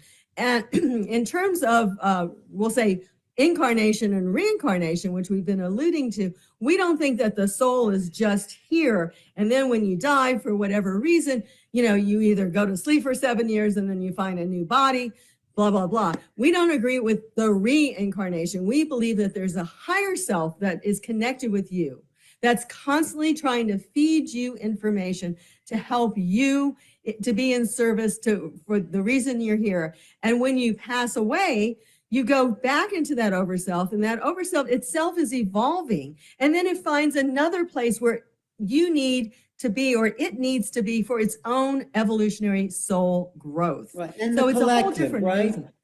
I just want to bring in one point, especially if we're talking about ascension, but I don't mean to put it in a religious context, but we do have a snapshot, a photograph of an ascending body. If you look at the Shroud of Turin, that is the body turning into light. It's been documented, and it's the potential all of us have that perhaps Yeshua, Jesus, whoever he was, did this, and it's recorded on linen. So do you have anything to say about the actual? Well, I carry with me, Alan, a picture of the three-dimensional aspect of the cloth of Turin, examined by my late colleague, Dr. Don Lynn of Jet Propulsion Lab, which was a branch of Caltech in Southern California. Right. After many years, a type of technology was developed of image enhancement, bringing out what is called a three-dimensional picture of the Christ face. This would be impossible if the picture was just painted on the linen.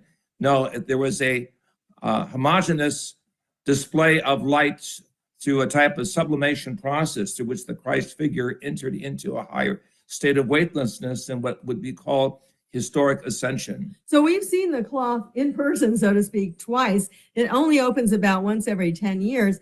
And we truly believe that it is the image of Christ. So what it was a cloth that was placed over the body of Christ in the tomb. And basically it had nothing on it at all, supposedly just, the weave that it had.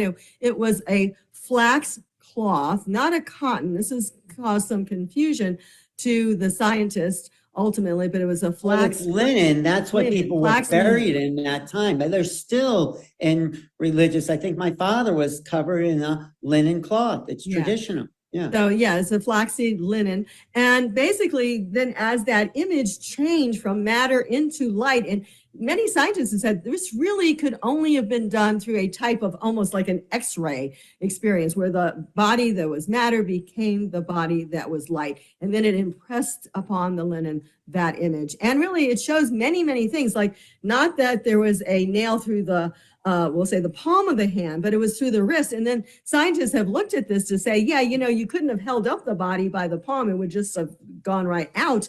It had to be through the wrist, which is a bone that can hold. But it represents the potential we have. And I just want to say, in my belief, that he wasn't the Christ, he was a Christ, and the Christ consciousness is what all of us have potential of reaching. We are all potential Christs, and Yeshua, Jesus, was one that maybe achieved it through service, through higher consciousness. I think he was a human that became this divine being, but that's our destiny, all of us. And when we talk about the overself awakening, we actually say, in addition to our own overself, the overself ultimately becomes part of a Christed overself. So we actually become blessed Christed. So exactly what you're saying as well. Although we do say that Christ came from a higher reality into this incarnation, but we realize everyone has their own preferences on that. But nevertheless, it was very powerful. I'm pulling up a cosmogram or cosmic picture of Christ, a figure known as Metatron and Melchizedek from this book, The Overself Awakening, as I personally experienced them when I was taken into the higher dimensions.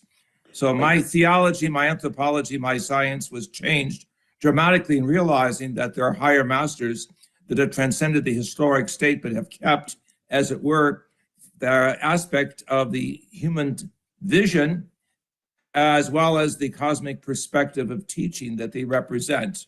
So let's also talk about the masters that have ascended. In your book, Alan, as you're pointing out there, of making contact, we talk about 3 forms of intelligence that, and this is just really a summation of forms. One is the extraterrestrial, which are also coming to this planet and perhaps taking some people with them on a short journey from time to time. The next is the extra celestials, which are beings like us that have incarnated on this planet, Our energy form, but have ascended to a certain state and are still growing and learning. But most of them have started on this planet or starting in this local universe, because we believe many spheres are inhabited by those who are also evolving in this local universe. And then we talk about the ultra terrestrials, and these are beings that did not originate from this planet, but that are coming still yet to this planet to help us to understand higher consciousness. Because as they come and as we are open to higher understanding, the wisdom and knowledge pours forth, because really there's no separation. If we understand that our mind can function beyond this 3rd/4th dimensional reality, all information is available to us, not just remote viewing on this planet, which has been proven, remote viewing to the stars that Ingo Swann has seen. He actually but a library of the universe. I agree with you both. I agree with what you just said, Desiree, because as we become more light essence, as we evolve our consciousness, we tap into a greater field of knowing, and the ascension becomes just an effect of this greater mind of knowing. And ascension, it was not just Jesus was maybe the last of the, I would say, modern ascensionists, but there's a history in Egypt. There's this history, like I said, in Tibet, but even the Taoist immortals. And there's little known cases of ascension in India. There's a guy named Ramalinga, who in Pondicherry, there's a little square was where he stood when he turned his body into light. So if you do the research, there's lots of ascension. I mean, Ramtha said ascension is actually easier than we think. It is a form of taking your body into the unseen realm. So it's ascension, but also descension, coming back into human service. That's important. Ascension is the offertory for higher work of descension into new worlds, new universes, where one is a way short of light.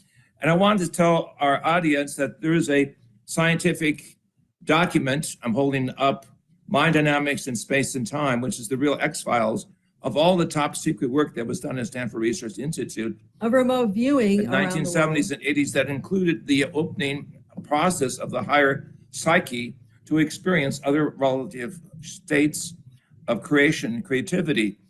So for the scientific skeptics in the audience, please be aware that this book is the anthology of about the upper 2% of scientists themselves who were skeptical, who went into higher states of consciousness or non-locality. And again, for the Western tradition, the historical tradition, there was Enoch, but there was also Elijah.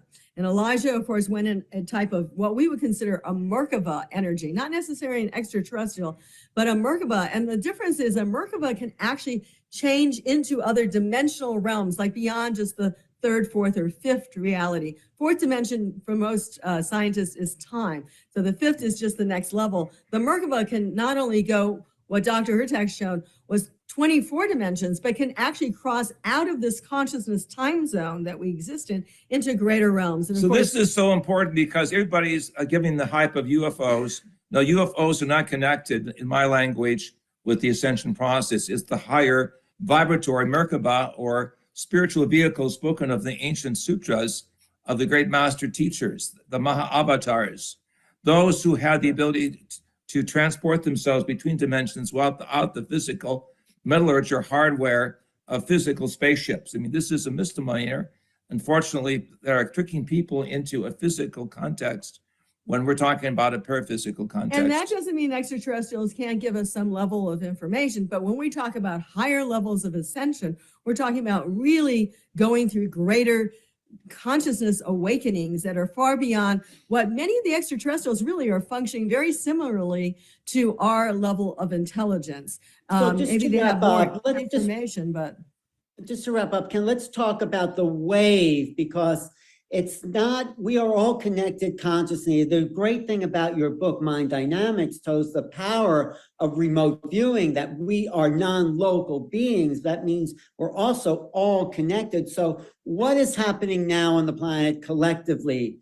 And like when we gather in places like Sedona, there's an increase in vibration. Talk about that a little bit. People are sharing a collective consciousness. People are sharing great artistic and scientific insights of the reality that there is a higher aspect of ourselves. We would call the overself reality, the higher self that's been completely ignored by psychology, by the physical reductionistic science. People are beginning to realize there's a consciousness, a physics that combines higher states with human states through which we emerge as new beings. Ryan, you mentioned Sedona, and we believe that's one of the many portals to ascension that exist around the planet. But nevertheless, if you get yourself into a certain state of meditation and you ask for higher guidance, I mean, the Zen understanding of clearing your mind is one thing. And of course, you should clear your mind from this, what am I having for dinner scenario. But when you really understand and ask, mostly ask not just for yourself, but to ask for how you can help humanity. How can you fulfill your mission here on Earth?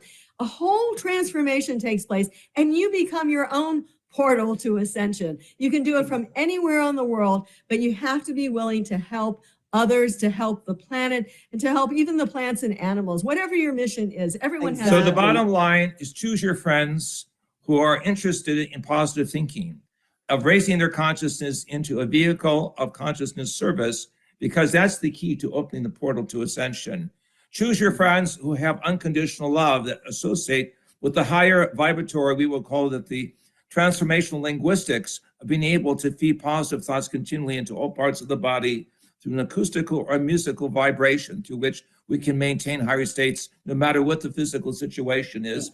And finally, understand that there is a divine process of life that connects us to a higher family of the cosmic cultures, that we're all interconnected through the ability of having the divine image, what is called in the ancient Hebrew version of Genesis, the Beit Sameno Kinmutheno, the image and similitude. Feel the vibration to which we begin to associate post-human three-dimensional activity with the fifth dimension that we as a human race are currently beginning to enter into. And I want to say, if you want to know more about higher consciousness, the cosmology, please see our book, The Keys of Enoch, at keysofenoch.org. Yeah. It talks about the greater realms that Dr. Hurtak experienced. It talks about things past, present, and future for our planet.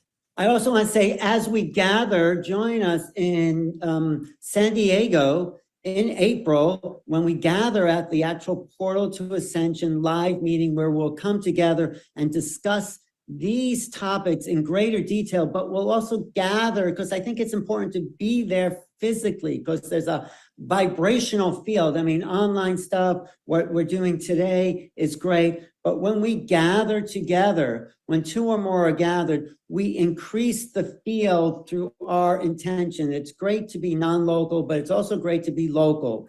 And we'll be localizing there in San Diego in April. And all of us, Ellen. The divine force loves us, and so do we. God loves us, and we spread this love in so many ways of going from the third dimension into the multi-dimensions of what the Christ called the house of many mansions. And don't wait for Ascension. You can make it even happen today. Right. Ascension is waiting for you. So we're here, we're evolving, we're moving, and we're joined together with like minds to encourage this awakening that is right there. We're at the threshold of a new moment in time.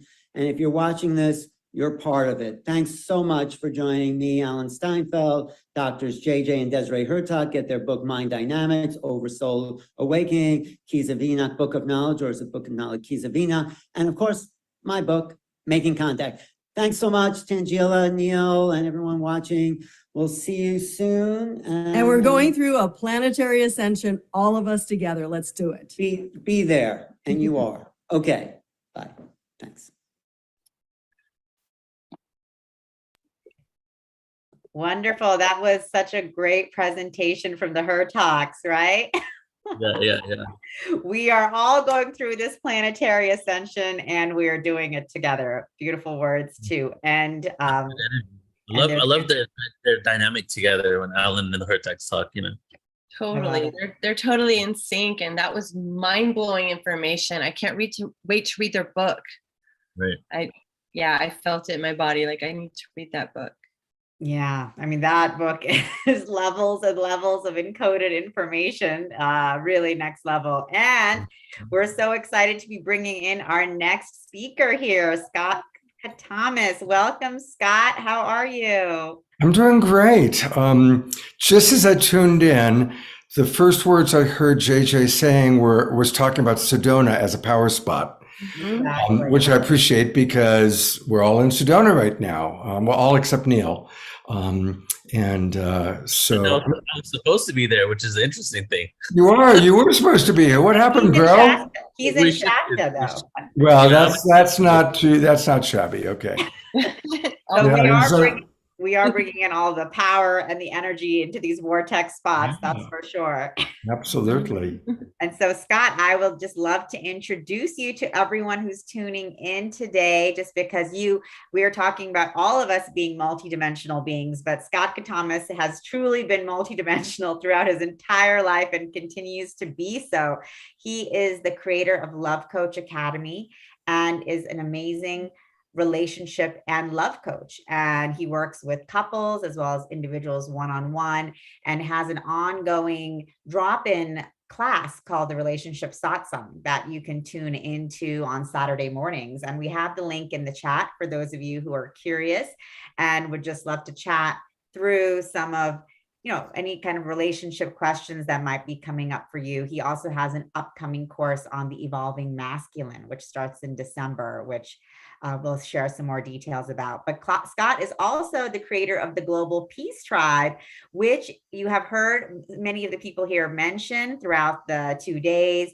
And we have many of our Global Peace Tribers tuning in to this, to our conference. And the Global Peace Tribe is actually an online spiritual program that Scott created with Deborah Giusti during the pandemic. And basically they created Saturday Night Alive for the Global Peace Tribe, which was really popular. They had the who's who of the spirituality and consciousness world, luminaries like Marianne Williamson, Michael Beckwith, Greg Braden, all joining in. And Scott continues to actually host the show Saturday Night Alive, as well as Friday nights and Sunday mornings, Sacred Sundays, which he hosted today. And I actually have the pleasure of co-hosting with Scott on a regular basis, which is so much fun. I love doing it. And we always have a great time together. And Scott has had a very successful career as a writer director and producer of educational programming, and has won multiple Emmy Awards and reached millions of people through his productions on network television. And he has worked with many leaders in the New Thought field, including Dr. Marshall Rosenberg, Deepak Chopra, Wayne Dyer, Ram Dass.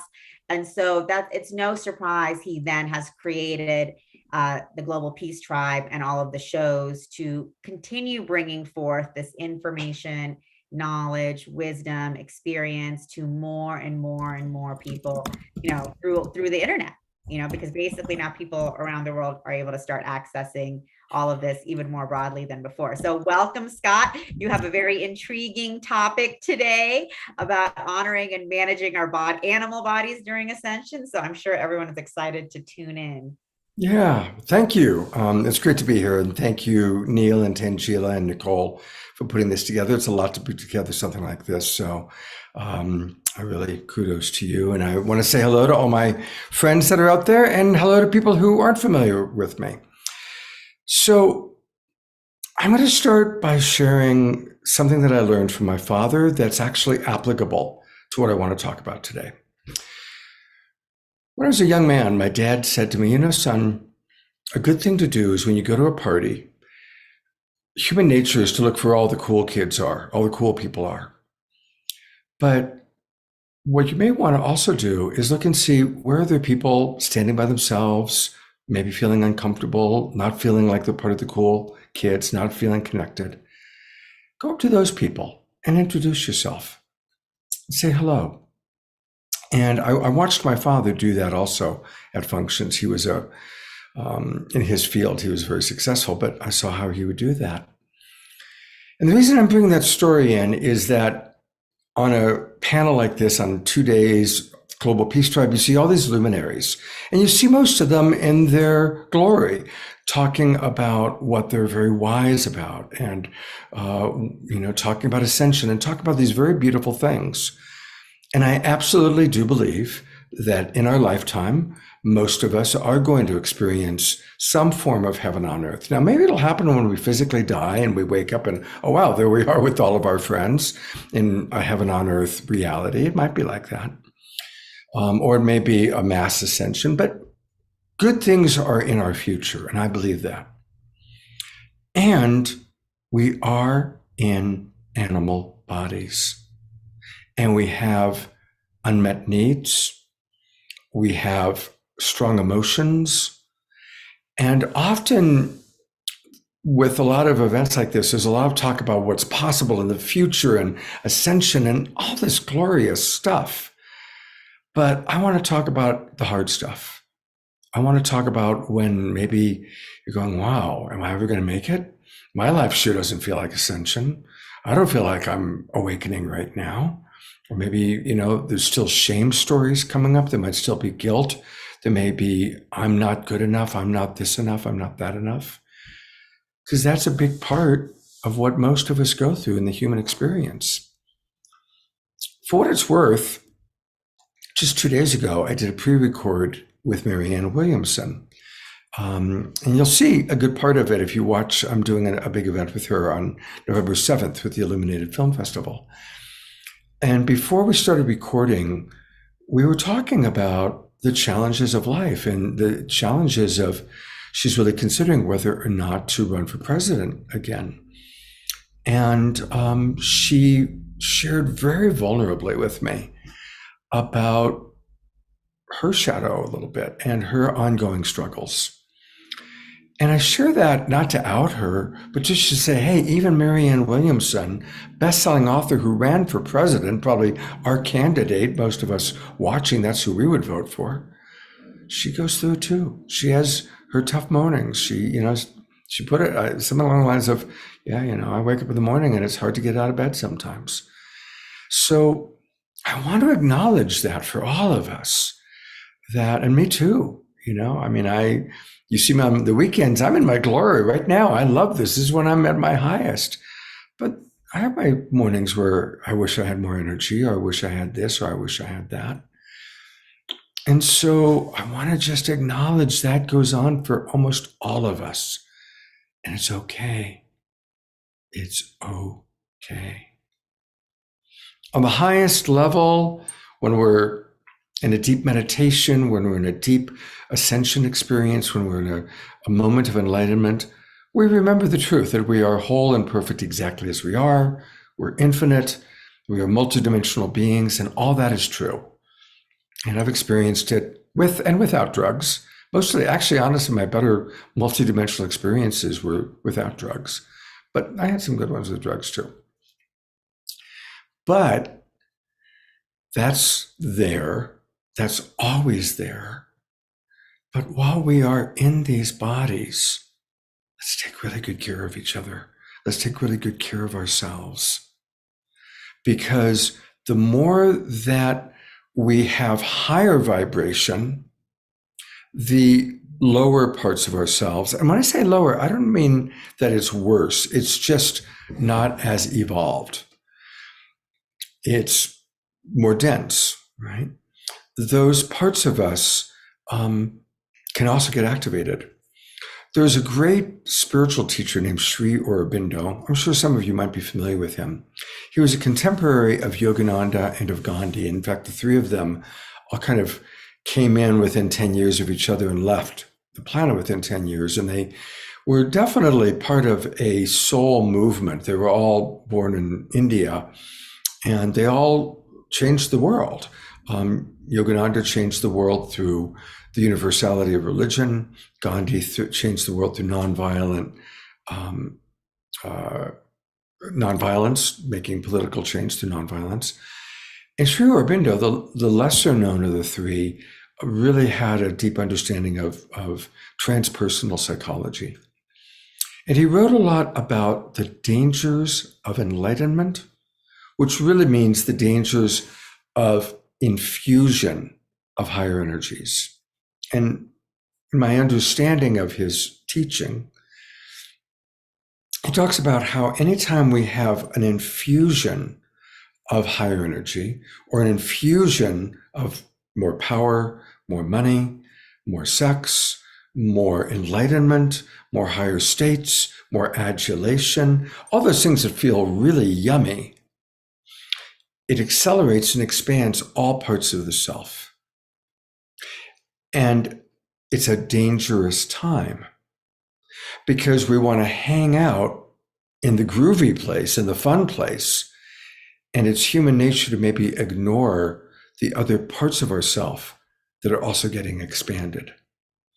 I'm sure we all have experienced or know someone who had something big happen in a wonderful way.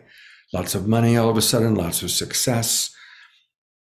And part of them became even more magnificent.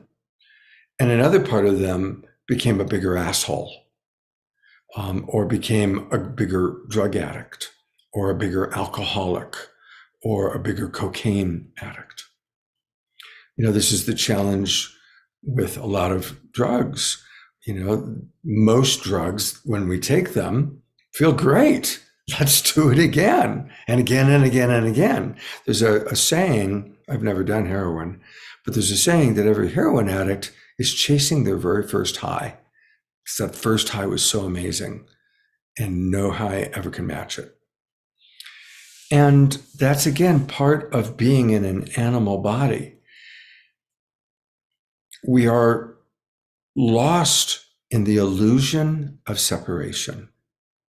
From the moment we're born, we come in, you know, we leave the safety of our mother's womb, and we come into this weird world of usually birth is usually traumatic. More and more people are having more natural birth, but we come into this world and we are taught that we are separate.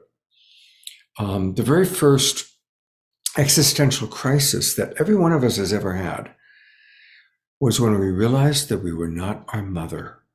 That's our first existential crisis. Oh my God, I'm separate. I'm not my mother. It happens in infancy. And as we get older, we become more and more aware of how big the world is and how little we are and how fragile we are. And we start having unmet needs. And then at some point, we start getting hurt emotionally, sometimes physically. And we start adopting this reality of where the hell am I? I'm trapped. And we completely forget the oneness. We forget the oneness that we then reattain later in life through meditation, yoga, through whatever forms. But even when we experience the oneness, almost all of us have moments of it. I've traveled the world. I've been to India. Because of my work as a television producer, I've interviewed hundreds of extraordinary people. With the possible exception of Amachi, I have never met anyone that is enlightened all the time. Doesn't mean it doesn't exist. Maybe Ama's there, but it's extremely rare.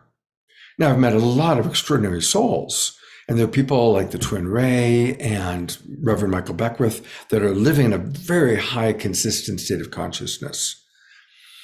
But they have their human moments. There might be very few and far between, but they have them. And the point that I'm trying to make is that enlightenment rarely comes as a tap on the head and then we're there all the time. Usually it's a progress, it's a journey, but for every step forward, there might be 2 steps back, turn around a few times, and then we'll take another step or 2 forward. That's usually how it goes. And like Sri Aurobindo said, the more that we reach these higher states, the more the other parts of ourself get activated. The alcoholic, the megalomaniac, the sex addict, the person that has deep shame, the narcissist. All of us have some stuff within us like that. If nothing else, because of epigenetics. It's been proven in our lifetime, it was proven that before we're even born, we receive a genetic download from our mom while we're in the womb, at least 7 generations worth of trauma. That's about 350 people. If you go up the ladder of 7 generations, it's about 350 people whose lives you carry the trauma, war, famine, rape, murder. All those things live inside of us. I think, and many of you have heard me say this before, that let's honor our ancestors. God bless our ancestors, because they went through extraordinary things to give us the freedom that we have. Wars, crossing the oceans, crossing the plains, working 3 jobs. They didn't have time or resources to deal with the alcoholism or the addiction or the domestic abuse or the violence or whatever it was that was in their lineage. And you know what? Our grandparents could never have imagined Whole Foods Market. They never could have imagined the freedom and the independence and the luxury that we have. We live better than kings and queens lived 100 years ago. So we've got all this freedom. We still have our challenges, but we have all this freedom.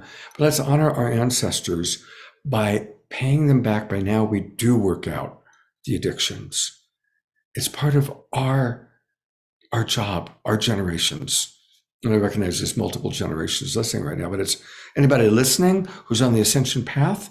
Part of that is honoring our animal body, honoring our genetic history, honoring our ancestral line by changing the dynamics that we were born with or that we inherited. Not out of anger or hostility towards our ancestors or even our mother or father who didn't love us the way we wish we had been loved, but out of honoring, all right, this is my job.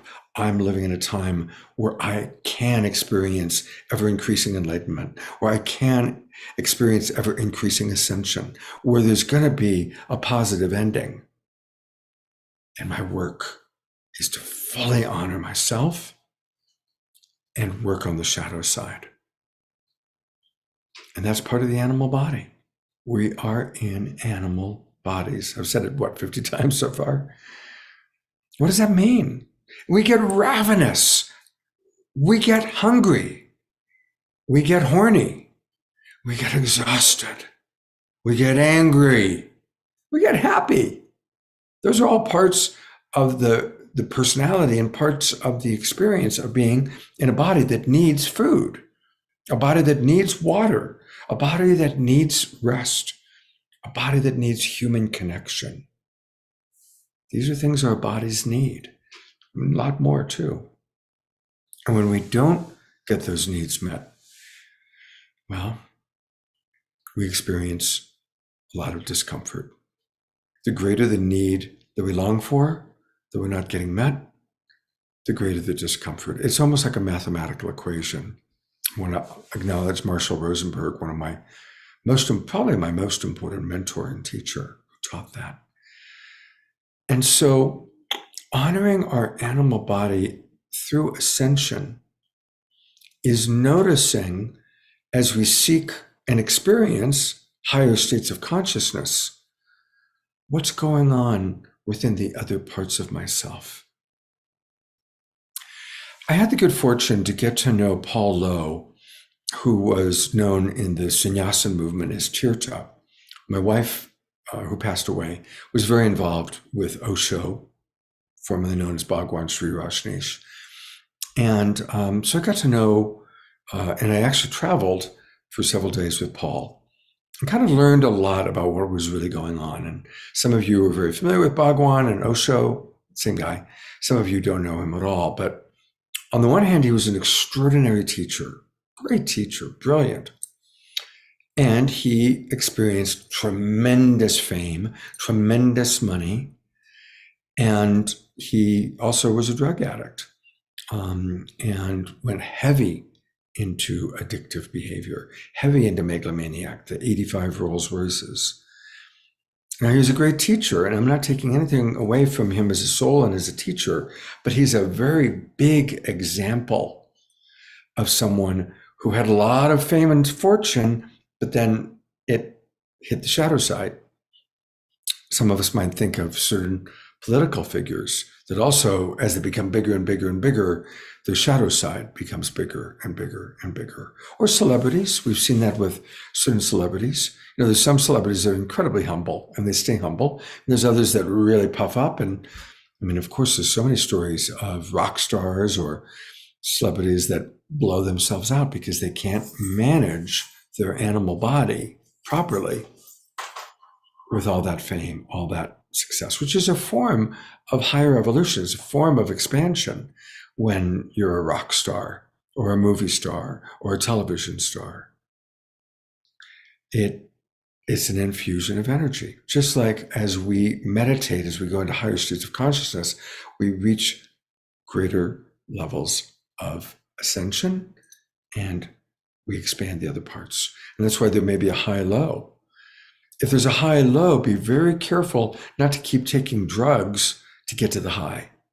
That's a common challenge that I've observed, that, you know, the high is so good, and then it's followed by the, oh my God, the hangover or the letdown, or, oh my God, I'm not that expanded person. I'm just this. That's a big problem. Thank God I never did cocaine. I tried it twice. Both times my body said, no, this is shit. And I don't say that about many things, but cocaine is about the most destructive thing I've ever encountered in watching friends of mine. And that's, you know, my friends that have gone through it, that's the challenge they reached, was, you know, constantly getting high, feeling so good, then they come down, take more, take more, take more. I'm sure you've seen the movies, read the stories, read the books. Now, those are expanded, exaggerated versions of what any of us may go through on this ascension path, because the high is so good, the light feels so good, but we have to take care of the other stuff too. The lotus flower, I should do my, as Bruce Lee would say, lotus flower grows in the mud. Don't concentrate on the heavenly glory, but concentrate on the mud as well. That's my Bruce Lee imitation. Hope you liked it. The important point being, lotus grows out of mud. Jasmine Bear is agreeing with that. So let's take good care of our human bodies. You know, more and more of our ascension teachers are saying it's not about leaving the body, it's about fully embodying ourself. And that's a wonderful evolution I've observed. 20, 30 years ago, everybody wanted to leave their body. It was like, I just want to get out of my body. And now more and more of the teachers that I notice and I respect are teaching embodiment, taking this energy and bringing it into our body, not just trying to get out of the body through drugs or alcohol or whatever form. You've discovered to do that. Bring it back in, bring it back in. And build a strong support system for yourself. Because for those who are dealing with addiction or self-destructive behavior or shame-based thinking sometimes, or shame-based thinking much of the time, get support. Get good coaching and find true friends. And true friends, the very first measure, I believe, of true friendship is they're there not when you're in the high space, but they're there for you when you're in the tough space. That's a true friend. And that's important. Find those people that when you are in the low space and you need support, you can call, you can reach out to. And they'll remind you of your magnificence, while also giving empathy to the very real moment of discomfort. I'm a big sports fan. It surprises some people. And my favorite coach, Phil Jackson, used to say that when a player was struggling was when he would remind the player of how great he was. And when a player was playing great is when he'd remind him, you can do better. I love that. It's a great, great thing for us to remember. When our friends are struggling, that's when we need to help them remember their divinity. And when we're in that kind of expanded state, might be the time to lovingly say, hey, what else can we work on now? In this state of love, this state of consciousness, this high state, what can we work on to make life more wonderful for other people? Or what's some of the shadow stuff we can work on? So I hope that makes sense. I'm going to take a look in the chat box and see if there's any questions. Hello, Atira. I see Mark. I don't see any questions in the chat box. I see that there's 76 people watching. So pop, if there's any specific questions anybody has. Hey, Alan Scott, Steinfeld.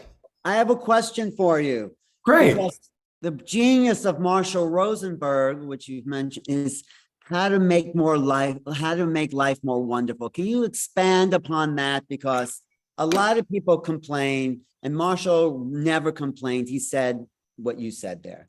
Yeah, absolutely. So Marshall, one of his great teachings was he said there are two questions we should be asking ourselves and each other all throughout the day.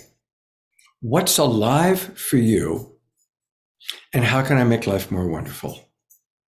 And then what's alive really fits in. Thank you for bringing that in, Alan, because it fits into what I'm talking about. Because sometimes what's alive for us is high and expanded. Sometimes what's alive is I'm feeling sad. I'm feeling scared. I'm feeling lonely. And we want to be present. And that's where we make life more wonderful, by being present to the sadness, present to the loneliness, present to the discomfort. As Marshall taught, there are no bad feelings. There's no negative emotions. There's just uncomfortable feelings. And so let's all, as Global Peace Tribe, as soul searchers, as Ascension marchers, whatever, group we're in today, right? Nicole's 1111ers, whatever we are, let's practice being present to what is and asking those questions. What's alive for you today? And how can I make life more wonderful? Yes. It's a good thing. When I want to complain about something, I say, no, it's not a complaint. It's how can life be more, because it's already wonderful. How can it be more wonderful? And that kind of lifts the energy. It changes it. I want to quickly answer Doreena's question. She's asking, what are the best parts of being in an animal body? Eating a peach, hugging someone, or making love. The senses. It's the hard part is we're in the illusion of separation. The good part is the senses. That's why, a lot of master teachers talk about what are we most messed up about on this planet? Food and sex. Because in the illusion of separation and in our animal bodies, food is amazing. We don't experience food in the astral plane because we're in light bodies. We can't eat a peach. We can't eat a strawberry. We can't have sex in the way that we can here. So food and sex and the senses are what's amazing about being in an animal body. And a lot of people that have near-death experiences or talk to ghosts or, people that have left their bodies, that's what they all say. You know what I really miss? I miss a good glass of wine. I miss eating an apple. I miss making love. So that's the best part of being in an animal body, as best as I have experienced it and understand it. And Scott, you had another question in from Chris. He was asking, what is your favorite Indian teaching you like to revisit to this day? My favorite Indian teachings? Yeah, that's what he asked specifically. Beautiful. Indian, but I would love to know just, you've been a spiritual seeker and student your whole life. So I'd love to hear which of your teachers you also still, really go back to. We all should read and reread Autobiography of a Yogi every 10 years. It is such a classic. And Paramahansa Yogananda he's a wonderful writer and a wonderful soul. And he's also someone who's available. Yogananda is somebody that if you relate to him, I'm not nuts over the organization that followed him, to be honest, but he is a being, is available. And so Autobiography of a Yogi right away comes to mind. And the other thing I would suggest is it includes East Indian teachings. I love Andrew Harvey. He's one of my favorite human beings. And he's written many great books. And one of his books is called A Walk with Four Guides. And it's Ramana Maharshi, Krishna, Jesus, and the Buddha. And it's a wonderful way to walk with four different guides from four different cultures that basically all were saying the same thing. So that also is a wonderful book. And that does include the East Indian master, Ramana Maharshi. Great. Thank you, Scott. And so as you guys can see here, Scott has a lot of wisdom, knowledge, and experience he's bringing to us all. And it's got perfect timing. Maybe you could tell us a little bit about Relationship Satsang and some of your other offerings. Yeah, the men's group actually started last week. So it's, you would have to register right away and watch last week's introduction. But every Saturday morning, I lead a wonderful group called the Relationship Satsang. A lot of Global Peace Tribers come. And I always have guests. Kristen Hoffman usually joins us, Paul Sterling, Katrina Valancourt, other love coaches come in. And it's a closed environment now. We're closing it, so it's only for the people that come in. But you can come in and out during the day or come in and out. It's on Saturdays, 10 o'clock in the morning, 1 o'clock Pacific time. But it's no longer live streamed. It's just for us. And it's a chance for us to work on the hard stuff, to work on the animal body stuff. Like yesterday, we worked on how do you handle when people ghost you? How do you handle when you love somebody more than they can respond? Or you love somebody and you go really deep and then they run away. And that was one of the examples we talked about and worked on, and people shared their experiences and we offered tips, tools, and practices. So definitely would love to have people come and join that. I'll put into the chat box how people can register for it. Great. And they can also find you 3 days a week on the Global Peace Tribe and register at theglobalpeacetribe.com. But Scott, if you'd like to share just a little bit about that. Yeah, so we do 3 shows every weekend under the banner of the Awakening World. And I've actually been doing 3 shows every weekend since the beginning of the pandemic. Saturday Night Live for the Global Peace Tribe was kind of the hit show. But on Friday nights, I was doing Straight Talk with my friend Trish, where we dealt with more adult and difficult themes, animal body stuff. And then on always my Sacred Sunday show, which is kind of the more working on the spiritual consciousness part of things. And then Deborah kind of retired, but I wanted to continue doing the shows. And so I put them all under the banner of the Awakening World. And it's wonderful. We have some of our favorite teachers like Marianne and Reverend Michael, but I also really love bringing in what I call the next generation, like Tangela and Nicole and Neil Gar and Alan Steinfeld. This is, we all have different generations of learning and growing, and we're all learning and growing together. And so I really enjoy bringing people in to this program. And so we do it on Friday night at 7:30 Pacific time. We do it on Saturday at 6 p.m. And then we do it on Sunday mornings at 10 o'clock in the morning. That's all Pacific times. And you can learn all about it by going to globalpeacetribe.com. And while I was talking, I made up the link in the chat box for the relationship satsang. And this is a great way to really drop in and get free coaching. It's very inexpensive to come to the satsang group. And so thank you. Thank you, Tangela and Alan and Nicole.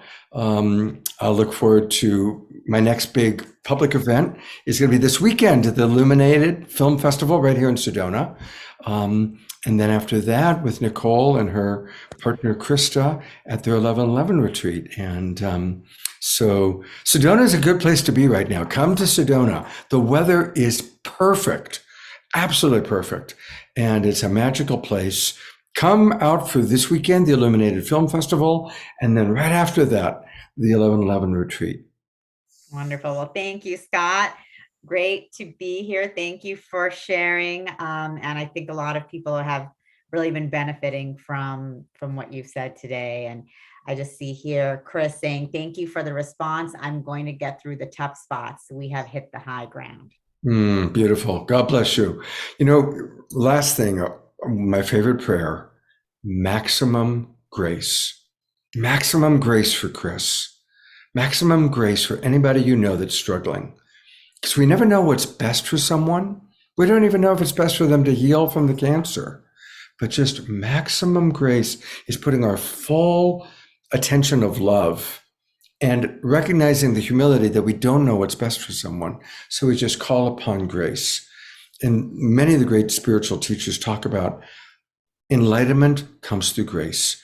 Blessings come through grace. Grace is when the higher self supports us. And that's the greatest form of support that I've found is grace. So I'll end with that.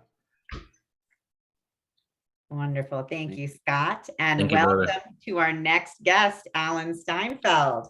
Yes. Me and Welcome, Scott brother. are old friends. We've known each other 30 or could be 40 or 50 years now, Scott. It's been 1989 is when Alan and I met. That's right. Right before I was born. You could be our love child, Nicole. I am your love child. You are. You are. From now on, Nicole, you are Alan and my love child. It's official. There you go. Awesome. That's so Amazing. funny. I love that. All right. I'll receive that. Okay. All right. Wow. So, Alan, before you go on, let me do your introduction. Thank you. And the more I get to know Alan, which is a lot lately because we've been spending a lot of time with each other. We were just in Portugal and Europe together. We're going to go to Mexico together. The more I get to know you, Alan, the harder it becomes to do an introduction for you, because I didn't know how to encompass in just an introduction who you are. Seriously, Alan is not only a pioneer, has been doing this work that I was following for a decade before I even started doing this work, where I got a lot of my own information from. And then when I got a chance to meet him in Conscious Life Expo, we just had immediate connection, and our relationship, friendship, and family connection has grown ever since. And we've integrated so much at this point that we have a whole year of things planned out where we're going to be in Glastonbury together. We're doing 2 tours in Egypt together. He's going to be at the San Diego conference. But beyond that, Alan is one of the most sincere people I've ever met. When he meets people, I learn so much from his interactions with people. He's so genuinely curious about everybody. wants to know who they are, what makes them tick. There's no inhibitions, and which is why he's a master at his art. You know, he's like a master communicator, master MC, and I just have so much love. Just the fact that we're friends is something that just makes me smile every single day. So everybody, introducing you to someone you've probably seen before, Portal to Ascension, Alan Steinfeld. Wow, Neil, that's so nice. I mean, we are doing a lot together, and I have to not to give back and forth, but you're doing an incredible thing, bringing the portal to Ascension, the people together, the community together, you and Tangela and Scott. This is like people that are at the key points of networking. And I'm happy to be part of that because me and Scott have been around a long time. We're just, Scott, it's all coming together. It seems like our community is hooking up. It's the dots are connecting, you know, it's really a new time that we're coming into. And I think Raquel probably talked about how 2023 is this year that we've been building the Aquarian age, and it's been dawning. But you know, in the 60s, it's the dawning of the age of Aquarius. That's what that song was about. The 60s was the dawning, but there's a point that comes after the dawn where the sun has risen high and you're in it. We're in the Aquarian age. We're in this age of awakening and consciousness and ascension.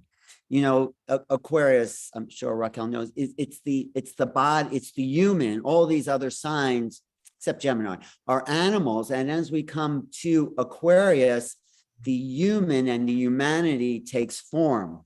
You know, so we are the new humanity that's awakening. So yeah, stick around, Neil, because I want to feed some stuff off of you that I've been thinking about. I'm also really happy Scott talked about embodiment. The only way we're going to ascend is if we're fully incarnate. Incarnation was a strange word like in the 60s and 70s. What does that mean? And now everybody knows that we are spirit in form. We've gone beyond, spirituality 101. It's like, yeah, we're incarnate. We don't have to question, is there a spirituality? I mean, maybe our community does. There might be people out there, but we know we're the essence of spirit in these animal bodies. That is a given, I think, for our community. If it's not a given for you, then take it as a given. But we are this energy that is infinite and eternal and forever. And we've come into these forms, like Scott said, to enjoy, to indulge the animal body and love it. And the only way we're going to get off the wheel of incarnation, and it's no rush because, you want to enjoy the peaches and the ice cream and all that. And the more you enjoy it, and the more you can embody also what Scott mentioned, the emotions. We're here to feel everything there is to feel as a human being. The hate and the love, the jealousy and the anger. And if we can own it, if we can say, I felt that emotion as deep as I can feel it, in a way, you never have to feel it again on that level. You've owned it.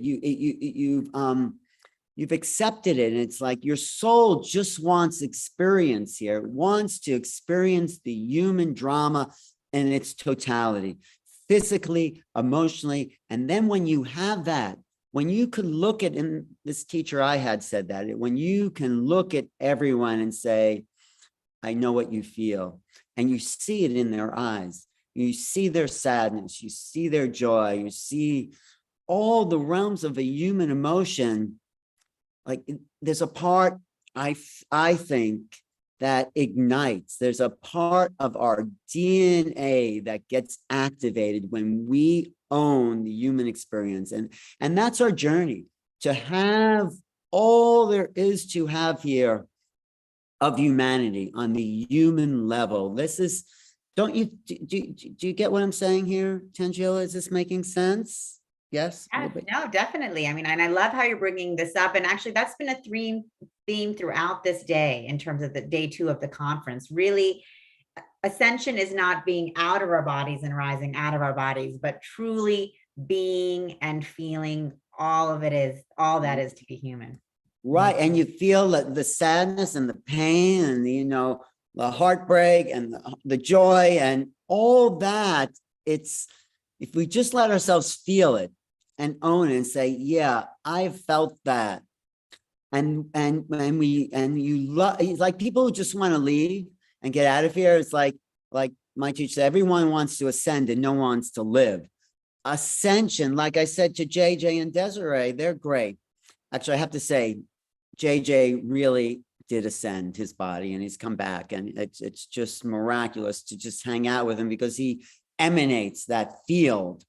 So when we can be it all, I think our body starts to turn into light. I think that's the path of ascension, is when we felt it on. And it's a work in progress. It's like, yeah, there might be things you think you overcome, and that something happens, someone cuts you off in traffic, and it's like you just yell because your ego's been offended. How could someone cut me off in traffic? So it's like the ego is keeping a lid on the light vehicle, because the ego wants to be important, and we're already important just by being here. We're just by incarnating, just by having a consciousness. We're already important. We're equal to everyone.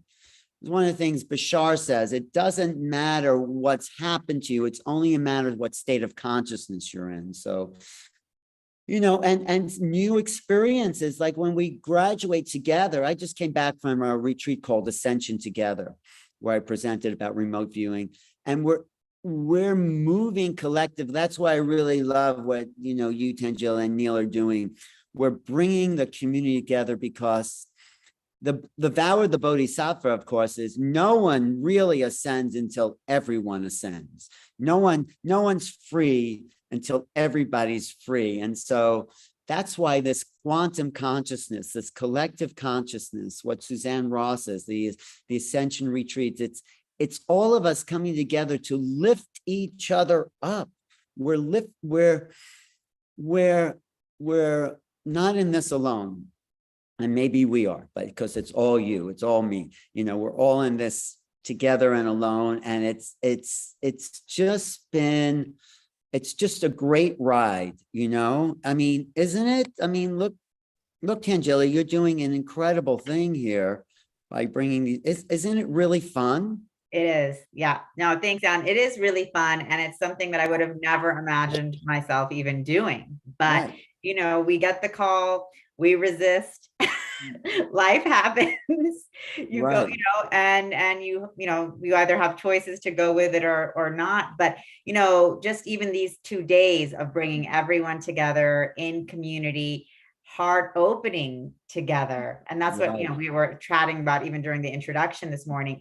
That is such an amazing experience, because it does tell us we are not alone. We are supported, and we are one. And we are only able to know that when we experience it. You can read all of that all you want. You can read, and if people will tell you, oh, you're so supported, you're not alone. But you're like, I'm at home alone.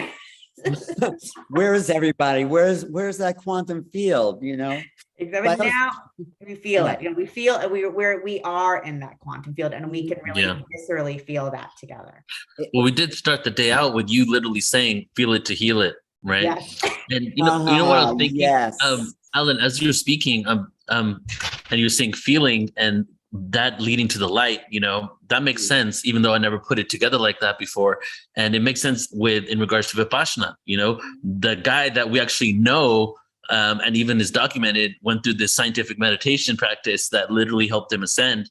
What did they do? They literally meditated and allowed themselves to feel every sensation, every emotion, but have no aversion or no clinging to it, and no reaction to that's like a polarized reaction to the feeling, but just to simply allow yourself to feel.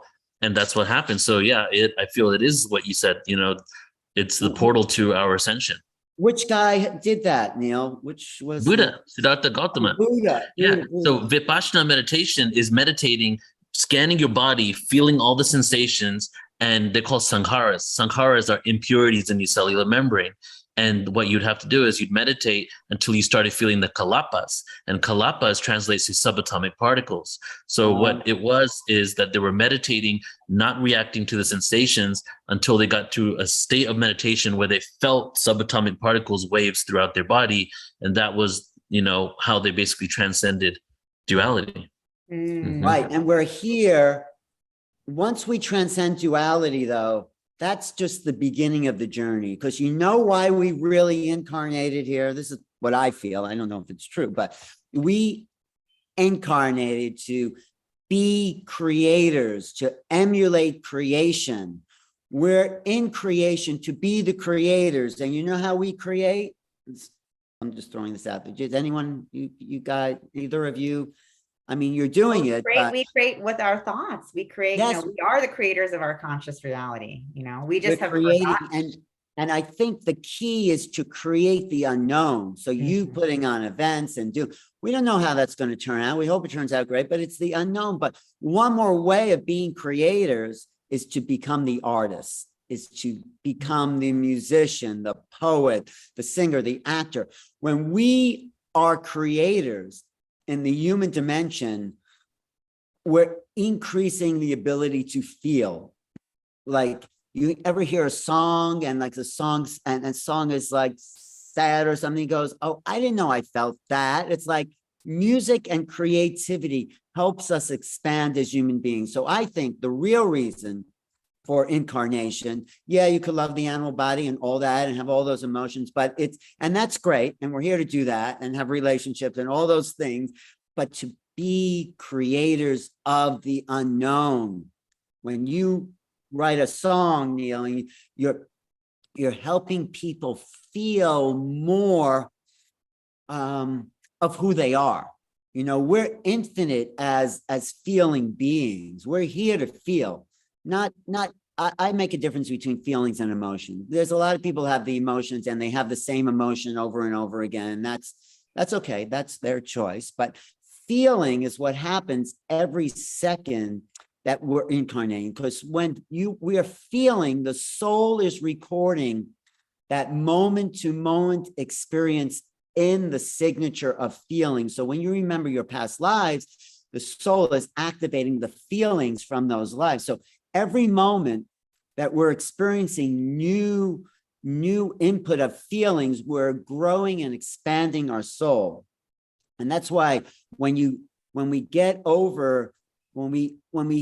complete this realm of the 3D, 4D human experience, the next realm of unknown feelings come in, and that's the frequency change. That's the frequency shift, is when we start to access these new awarenesses of creativity. And some of the artists weren't maybe great people, but they tapped into a realm of the divine.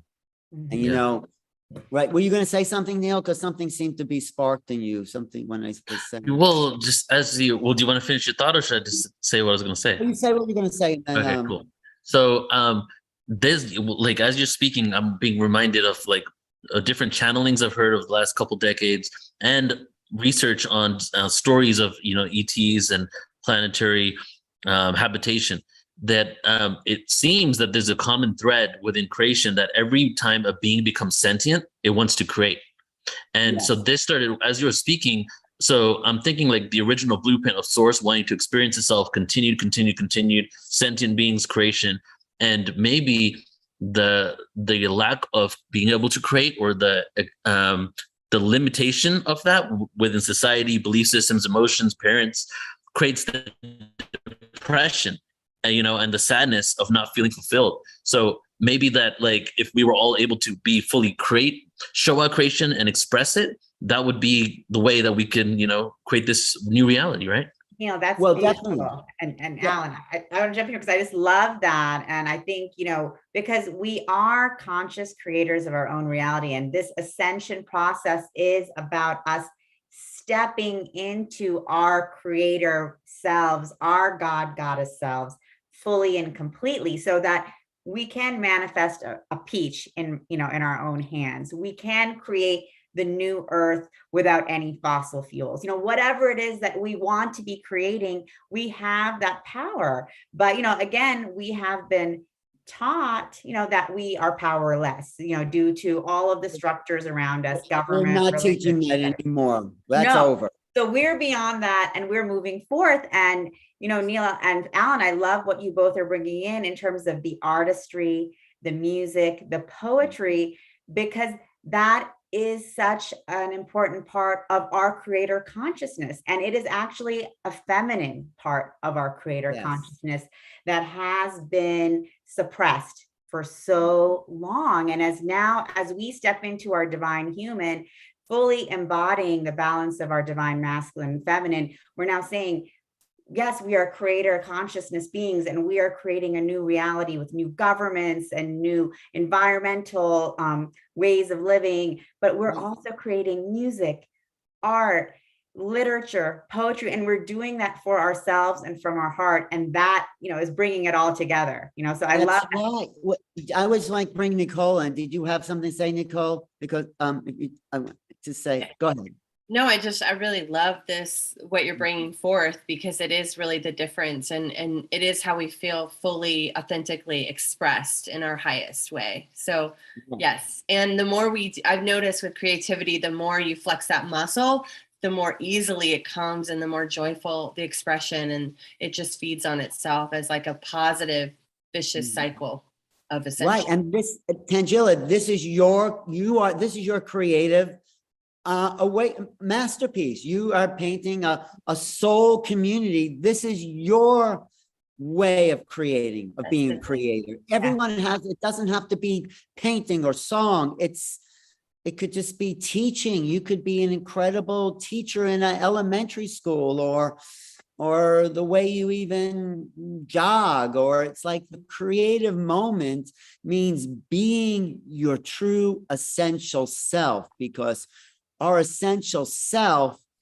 is the creative spark, that we're all different. We're all here to create in different ways. And, just the clothes we wear in the morning. So let's see, is this shirt going to match those pants? Like, I don't really care about that, but some people do. That's their creativity. I mean, 100%. Yeah, that's all. And, exactly. I also have to say our dreams are doorways to our own creativity. They're the roadmaps. But I also want to say one of my favorite dialogues of Plato, because he was a student of Socrates. Socrates was talking to this poet. They were actually called these rhapsoders. Before rap music, they would sing the Homeric poems. And he says to this one guy who's like very famous, he says, what makes your poetry so great? And the guy says, this guy Ion, the dialogue is Ion, I-O-N. He goes, it's how I say it, and it's the way I express it, and it's my intention. Socrates says, no, that's not what makes your poetry so great. It's when you're out of the way and the gods speak through you. They use you as a mouthpiece. That's when it's great.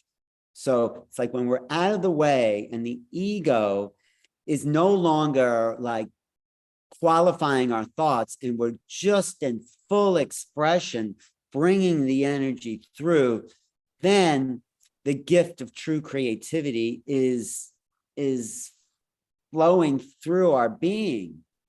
I just want to show, I only have a few minutes left, right?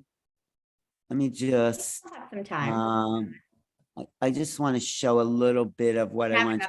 You have another 10 minutes. Oh, I do? Okay, great. All right, let me just see what. But thank you for bringing all of this up, because it's so beautiful and, really important for all of us to. It is. Thank you, because it's really exciting for me. Are you seeing this on your screen? Yeah. All right, Yep. let me go to let me see. Start slideshow. There you go. Yeah. There we go. Yeah. So all these beings, this woman who was a friend of Sheila's, she did these ET beings. This was a crop circle where this ET shows up, and that's a grid here made of computer code, zeros and one. It says beware of false promises.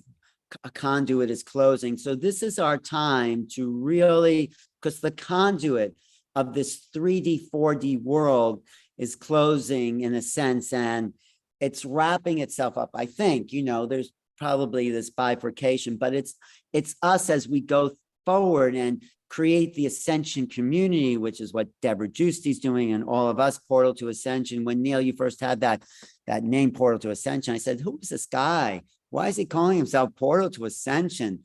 And then I got it. It's like, yes, Portal to Ascension, we're meeting these beings on that playing field. Like, we're meeting them in the illumination of our light body that only happens when we activate the full DNA, which we do by accepting and loving our incarnation. When we love it, like, that's why I say, people who say, oh, this is my last lifetime, they just bought themselves another lifetime, because you have to love it totally. And I know it's not always pleasant. And, but if you can find a way to love maybe the suffering, I don't know, but find joy in even the little things, that brings more light and love to the body. This is like, these are light beings existing in joy. This is Kamara Jones's work, Art Soldier 77, existing on this other level of light frequencies, of playing with creativity and thoughts and merging consciousness. Oh, I wanted to show this. Now, this is Alex Gray, who was a great artist, right? And you can see this auric field around this body. This is in his Sacred Mirrors. And Alex Gray is one of the great artists of our day because he's painting the illumination of the body. So there's an outer auric field, like we are energy. There's energy coming through the life force all the time. And remember, Neil, this is what I wanted to stick around for. I talked about the assemblage point. The assemblage point, this is the Carlos Castaneda teachings, is a point on the auric field, and it's above the shoulders in the back a little bit.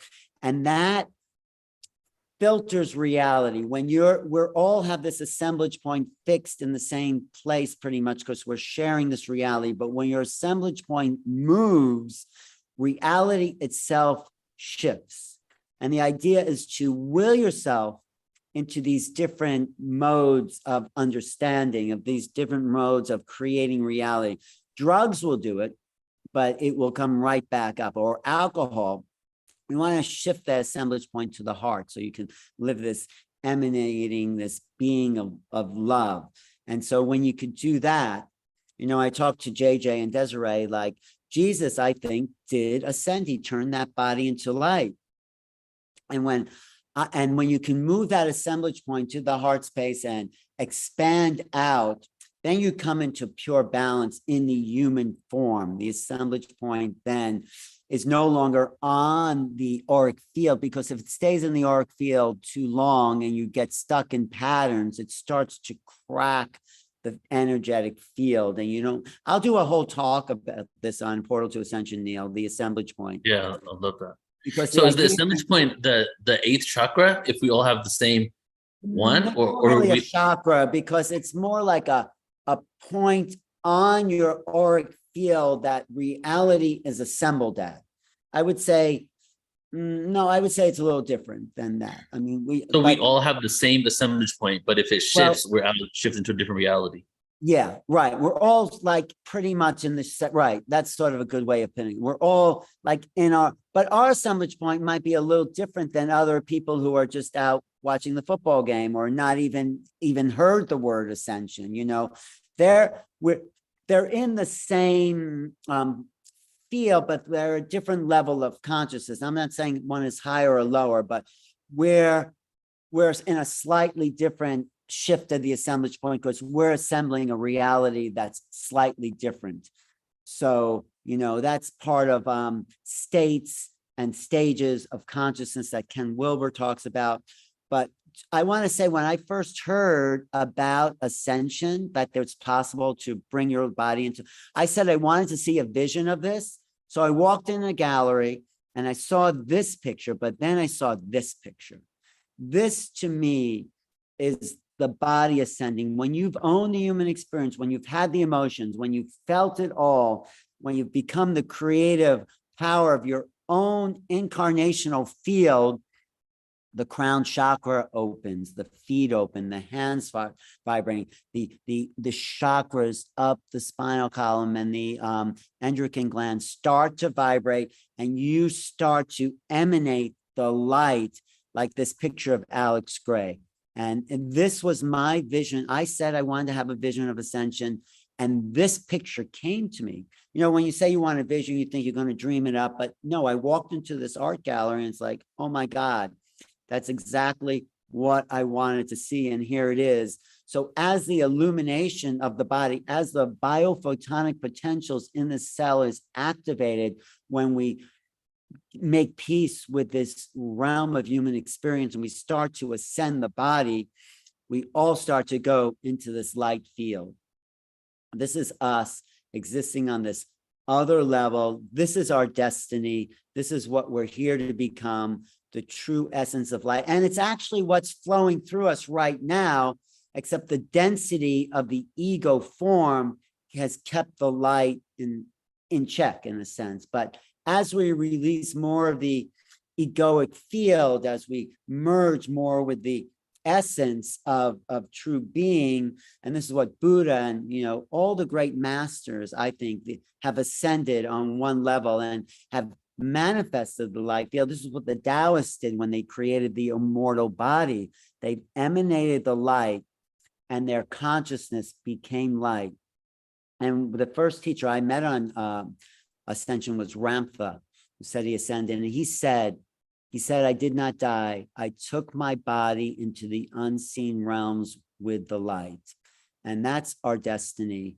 You know, it's up to us to be on that path. I mean, somehow to find that way where we can enjoy the totality. And, you know, my last lifetime was not a picnic. Did I ever tell you what my last lifetime was? No, we don't know. Yeah. It was in the concentration camps in Germany. Oh my goodness. Wow. Yeah. You did a whole presentation on it 2 years ago. I did. It was really emotional for me to not to relive it, but to, well, in a sense, relive it, because it's like that's as deep and I think as dark as it gets. And when you, and that was like, wasn't pleasant, but I think that was an acceleration. That's when I came back in, it's like, oh, okay, here we are.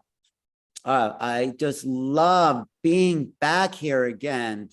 And, you know, it's just like, this is a magical planet, and we're all magical beings, and I think it's up to us to make sure those really dark times never happen again, because we're here to uplift each other into these light vehicles, into the Merkaba. This is what JJ calls the Merkaba.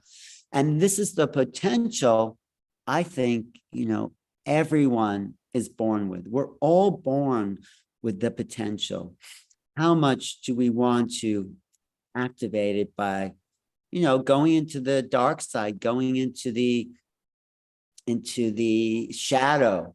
Because you right, you have to face, embrace, erase, and then, but you have to face that, you know. So I had to go back into feeling that lifetime and go in and, you know, remember how awful it was, not to torture myself, but to get that part of the human experience. And it's like, not that everyone has to do that. We've all had millions of lifetimes. And that's why the frequency of the earth vibration is shifting. So we are less dense, where the light is easier to connect to and start to raise our frequency together. So yes, thank you, Alana, for recognizing the teachings in the chat, because it's really amazing teachings. This is what Ramtha's teachings. 1981 is the first workshop I ever did, and I had a huge transformation. And it's a channel. Ramtha's this 35,000-year-old channel. And Ramtha said, everybody wants to come to see who's channeling, but the bigger question is, what's coming through that body? Who are you being and channeling this moment? And when he said that, it's like, oh, right. Right. Who are we? And let's own that.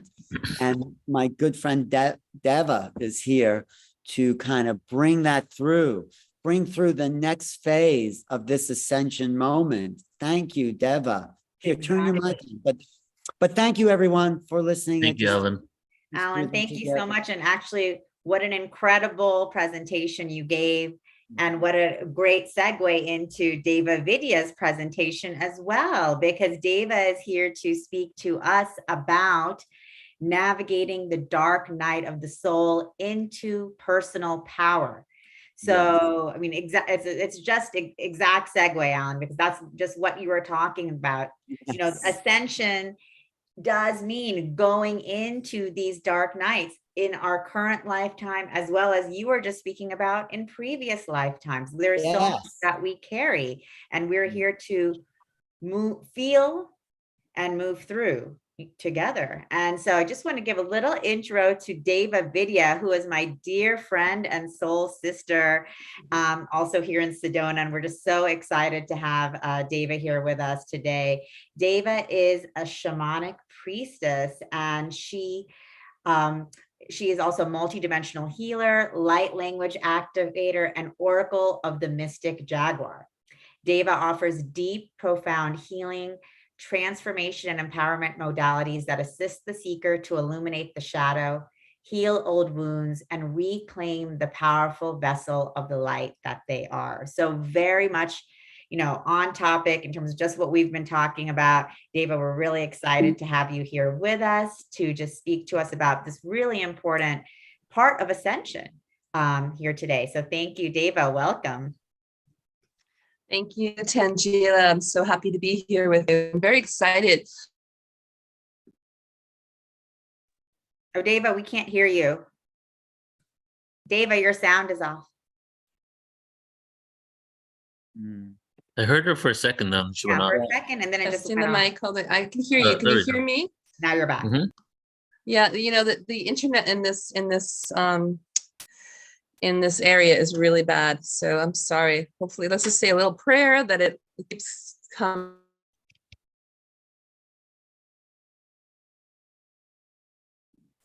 She's saying the prayer. Oops. Maybe she could get on her phone, possibly. David, we still can't hear you.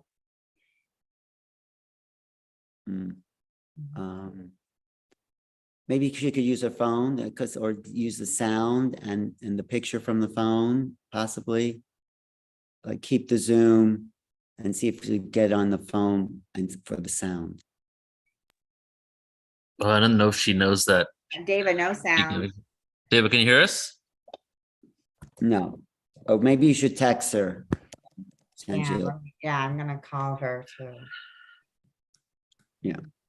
Yeah. Text her. Let's. She probably has to go out and come in. What was the issue with her mic? What did she say it was? This internet there it went out last time we did the interview with her, Tangela.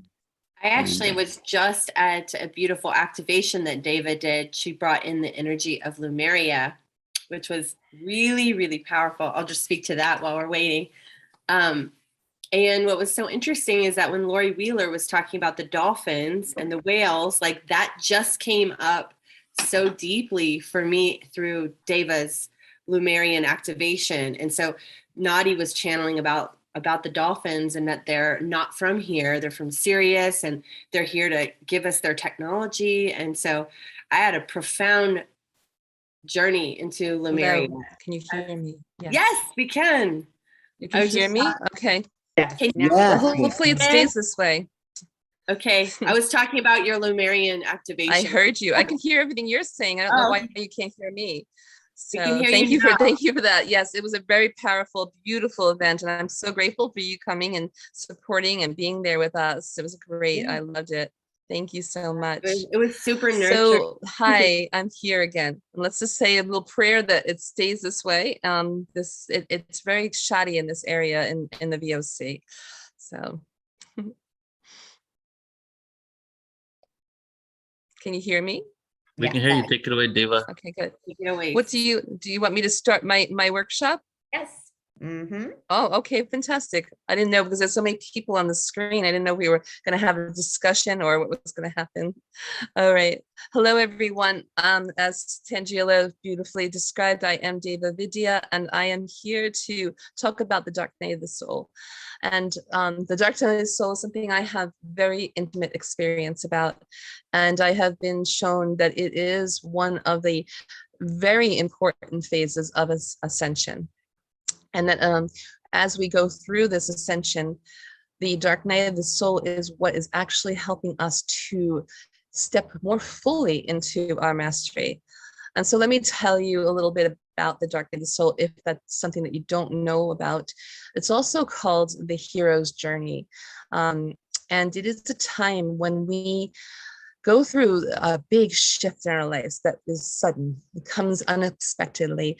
It's a shock, and it seems to turn our entire world upside down. And it catalyzes deep pain and suffering. And this pain and suffering is actually the tool that our soul uses to drive us towards the expanded version of ourselves, to help us to grow and to expand into our mastery, to heal whatever deep wounds we have and deep traumas we have from the past, whether it be from this lifetime or from other lifetimes. And it brings us, it forces us, because the pain and the suffering is so intense, it forces us to go into this dark night and go and seek out ways to alleviate the suffering and the pain. And as we seek these ways out, we seek new ways of approaching life. And those new ways actually lead us to a greater wisdom, a greater expansion of ourselves, our gifts, learning more of gifts that we didn't know were lying dormant within us, helping us to connect to our multidimensional selves and our multidimensional families. So even sounds very 3D, it's actually extremely multidimensional, and it is a portal to ascension. So I can say a lot about the dark night of the soul because, like I said, it has been a personal experience. I have been through many of them, and 3 very significant ones in the last, let's see, since 2005, I think it was 2003, around there. So over the last 20 years, I have had 3 really significant dark nights of the soul. And each one of them, I shifted very, very greatly and received new sort of orders, right? New orders from my higher self to step into new roles. And each role brought me into a new level of who I am and my mastery, and so that I can bring forth those gifts to the world. A dear friend of mine who I believe is on the show, Raquel Spring, she's an amazing astrologer, and she very beautifully gave me an amazing astrology report. And in that astrology report, she told me that it is my soul's desire to go through dark nights of the soul so that I can continue to expand and grow. Lucky me. But this is because of my role as a leader and as a teacher for the collective consciousness. And each time I go through these phases, my audience becomes larger. And I do know that the gifts and the wisdom that I received through this last one that I just came out of, really just in the last month or so, I'm just finding myself on the other side and coming into my power, is leading me to definitely bring this great healing to the collective consciousness. So as I said, let's look at my notes. So this dark night of the soul is a shift that turns our whole world upside down. And it can come through many different experiences. It can come through relationships. And those relationships can be romantic relationships or friendships, family, business relationships, even relationships with our government or with society. It can come through a loss of a job. It can come through an illness or an injury. It can come through even, I have a friend who his house burnt down. So there's many ways that it can come, and it seems very, very dark. And it brings us into this place, this deep underworld, where we have to look at ourselves and we have to see what that deep wound is, that deep trauma is, that's begging to be sought for, to be looked at, to be validated, and to be healed. And so this time, what it's doing is it's actually asking us to look at what no longer is serving us, what is no longer resonant with the self that we are rising up into. And so our ego doesn't like that, right? Our ego likes to be in the comfort zone and to know that everything is going to stay in its status quo. And when we get these huge shifts and the rug is pulled out from under us, we just want to hold on to what we had, whether it be a relationship, a house, our health, whatever it is, right? That job. And so that resistance actually creates more pain and more suffering.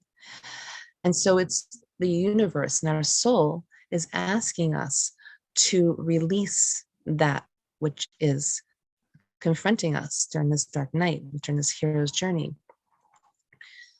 And so it's very much like a snake. I have a snake, so I get to watch him every time he is ready to expand and grow.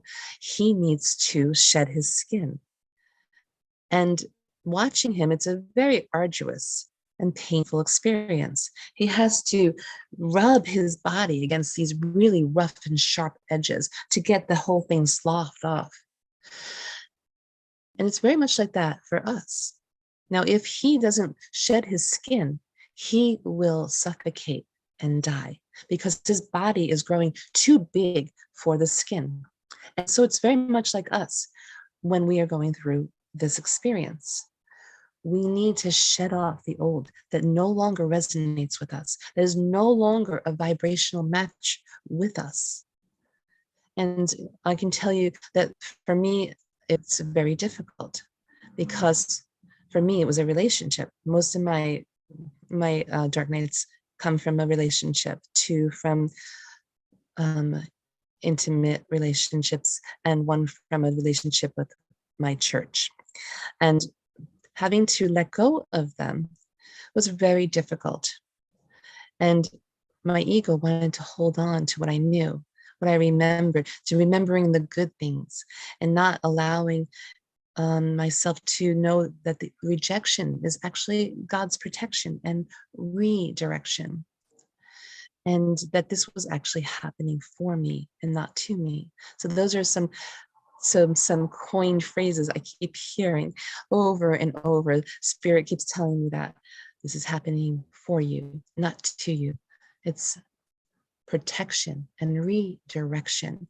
And so this is very important to know that our soul actually set this experience up for us prior to us even incarnating into these bodies, that this is a fated experience that we agreed to go through so that we can step more fully into our mastery, so that we can step more fully into obtaining our wisdom and our gifts and doing this work that we came here to do for the ascension.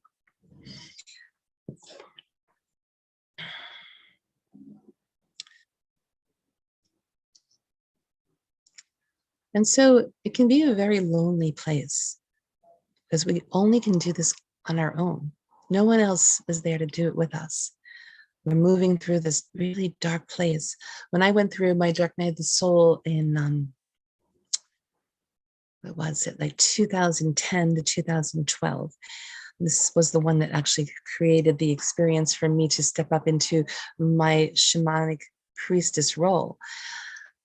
And when I went through that one, it felt like I was moving through molasses, like I was swimming through a pool of molasses. It was thick, it was heavy, it was dense, it was hard to move. Everything seemed like it was in slow motion and I couldn't breathe. It's a very dark experience and no one was there to come and pull me out of it. It shakes us to our core and brings us into a place that is unknown, taking us out of our comfort zone of what we knew. And it can be really frightening. But this is exactly what it's meant to do. So does any of that feel familiar to you? I'm sure that all of you have taken, I'll answer that in a second, Jamie. Thank you for the question. I'm sure all of us have at least once or twice been through a dark night of the soul. And hopefully for all of you, you're not like my soul that wants to do this often. and I'm gonna sort of tell my soul, hey, listen, this is the last one I'm going through for this ascension period. So Jamie asked, how long does a dark night of the soul last? And a dark night of the soul can last 1 hour, 1 night, 1 month, 10 years. It really depends on how you move through the dark night of the soul. And this is why I'm here, to help you to learn the wisdom that I have learned through my experience in the dark night of the soul. So I'm just going to see if there's any other questions here. So let's see, we got Edward Casey spoke of the dolphins in the time of Atlantis. I think this is when Nicole was talking about my event the other day. It was a beautiful event, but we're not going to go there. Okay, yeah. So Jamie says that hers feels like it's 2 years. And Heather says it absolutely resonates. Fantastic. I'm so happy that you're with me on this. Not that you're in the dark night of the soul, but that you understand what I'm talking about. It seems to me that my dark nights have been 2 years. The one with the church, less. When I was redirected from the church to, what happened was I was not feeling validated, and it put me into a very deep depression, because I knew that the things that they were teaching in the church were incongruent with the wisdom that I intuitively had, and no one wanted to hear me. And so I went into a very deep depression. I went from being groomed as a leader of the church into one of the weak ones that were put on the back burner and had to be watched.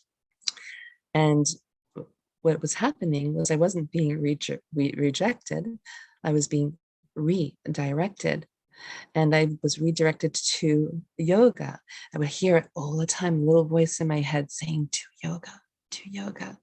And this led me on to the path of where I am now. It was a stepping stone. I had started to do yoga, and I came into teaching yoga, and then teaching mantra, teaching about the chakras and how to balance the chakras, and meditation, and all kinds of things that I was actually helping people to navigate from the tools that I learned through that dark night of the soul. So where was I? So we were talking about, I don't know. So any questions before I move on? Does anyone like to ask any questions? And I'll just go over my notes while I'm waiting for you to type the question. Proper language of compassion to use for oneself, so it's more protective, not adopting others without insight who use outer inner criticisms and negative thoughts. Absolutely, yes. And so we're going to talk about that a little bit, actually. So thank you for bringing that up, but we'll get to that eventually. But the inner criticism is huge. Negative talk is huge. And we're going to get to that in a moment. I'm just going to go over and see if I left anything out that I wanted to say in my introduction before we get into how to navigate. Okay, so like I said, this is a portal into Ascension, which I love because it's the name of Neil's show, right? One of the sponsors of this summit that we're doing right now. And it truly is. It's a portal to Ascension. And so the first thing that we can really start to bring to our healing is knowing that this is not a punishment, that this is not something that we did anything wrong. that we actually asked for this in our soul, and that we are doing this because we need to expand and grow, just like the snake sheds its skin. And so we are going through this, and it's the very first step of navigating it is knowing that this is leading us to a more empowered, a stronger, and more aligned version of ourselves, stepping into our true nature and our mastery, and that our souls need and want to go through this. When we come out of this journey and out onto the other side, we will feel bigger and brighter and stronger, more confident, living in our soul's purpose and feeling fulfilled with life. We'll emerge with new gifts and wisdom and a higher understanding. So you can see me right now, right? Let's just say, let's see, it's October 30th. Last year at this time, I was still very deeply wounded. You know, you could see me laughing and smiling and dancing and going to parties, but when I'd go home, I'd be alone and I'd be crying. And it was a very difficult time. And so now I'm on the other side. I feel more like myself again, but even a brighter and stronger version of myself. And knowing that I have a greater purpose now to bring these gifts, to learn, to teach people how to navigate the dark night of the soul, how to really, truly love themselves, how to heal the inner child, and how to resolve relationship conflicts on their own. And so these are the 4 gifts I've been given in this dark night of the soul. And I'm going to talk a little bit about them. But just I wanted to share that with you to show you how me going through this process came out the other side. And I know that I am fuller and bigger and brighter. And I have so much to give the world. And I know that you do too, if you are going through this. So Rita says it's our opportunity for dreams to become reality, unrecognizable.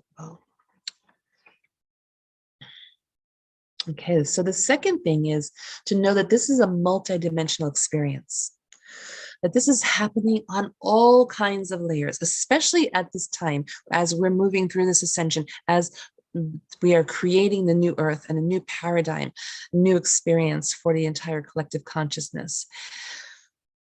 This is multidimensional.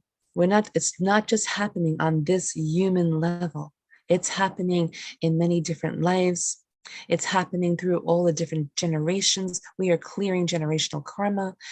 We are working in all different kinds of realms. And so what appears to be happening on the surface is much deeper than what it actually is. It looks like on the surface. There's a saying that I'm not going to get it right probably, but when I used to go to this beautiful Celtic megalith park in Pennsylvania, there used to be a plaque in the entrance of St. Oran. And it was a quote from St. Oran that said something to the effect of, the way it is isn't the way at all, or the way it seems isn't the way it is at all. And what that meant to me was that what we see happening in this 3D experience, in this earthly experience, is only the surface, and that there is so much more happening in the multidimensional experience. And through that, we are working with these people who have actually seemed like they were the ones who hurt us, who came forth with really heavy energy, or that were cruel or mean or harsh or incongruent in their attitudes or their actions. But actually, these people have a soul contract with us, that they actually, JC said, let's see, I got a download. Portal to Ascension equals Parent Teachers Association. We are parents and you panelists are our teachers. Oh, I love that. So what was I saying? Oh, okay. So on the multidimensional level, we actually created in agreement with the people who were the catalysts who brought us into these dark nights of the soul or through these situations, and that they are actually our angels in disguise. That there's a story that I absolutely love. It's by Neil Donald Walsh, and it's called The Little Soul and the Sun. It's a children's book, and it's about this little light that lives in heaven, this little soul that lives in heaven. And he goes to God one day and he says, I know who I am. And God says, oh, really? Who are you? And the little soul says, I am the light. And he says, well, that's right. You are the light. And he's like, well, how do I experience being in the light though? And like God's like, well, that's a little difficult because you have to go down to earth and somebody has to hurt you very badly. And then you have to forgive them. And that's how you learn that you are the light. And he's like, well, who would ever do something like that to me or for me? And another soul steps forward and says, I'll do that for you. And the little soul says, really? You would do that? You would go to earth and you'd make yourself so dense and heavy and in such a low vibration to do something that would hurt me so that I could forgive you? And the other soul says, yes, I would. And the little soul said, well, why? Why would you do that? And the other soul said, because I love you. And so this is really, truly love. I know it doesn't seem like love. And I know that you probably all think you're freaking crazy. And I can tell you that my last partner, nothing felt like love, nothing, zero. But I know, because I can see in the multi-dimensions. And I have become a very multi-dimensional experiencer, that I can see that even though my ex-partner has acted in such a horrible, cruel way towards me, bullying and tyrant, underneath, I know that this is only her human self, that her higher self truly loves me and came to, and did this to help me to grow and expand so that I can remember the light that I am. And that really is beautiful. And so I thank that person. You know, I thank that person from the bottom of my heart. That rejection is God's protection.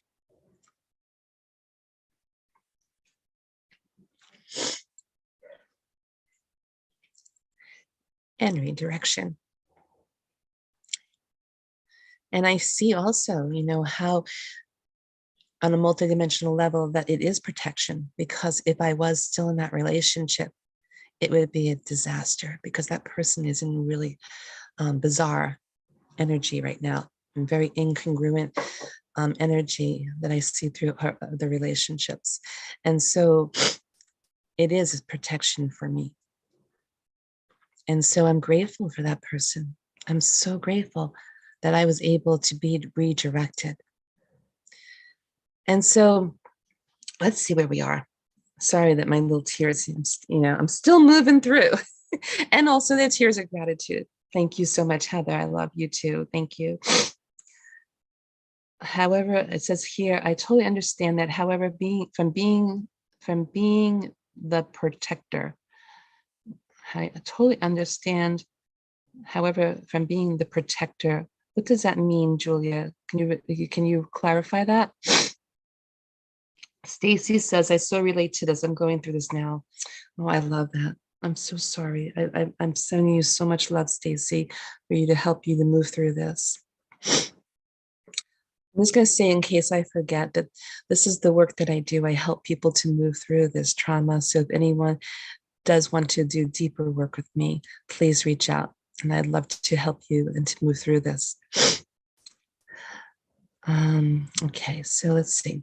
Let's see where I am in my... I'm probably the only one that cries in this whole summit. But I picked a really heavy subject, right? Okay, so the next step is to have faith, to trust and surrender to the process, to know that the universe has your back and that this is all happening, again, like I said, happening for you, not to you. That this is a divinely orchestrated experience. And once again, it's leading to enormous growth. It's leading to your empowerment.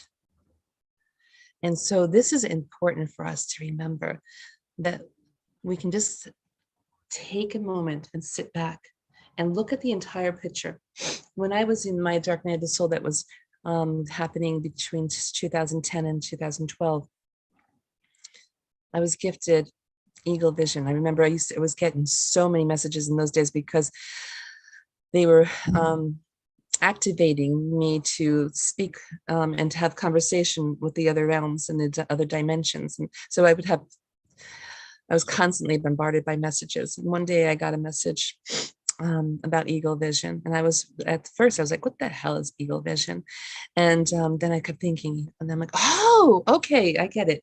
It means that we have to like lift ourselves up into the higher perspective, into the eagle's view, so that we can look down and see what's happening from a different perspective, not from this little perspective of like where we are in our lives and we're so in the muck, but pulling ourselves up out of that and seeing from the above and seeing how everything is moving and how that is actually divinely orchestrated. And so eagle vision is such a powerful tool to use as we move through the dark night of the soul. And that will help us to see how everything is working out exactly as planned, and that we don't need to feel a victim to this. I'm going to talk more about victim in a moment, but we don't have to feel so much as a victim to this. I think am I almost done? I hope I'm not almost done. I have so much more to say. Let me see what this says. So I was the only one who appeared to be the mean one. Well, I knew it appeared as the hard to get along with and so mean. Yeah, I could relate to you, Julia. I understand. And I can see how that can be important. You know, we all have to listen to our soul's prompting. And so I'm sure that my ex-partner was listening to her prompting. And, you know, and I know from what I've heard that it actually led her into a dark night of the soul as well. It says, Chris says, you are the only, what does it say? You are the only vulnerable, you're the only own vulnerable enough. Thank you for being vulnerable. You're so welcome, Chris. You know, Brene Brown says vulnerability is a superpower, right? Jamie says, yes, we appreciate your courage to be vulnerable and transparent with us. This is hard work, or at least it feels hard. Yes. We are all in deconstruction at this time, as mentioned earlier. What no longer serves, even though once our deepest desire, is now what we must surrender. Yeah, exactly, Rick. Yeah, the dark night feels like isolation. You have about 3 minutes. Okay, well, I'm just going to, instead of elaborating, I'm going to just tell you the other steps, and then you can come and talk to me. I'm actually creating a program. And so you can go to my website, wayofthesacred.com. That's wayofthesacred.com, not secret, SACRED, sacred.com. I think and also you can go to my soul search page that Tangela just put up. And I'm going to be creating a program for the dark night of the soul, healing the inner child, self-love, and also resolving relationship conflict on your own. So I'm just going to go through the rest of the steps. So the other steps are asking what happens is that we now need to face our shadow, that we have to face the past traumas that perhaps we stuffed down, and we have to address them and validate them, to see them so that we can shine the light and heal them. I also recommend that it's very important to find a professional to help you through this time, because this is dark work that happens in the underworld, and it's very important to have somebody to support you through that. But if you want to start on your own, you can start looking into the mirror and really validating yourself. Start talking to yourself through this. The next step would be to become self-reliant. And I have a lot to say about that, but I only have a few minutes. So I'm just going to say that self-reliance is self-love, and it creates empowerment. The next thing I'll say is the sacred mirror. So the sacred mirror is looking at those people who were the catalysts for our dark night of the soul as mirrors, and seeing how their actions towards us reflect our behavior towards ourselves and seeing how we don't love ourselves, how we are not acting lovable to ourselves. And then this next step would be to find out how can we love ourselves? Next step is to allow yourself to grieve. And this is a big one because a lot of people will try to tell you that you shouldn't grieve, that you should just get over with it. And grieving is extremely, extremely important. And there are different stages of grief. So if you'd like, I can send them to you. You can send me a message. But it is very important. And to never let anyone tell you that you can't grieve. It's extremely important for you to heal. Otherwise, it's just going to create more damage. And the last one, let's see, is this my last one? No, this is my almost last one. My second to last one is to relationship conflict resolution on your own. Because there are many times when we feel like our soul wants so badly to heal with the person that we had conflict with that caused this dark night. But a lot of times they are not available for that. I can talk about that from my own experience. And so we need to learn how to resolve this conflict on our own, which is another, again, it's by 4-part program that I'm creating from this dark night of the soul that I just went through. So that's part of it. That's part of one thing I'm going to be teaching. And then the last thing is, well, okay, so there's 2 more. The second to last thing is that you are not a victim. And that you need to, as somebody said earlier today, you need to pay attention to when you go into victim mentality, into inner criticism, and you need to learn how to be vigilant and to have thoughts to redirect your thoughts to. So have affirmations of self-love so that you can, once those thoughts come up, you redirect those thoughts to the self-love thoughts. And eventually, the energy will start to lessen more and more until it becomes neutral. And that's the last step. The last step is divine neutrality, where you find yourself in the center. You're not angry or sad. You're not happy and ecstatic. You are in the center and you are with this person or this situation, and you can really have unconditional love and true acceptance for the situation. And that is where we will end here today. And I want to tell you that there's so much more I have to say. So please follow me. You can follow me on my YouTube channel, which is Oracle of the Mystic Jaguar. Again, it's Oracle of the Mystic Jaguar. And on my soul search link that's Tangela put up, and also on my website, wayofthesacred.com. wayofthesacred.com, and send me a message there telling me that you are interested in doing this work with me, whether it be as a one-on-one session or if you're interested in the program that I'm creating now. I love you all so much. Let me see if I can see any of these messages before we leave. Thank you so much, Deva. That was so beautiful.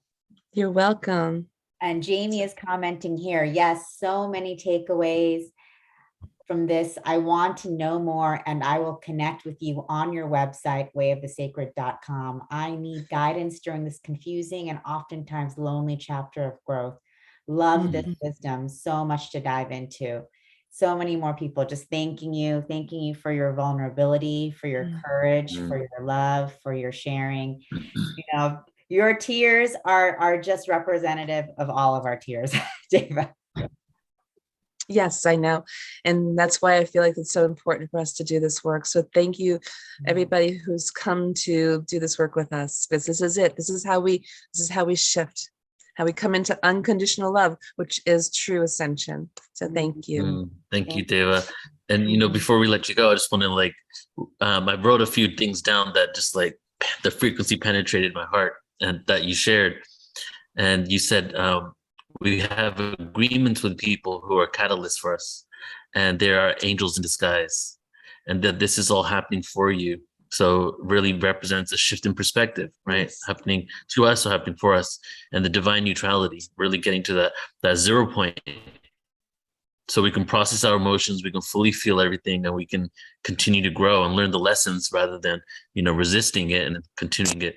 That experience continue to come back and back. So thank you so much, Diva. I texted Tangela like 2 minutes ago. I was like, give me her email address. Yeah, Neil just texted me. He's like, send me her email. I resonate with her. I want to connect. So I would love that, Neil. That would be amazing. I would love to connect with you. Absolutely. Thank you so much. People just really Thank you for sharing their gratitude. BB had one more question. I don't really have time. If you can answer it super quick. Why do some dark night of the souls last longer or shorter than the other? Well, that's a great question, BB, because we need to access the healing, and we need to access and expand and grow. So as we do this work, if we are willing to really dive into this work, like I can tell you that for the last 1.5 2 years, I have seen several, I have probably many different therapists, spent at least over $10,000 in therapy. And I've done so much work. I can't even tell you how much work I have done. So I feel like if I didn't do this work, I'd still be on the other side of it. So it is really about doing the work. And so really diving into the shadow and healing that inner child, healing that core wound, and really coming into deep self-love, self-honoring, self-reliance, and self-respect. Thank you, Deva. Mark Danisovsky also sent you an email. So just really beautiful, Deva. Thank you so much again. And I just really want to recognize you and all of our panelists coming in today and yesterday, just for being so authentic, so raw, so brave, and just giving so much permission to our entire audience tuning in here on YouTube, on Facebook, and saying, yes, we are in ascension. Yes, it can be difficult. Yes, you can share your pain with us, and we're here for you in support of everything you're going through. And that's what Ascension is all about. Doing this as one, doing this in community. So thank you, Deva, for the beautiful presentation, and just so happy that you're here with us and excited just to be sharing with everyone and connecting. Thank you. Next time, give me an hour. Definitely. We'll make sure we'll do a different show and program really on the dark night of the soul, because I just feel there's so much resonance here with that topic. Everyone has been really diving into that in a very deep way and very profound. So thank you, Deva. Thank you. Thank you, everyone. Mwah. And I'm very excited now to be introducing our final guest for our 2-day online conference, Ascension of the Soul. And she is also a dear, dear, dear friend of mine here in Sedona, Melissa Fike. And Melissa Fike is a best-selling author and channel. She supports spiritual adventures and helps you to raise your vibration and align with your authentic path. Melissa uses metaphysical topics, ancient practices, and the Akashic records to help you heal and transcend your past lower frequencies. This is how you anchor in more of the higher consciousness so you can live your life purpose and mission. She is the best-selling author of A Radical Approach to the Akashic Records, Master Your Life, Raise Your Vibration, and the creator of the Akashic Records certifications, intuitive development certifications, activating ascension classes taught through her Spiritual Expansion Academy. And I have had the pleasure and honor of working with Melissa. She is an expert in the Akashic Records, but she is working in the Akashic Records at a completely different level, at the quantum level, supporting all of us in clearing not just this past life, or not one specific past life or a second, but really just clearing the patterns that we have been holding throughout our lineage, throughout our many lifetimes on planet and off planet. And it's been really a gift to work with Melissa, who is an advanced intuitive and working at the quantum level, channeling the Ascension Council. So I'm so excited to be welcoming her here today to be our final presenter, the Ascension of the Soul. Thank you, Melissa. I'm so happy to have you here. I'm so happy to be with you guys. Warm hugs for everyone. Awesome. So, Melissa, you are speaking today about manifesting in the Akashic records on the quantum field, and we will just let you get started in all. I actually am changing my topic. Okay, that's great. I got a different download. Sure. So we're not doing Akashic records today. Thank you so much, Tangela, Nicole, Neil. Beautiful. It was really, and Alan, who's here, and Dava that was great with the Dark Night of Soul. I just want to say that I also have like 3 episodes of my podcast about Dark Night of Soul because it's such an important topic. It's really about, that is the work that I do. It is about clearing that energy, but it's in the quantum. But today, what I really want to talk about is the star energy. So this is all about star code activation. There's a whole shift that's happening right now. And how I used to experiencing these multidimensional activations, Spirit gave me about, I don't know, 12 years ago, how to grid a room and do activations in rooms for people. And that grew over the last 12 years, a lot of light code frequencies, a lot of energy imprints.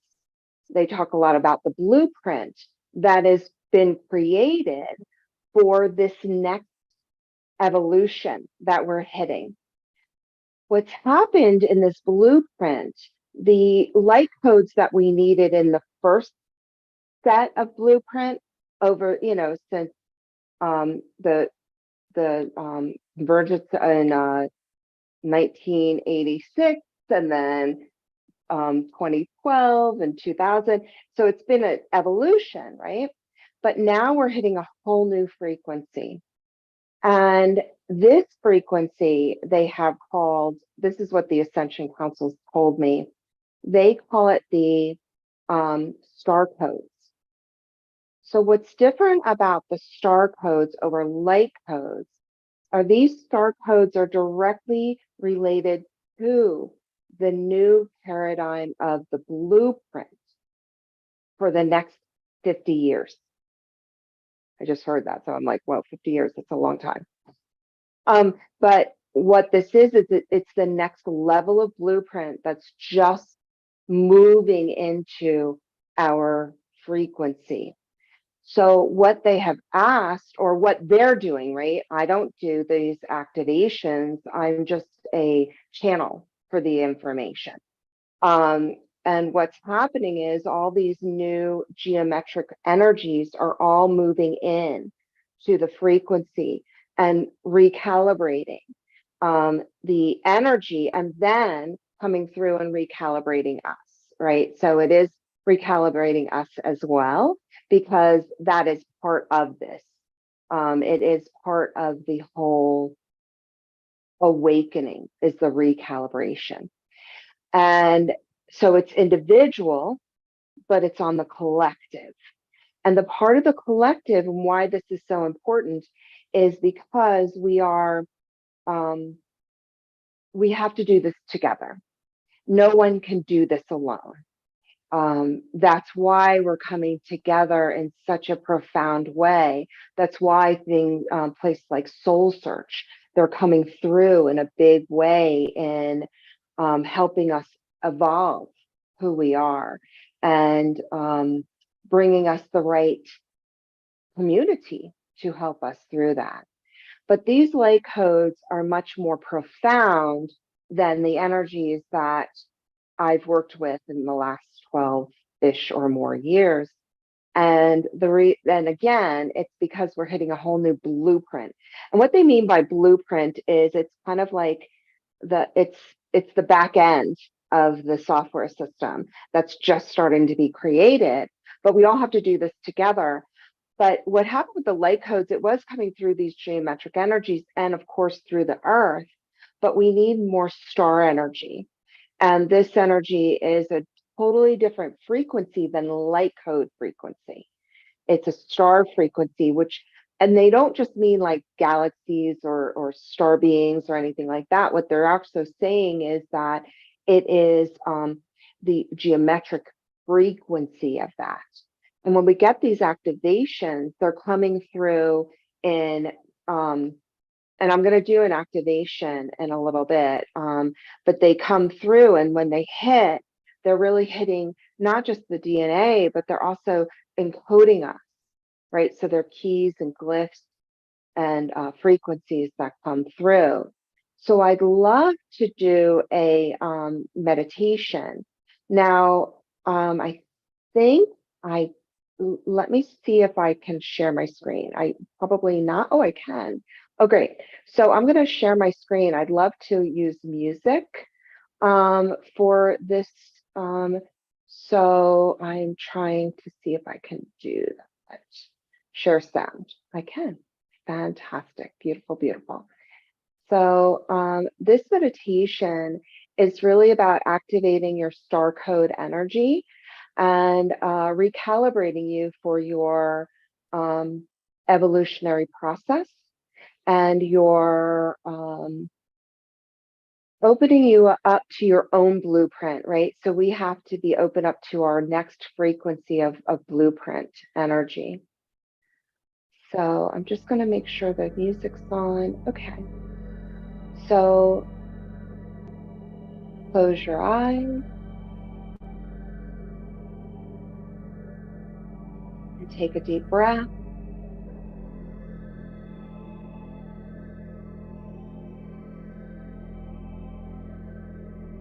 Relax your body.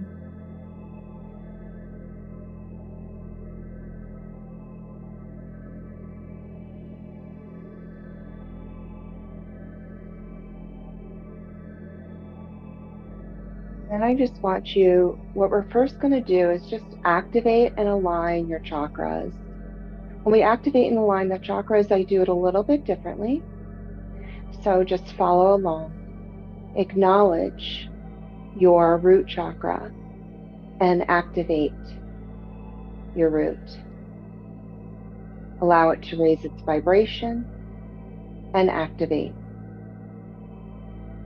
Bring your awareness to your sacral chakra. Activate. Allow that to activate. Raise its vibration. Bring your awareness to your third chakra and activate. Allowing that third chakra to raise its vibration.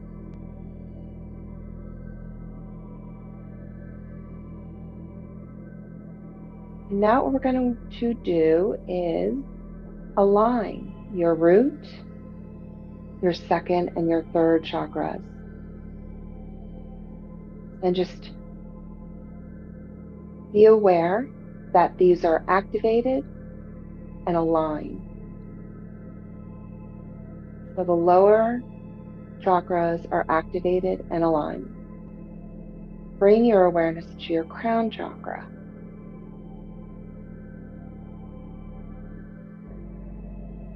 Activate your crown chakra, your crown. Activate, raising the vibration of your crown chakra. Activating it. Bring your awareness now to your third eye and activate your third eye. Raising your vibration and allowing that third eye to raise its frequency and activate. Then bring your awareness to your throat chakra. Activate your throat. As you activate your throat, it raises the vibration.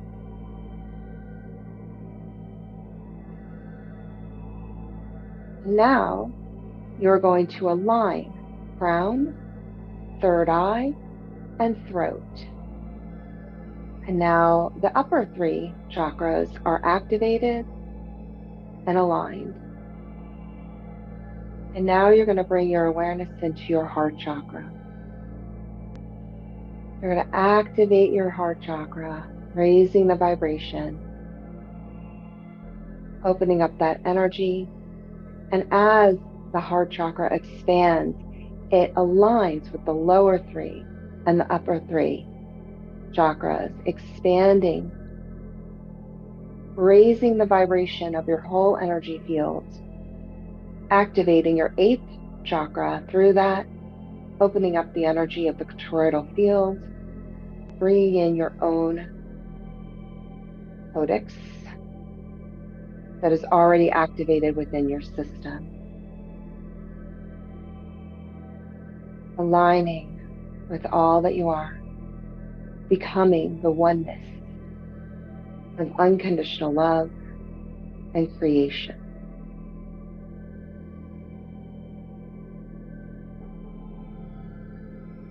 And through the builders are the ascension workers who are creating the paradigm, the blueprint of the next level of our ascension and the ascension of the earth, the beings connected to the earth, and the individual. These builders are opening up the energies, bringing in new star code energies, first to the individual, recalibrating your own specific grid system for your ascension and the next level.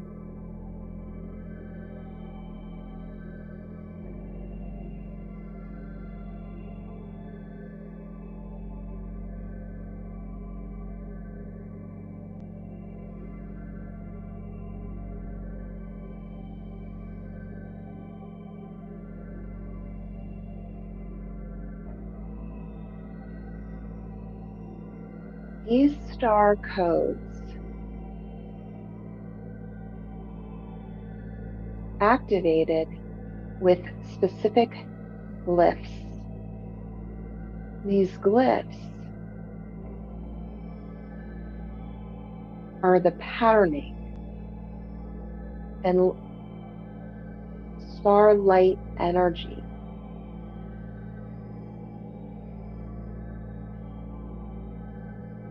creating your multi-dimensional self beyond the DNA energies into the oneness frequency, into your connection with your own higher consciousness, your own awareness of the divine love within, becoming.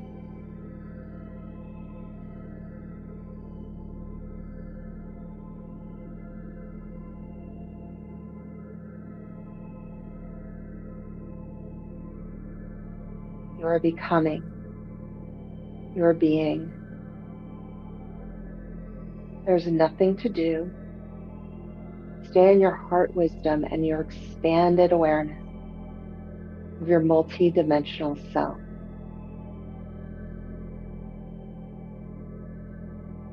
Bringing forward the surrendering and openness of all that you are.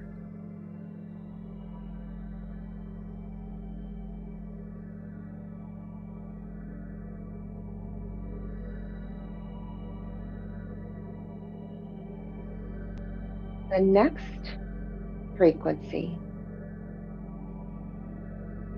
that's coming through is your divine presence. This beautiful divine presence is for you to be more connected, but not connected, open and available to your divine wisdom. So it's a divine presence of wisdom. This frequency is activated through the star code energy. Becoming.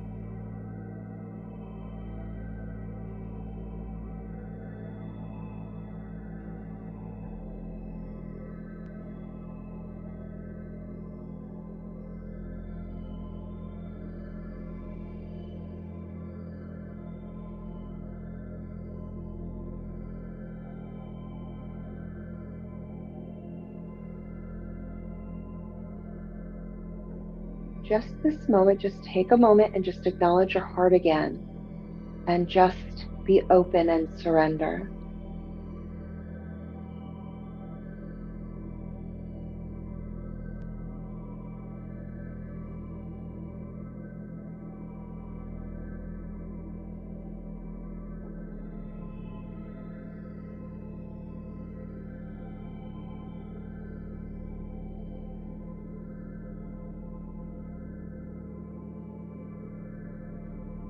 And now they're asking us to connect with all the light beings and star beings who we are divinely connected to for the ascension, for the awakening, and the other spiritual leaders, whether you are aware of it or not, because we are all the leaders if we are holding the frequency of love, recognizing the evolution of us all. When we grid as a unit, and they are creating the grid line, this actually raises our own frequency through the energy of divine service.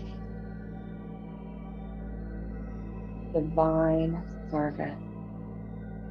Beautiful gift of divine service.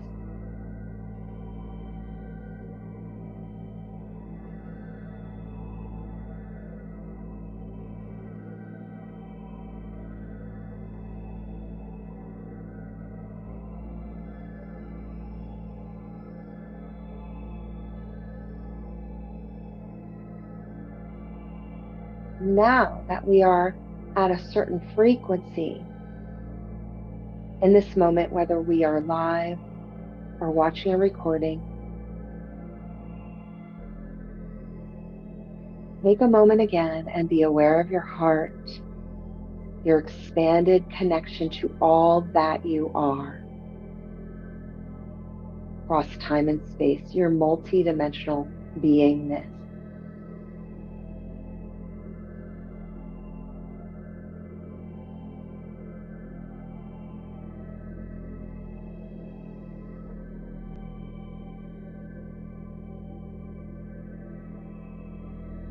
Now, we are witnessing a very profound experience of the builders.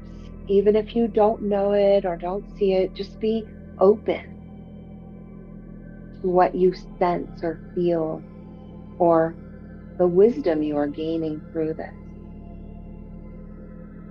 Builders, because of our divine service, are now able to activate the energies of a new star code frequency, not just for our beautiful Gaia, but the multidimensional galactic energies through the galactic center as we witness and participate and experience, because we are also receiving those divine star codexes. So again, take a deep breath and just be open through your heart frequency and allow.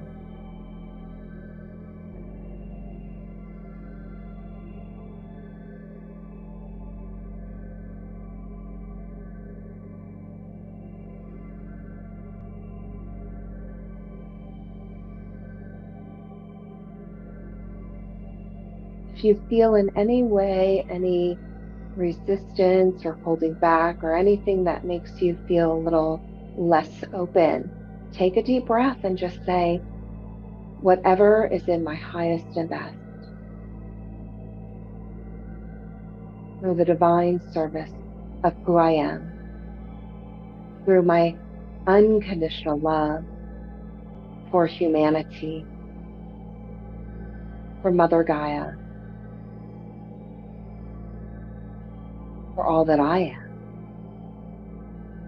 recognizing my divine service through love and light.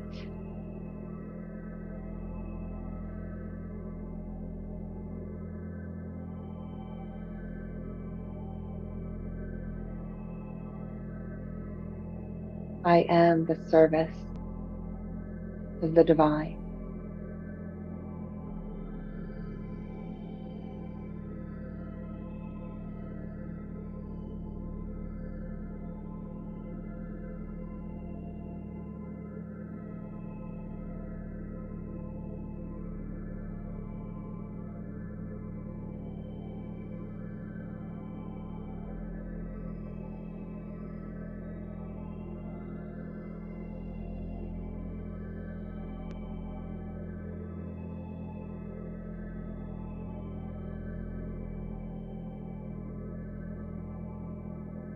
Now a special codex is coming through the spiral of through the grids. This codex is for those who aren't quite aware of the energy shifts that are happening in the new paradigm. But we are also experiencing that for ourselves, for we are embodying the paradigm. So as we witness and embody this energy, we witness this for all humanity, Mother Gaia, and all the beings, multi-dimensional beings and energy systems and galaxies and universes that are experiencing this with us. We acknowledge this beautiful gift through this ascension and through these beautiful builders who are of the service of love.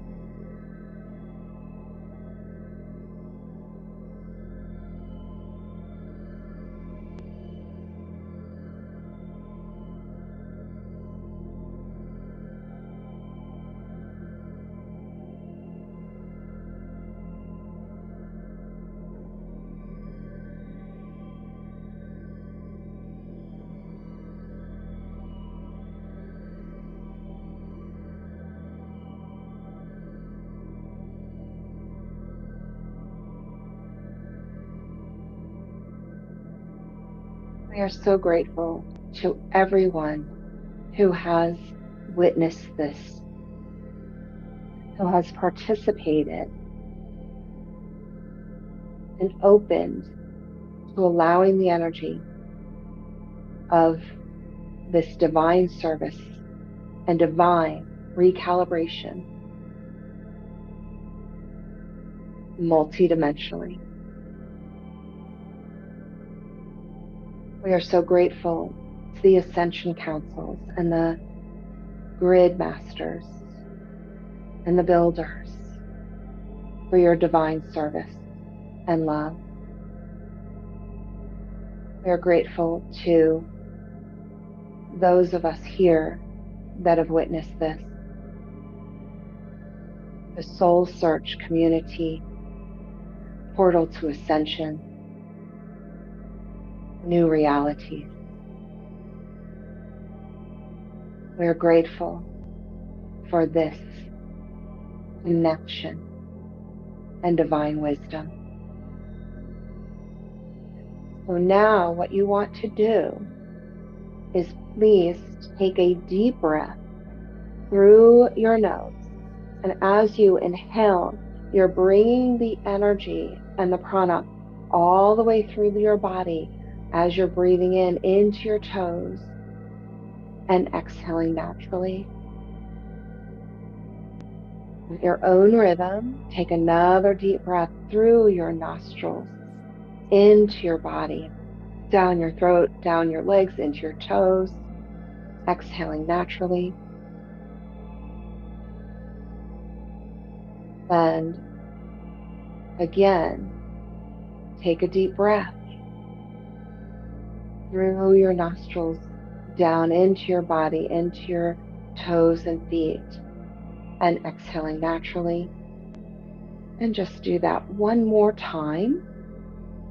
And when you are ready, please open your eyes and come back to this profound moment through love and light.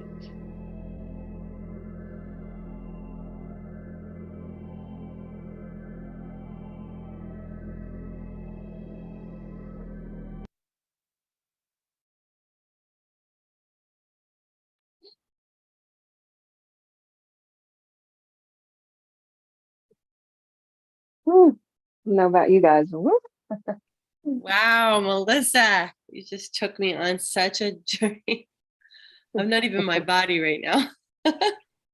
Well, that's why you need to like breathe. But I feel like when these calibrations happen, sometimes you'll come back, start just like take a drink of water. It will ground you. And then also, what I'd love for you to do is, recognize what I'm hearing is that actually these activations will happen through the next 3 to 5 like sleep cycles. Yep. So it's not going to interrupt your sleep. It's not going to mess with your sleep. It's just going to happen organically when you're more in your open space. Thank you.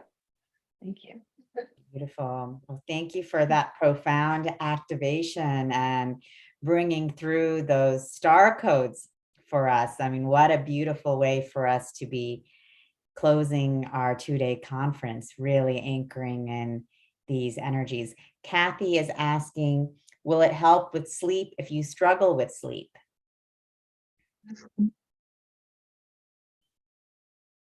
It's not, well, if you ask it to, it will.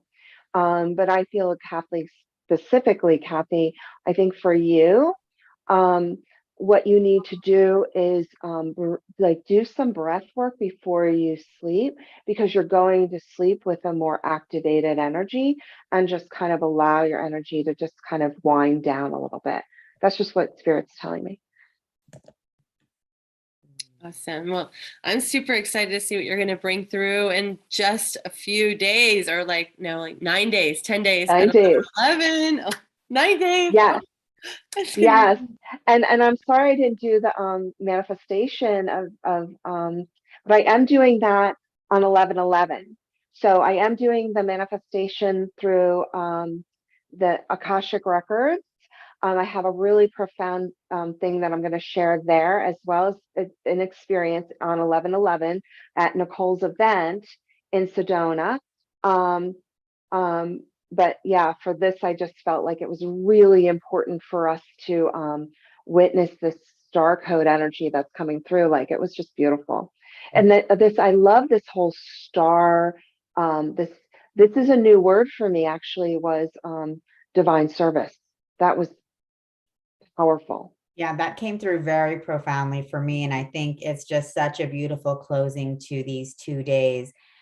Because as Chris is saying right now, this is what we do. That was divine service. And for every single person who has been attending, watching, catching the replay on YouTube, Facebook, Zoom, every single person here is in great divine service. So what a beautiful activation and, reminder for us Melissa, that each one of us are here in divine service of love and light, creating this ascension together. Ascension is not something happening to us. It is something we are truly creating as a community, as one. So, it was perfect that you brought this through today to close out our conference. Thank you so much. Very beautiful, very uplifting. Yeah. Thank you. Thank you, Tangela, for being such a service to our community and having the vision that we should do this. We should have these conversations and talks and in-person gatherings. Everyone will be at Neil's gathering in April, and we'll just continue pulling our network together and dealing with all levels, all levels of awakening. Exactly. Pulling us to a new Right. Yeah, Neil. I really can't say it. I can't say it enough how important it is for us to come together. And Diva was talking about it, and the fact that having gratitude for these experiences and knowing that like people sign up to come down here to give us the darkness, and and the name of the game for so long has been divide and conquer. Creating division just perpetuates the duality. So the only way we're going to really make some change is by coming together and being able to witness over the last few years, all these different organizations, doing their own thing, coming together. And then just like what Soul Search is doing, myself, the amount of organizations that have come together for a joint cause is really a sign of the times. And, the Ultimate Star Beings event that we have in a couple of days that I'm going to share again with everybody is also that, because we're bringing not only 55 speakers in 5 days, but we also brought together 5 seemingly independent organizations doing some massive things in the world, all together to synchronize the energy for this one gathering, right? So it's really creating a model for, collaboratory efforts for the new age. Exactly, Neil. And I just think it's so beautiful how all of us are collaborating. Scott, yourself, Alan, all of us coming together, bringing our energies, bringing together communities. And, for me, it's just so exciting and important because, previously people thought, you had to go into a cave to reach these enlightenment states, and you had to be on your own and be in solitude to make these divine connections. Then we came to the age of the guru, where we had to find that one teacher who was going to lead our way forward. But now, like, we are in ascension, and the ascension means that we have our own divine connection, that vertical connection to source and to Gaia, but it's also the horizontal connection, which is the community and connecting with each and every one of us as the gods and goddesses and the divine that we are. And that includes everyone here, all of our galactic families, all of our ascendant masters and angels and guides, all of us in community as one coming together. And so really it's beautiful just for us to really be creating this new earth and new way of being together, and really creating this ascension of the soul. So and feels like there's a new sacred geometry happening with all of us. Yes, it's a new level. New level, Tangela. Next level. Next level geometry. As I love to say. I love when she says that. You does say that. We're just creating something so next level here, all of us together, that it's really beyond what we can possibly begin to even imagine right now as we all sit here together. The new earth that we're creating together, we can't even begin to imagine how magnificent it's going to be. Yeah, right. It is beyond the imagination. It's the unknown. And that's what's so exciting. We already know what the known is. The unknown is full of possibilities. And that's where we're heading into this last 2 years when Scott decided to do his show, Global Peace Drive. And we just forged our way through the wilderness where there was no path. And we're creating that path into the unknown. That's exciting. Right. And I want to say I was born and raised in LA, and I was in the entertainment industry at an early age, and it was so competitive. And it is really beautiful how everybody collaborates. Alan and New Realities and Portal to Ascension and now Soul Search. and the 11/11 retreat, and of course Global Peace Tribe, and almost every weekend I'm collaborating with somebody. Last night it was with the Illuminate Film Festival. Next weekend I'm collaborating with the Evolutionary Leaders Network, and it's just, and I almost never experience any kind of competitive vibe. It's all just, hey, how can we support each other? How can we collaborate? How can we promote each other? And that in itself, you know, I mean, that's a lot. That's really big. It's really significant. So I'm proud of us. And the other thing I want to say is just to the people that aren't on camera right now, the other 60 people watching, you're all just as important. You know, we get to come on and speak and kind of, you know, have that position, but everybody watching, everybody listening is equally important. So. Right. And all the people in the chat on all the YouTube and all the Facebooks. I mean, right.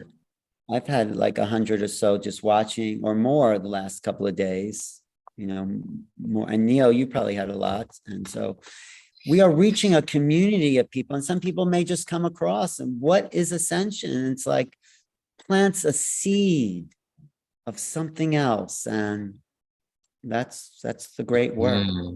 I love all the examples that we had throughout this weekend too. So many different perspectives on it, and it's like Ascension is really, like, it seems like the general theme is tapping into more of who we are, right? Realizing our truest potential, and you know, and transcending these limitations that have been imposed or we've imposed on ourselves.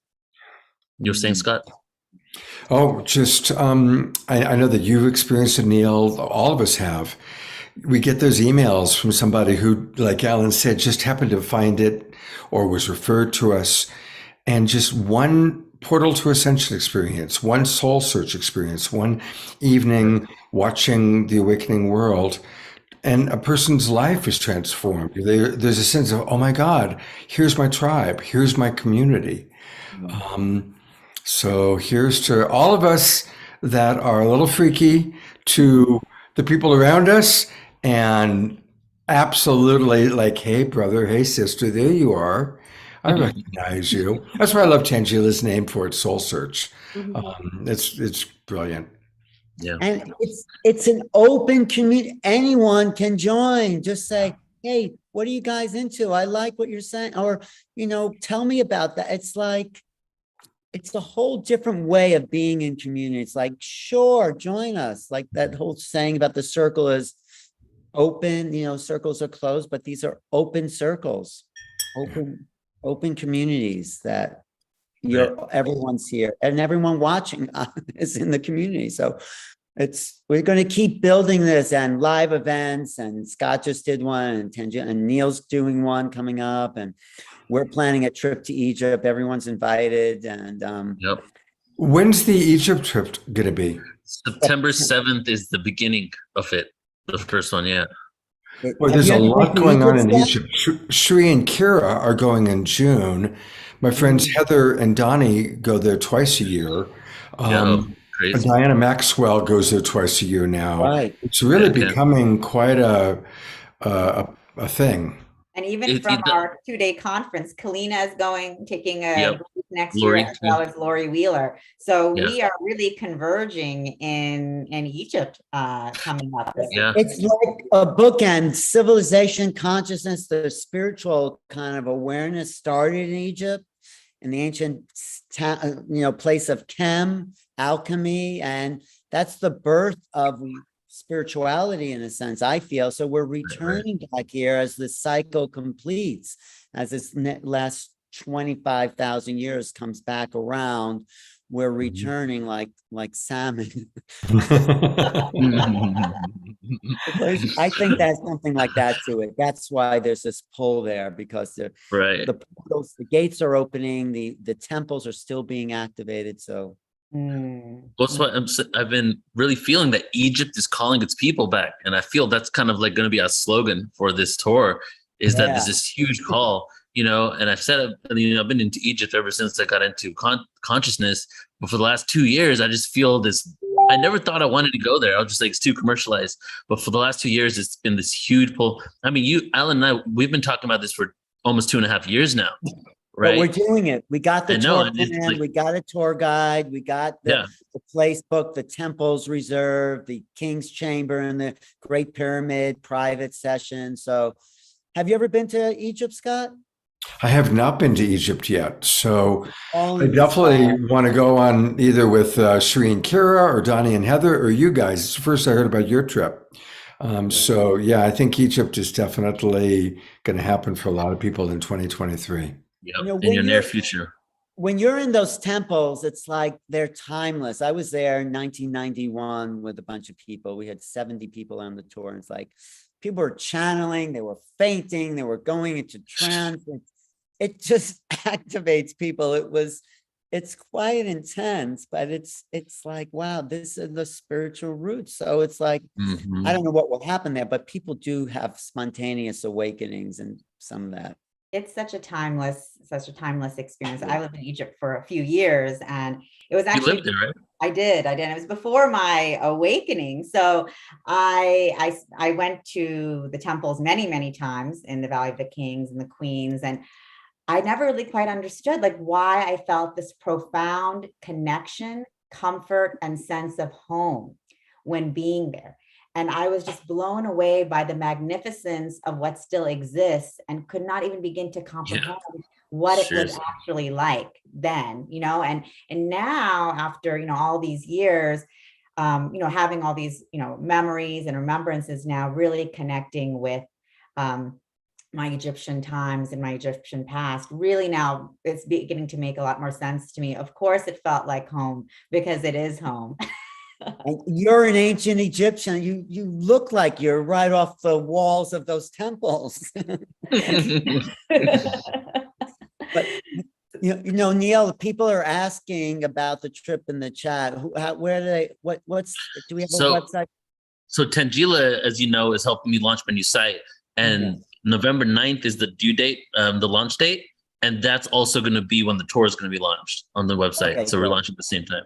Yeah. But it will be the same website, portaltoascension.org. So stay tuned. We have been working together in a labor of love to launch the Portal to Ascension platform. And we're just so excited about it. It is so beautiful and so high vibe, and bringing forth even more new, exciting events, excursions, energies from Portal to Ascension, and super excited about that. Yes, Can I say one more thing about Egypt? Is that JJ and Desiree Hertog are going to go on our tour, and they're going to lead a lot of the ceremonies in these ancient temples. And JJ has these chants, these ancient chants that just activate. Actually, on my tour I did without Jay, we played all the Keys of Enoch music on that tour. So that's a big plus. That sounds amazing. That's going to be very powerful. And Egypt and Hawaii. Exactly. Yeah. And I just want to, everyone who's been watching, again, thank you again, and really invite all of you to join Soul Search. Every single presenter you have seen today is a healer, teacher, and guide as part of our Soul Search community. And you can go on to Soul Search, get to know them further, explore who they are, their teachings, their work, their offerings. And this is really what Soul Search is all about. We are a multidimensional community for healing and transformation for this ascension. We have so much support. So many of us think, oh, I'm only limited to this therapist or this doctor. We're not informed about all of the choices, all of the opportunities, all of the modalities that are available for us to transform who we are and to transform our lives. And the reality is our opportunities are infinite. We have such an amazing amount of support available to us from incredible teachers and guides, as you all saw today and yesterday. I mean, even for me, it's been an incredibly healing and activating experience. So many tears were shed, so many personal, emotional stories were shared. And that's what this is all about, really connecting heart to heart and And I also invite all of you to join our community. We have a community. It's totally open to join. It's totally free.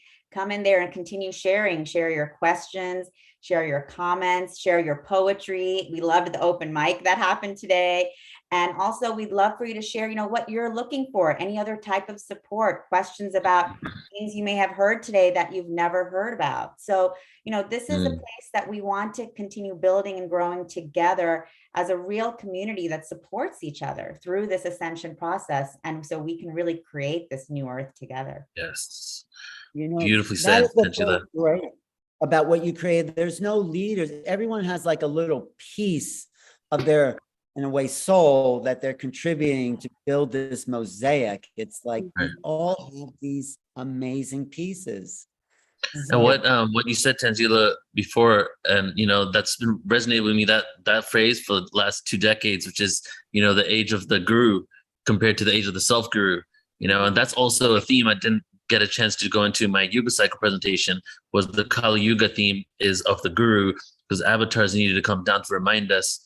Pythagoras, Buddha, and Confucius were all born right after we went to Kali Yuga, and they were all born within 1 year of each other and died 1 year of each other, right? It was like an avatar influx right in the Kali Yuga, and they were here to remind us. And then, and now we're moving from that because we're getting to a frequency where we're able to remember ourselves, right? So it's like the age of the self-guru is here. And that's why I really resonate with teachers that are teaching you how to be your own healer, or just helping you kickstart your own internal healing mechanism, and that's really what this is all about, is having you remember that you have the potential. And back to what Scott said, like we're, just because we're the ones speaking here, we're, you guys, the ones listening, you are literally in training right now to be the teachers for this new paradigm. Like you guys are here as a course for the graduation that you're already going with, already within, that when stuff starts, like things start shifting in the world, we are the way showers. We have the information, the awareness. So that's why it's important for us to do the inner work that we need, so we can really be worthy of being the way showers for the others. I'd love to share 2 things to riff on that, Neil, to build on. But did you finish? Yes, I did. Okay. Another wave that came through was Mahatma Gandhi, Paramahansa Yogananda, and Sri Aurobindo. They all came in very close, and they all went out very close. Right. And they also brought in a new wave. And then the second thing I wanted to mention is, you're right. I'm older than any of you, I think. Well, maybe Alan and I are close. But, there was the whole guru period, and that is over. And what else has changed is 20 years ago, everybody was looking for their soulmate. And now most people are looking for their tribe. Most people are no longer just looking for that one person, but most people are looking for their community, their tribe, and that's also a nice evolution that we've witnessed. I love that. I'm still looking for my soulmate, Scott. Me too, Alan. Today, it's us, and our love baby was Nicole, right? Right. That's definitely the joke of the soulmate reunion taking place. That was classic right there. 30 years later, we find out. So guys, what I want to do here, because I want to, I'm feeling the flow for the rest of this experience. Would be nice if we can go for to each one of you on the panel here, starting with Melissa, and just spend a minute, just sharing whatever you want, your closing thoughts for the day, right? And your intention, gratitude, your hope for our future. And then I want to share a couple of, after we do that official closing, I want to share a couple of Portal to Ascension events, and we'll close out with a poem. How's that sound? Beautiful. Okay, cool. Let's start with you, Melissa. Yeah, absolutely. I am so grateful for everyone here. This is a very powerful group, and I know Tangela and Nicole very well. I see them often, and I just recognize how amazing everything is with the collaboration and how we are so connected, because when I was doing that meditation, I saw such a connection beyond the human, and how we're connected so multidimensionally as well. So how our souls are even communicating as we're connecting together. And that was just so beautiful to experience. But as humans, you guys are bringing so much to so many people. And what they're telling me is that this is acceleration. There are going to be more and more people who are going to need it. And that's why you guys are just at the precipice, really, of helping people and collaborating with other light workers or soul seeds or whatever you want to call them, and how that is expanding. I am so grateful to be here. I love Soul Search, and I am so blessed. Spirit created this community of beautiful souls. So thank you, Alan, Tangela, Neil, Nicole, and Scott. Oh my gosh, you have no idea the love I feel for all of you and everyone else who has joined us in live or later. Thank you. Thank you, Melissa. Thank you. Alan, you want to go next? Yeah, I'm just circulating here, just finding a space. Okay. Well, in a way, I said it's like there's a culmination of the last, I think since the 80s, when it was called the New Age. And there was the beginning of this collective teachings and workshops coming out of Eastern tradition, coming out of the psychedelic movement. There was this wave of some early spiritual communities that were gathering. I mean, Scott knows this too, and what Deborah's Harmony Festival. And that was like the first wave. And we just loved all those new teachers. Sacred geometry was big. And then, Eastern teaching, chakras, everyone's looking for their chakras and the soulmates. And these concepts were starting to come into people's consciousness. And that was like the first wave. And now it's like, well, it's mainstream, we're gathering here. We're talking about Ascension. It's like Portal to Ascension. I just came from an Ascension Together weekend in Massachusetts. It's like, it's common language. So it reflects an evolution of our society. And that's like this first wave. And so the concepts that were like new then are established within a social fabric, and we're part of something, and more people are coming in. So the next wave is, how do we build this out into more mainstream? How do we get it out of because like I was joking with you, Tangela, I think we see the same people on the same events, on the same Zoom. It's great, but there's a big world that's, I think, wanting what all of us here are talking about and listening, what we all know. And I know Scott's thinking about this too. How do we get out to reach the people that are sitting home watching football? Nothing wrong with that. But, I think this is a lot more interesting. And so, I don't know, it's just something to think about, because like, I think, we're showing something. I think the world is hungry for what we're discovering, because we were hungry for it.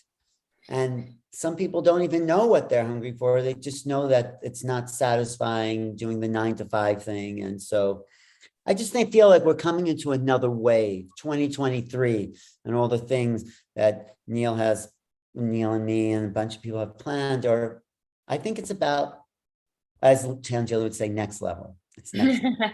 I think that's where we're going. That's what's exciting. It is. And we don't know what that's going to look like, but I think it's like when yoga and health food started to make mainstream, like, and, Safeway has a health food section. It's like, and Whole Foods on every street corner. It's like, wow, that was a big shift, because I used to go into a town and say, where's like your health food store? And like, oh, we don't have a health food store. But so I just see this evolution, and it's the Aquarian age, as Raquel says. It's like we're moving into something, and I'm really excited. We're at the threshold of a new time, and these events help kind of pull it all together. So that's what I have to say. Thank you, brother. Scott. Yeah, I'll go next. So riffing on what Alan just said, I'd love to ask, we've got 50 people besides the panelists listening. Help build this. Pick something coming up that you're going to do, that you're going to go to either online or in person, and really think about who some of the people you know that are open-minded enough, but don't know about us yet. And that's really, I mean, there's not a financial part to it, but we need to multi-level it out, right? I mean, it's the old thing. If each person brings two people, it brings two people. And it is true. We need to grow this. We need to expand it.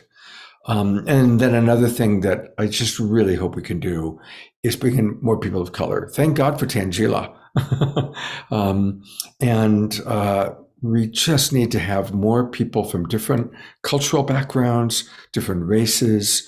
I really would like to see much more youth and color coming in. So we need to think about, okay, how do we do that? How do we make our offerings as dynamic as possible? And I'm trying to do that by combining some of our older friends that we love with what I call the next generation.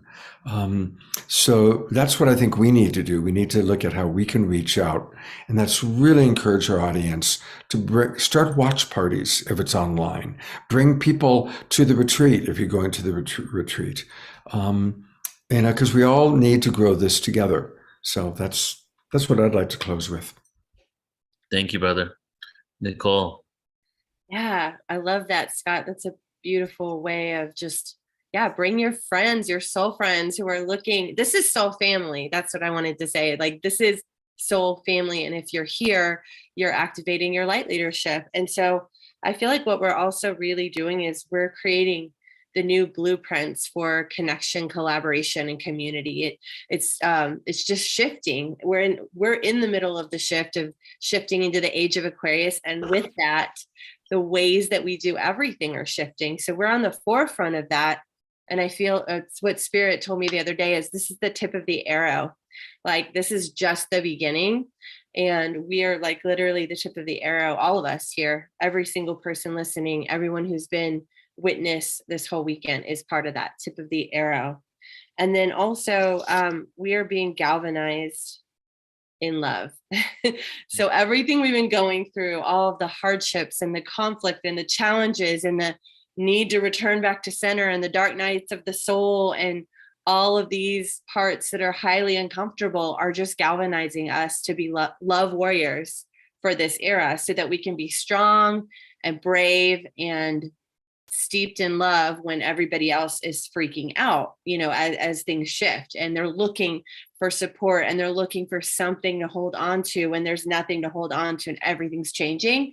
We will be there. All of you listening, we will all be there. So that's really what I wanted to share. Thank you. Yeah. Steeped in love when everybody else is freaking out. I love that. Thank you, Nicole. Yeah, thank you, Nicole. All right, so Tangela, but before you come on, Tangela, I was just going to give a sentence about you again. And when Alan introduced me to Tangela at the party, we had like a immediate connection within like 5 minutes. And I was just like, who is this person?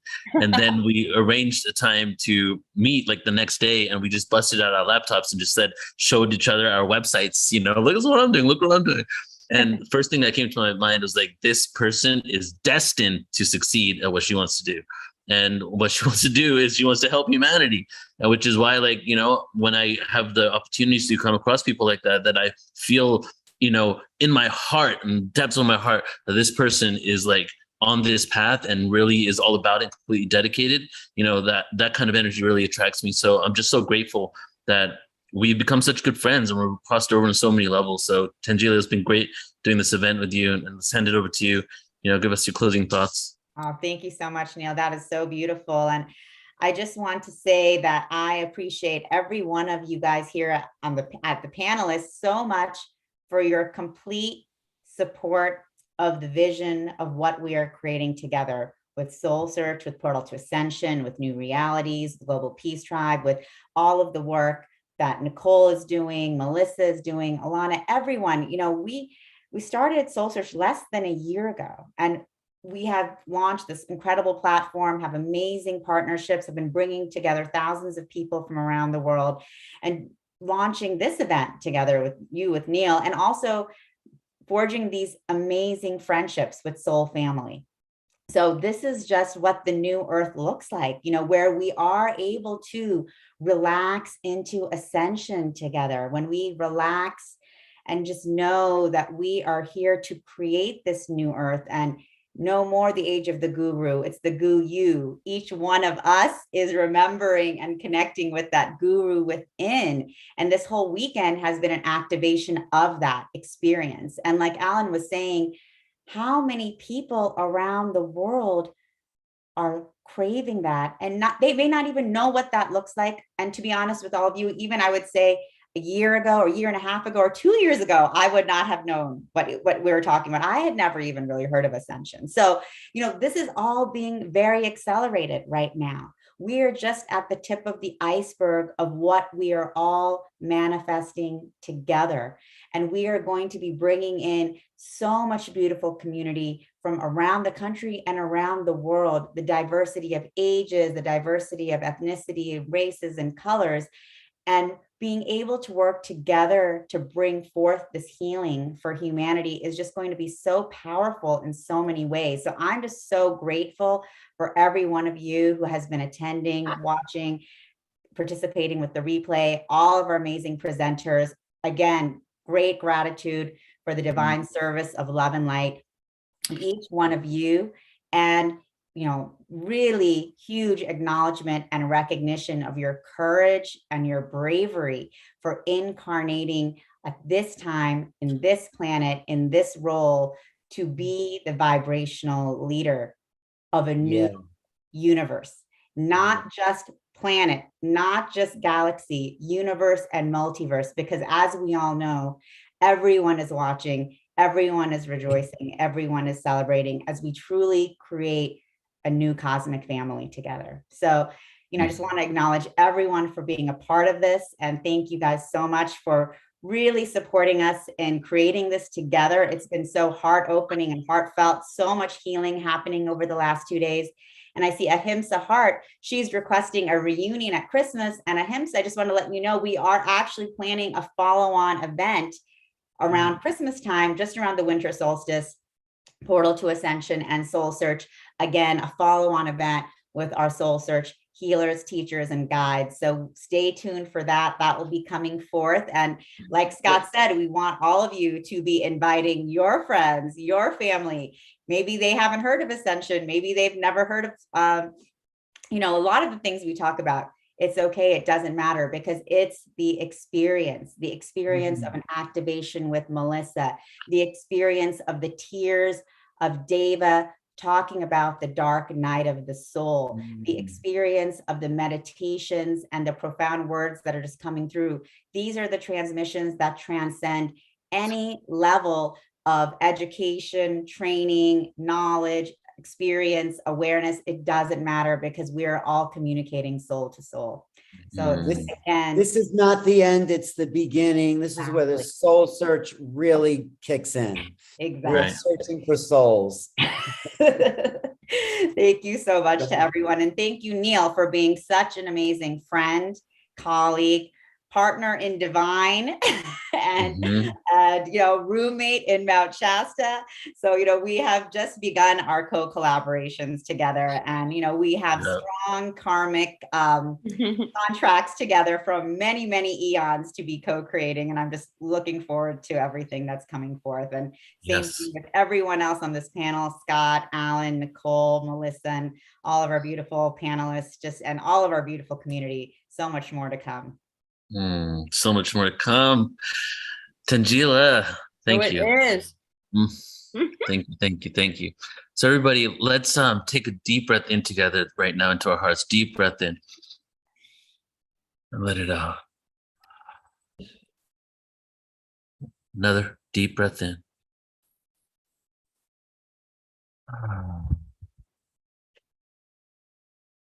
One more time, deep breath in.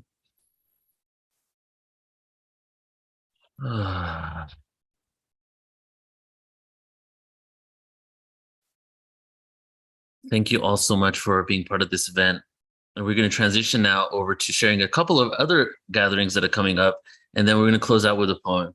But just like infinite gratitude for this experience, please do check out the replays, put it in the background, share it with whoever you want. This frequency that this is emanating is going to go out. We're going to chop up every presentation, relaunch every single presentation. We're going to put it up on the Portal Ascension podcast. So for the next 6 months, this content is going to be going out to tens, if not hundreds of thousands of more people. So we are embedding right now, everybody here that's a part of this and has been a part of this, your energy is infused into this bubble that we've created that is now going to just go out and continue to create sparks of awareness in people. So I'm just grateful that we get to walk this path together and have fun doing it. You know, let's make this this can be a lighter situation experience for ourselves. We can enjoy it and have fun and embody the transition as we shift our perspectives around the challenges that we're experiencing. So I'm going to share my screen now, and I'm excited to share these with you guys. So next year, like Alan was speaking about, we have a lot of things coming up, and I'm really excited that we're actually going back to live conferences. So it's been like, this is 3 years, would have been 3 full years before, since we've done a live conference. And the last one happened to be in October 2019, which was the Portal to Ascension conference, the second one in Irvine, California. So this one right here is in San Diego. So this is the 5th annual Portal to Ascension conference, April 21st to 23rd, San Diego. And it's at the Marina Village Conference Center, which is overlooking the ocean at the marina in San Diego, right next to SeaWorld. We have amazing presenters, so I'm going to go over some of these presenters here. Oh, look, Joan just arrived. Let me open the door for her. She's locked. Yeah, so he's showing, so sign up. It's there. He was showing JJ Hertog, Robert Schock. Well, it's coming up. Go ahead, Neil. Yeah, go ahead, Al. Yeah, JJ Hertog, JJ and Desiree Hertog, Robert Schock. If you don't know who Robert Schock is, he discovered how old the Sphinx was. He said there's weather watering on the Sphinx that dates it back 10,000 years. That was a whole new discovery.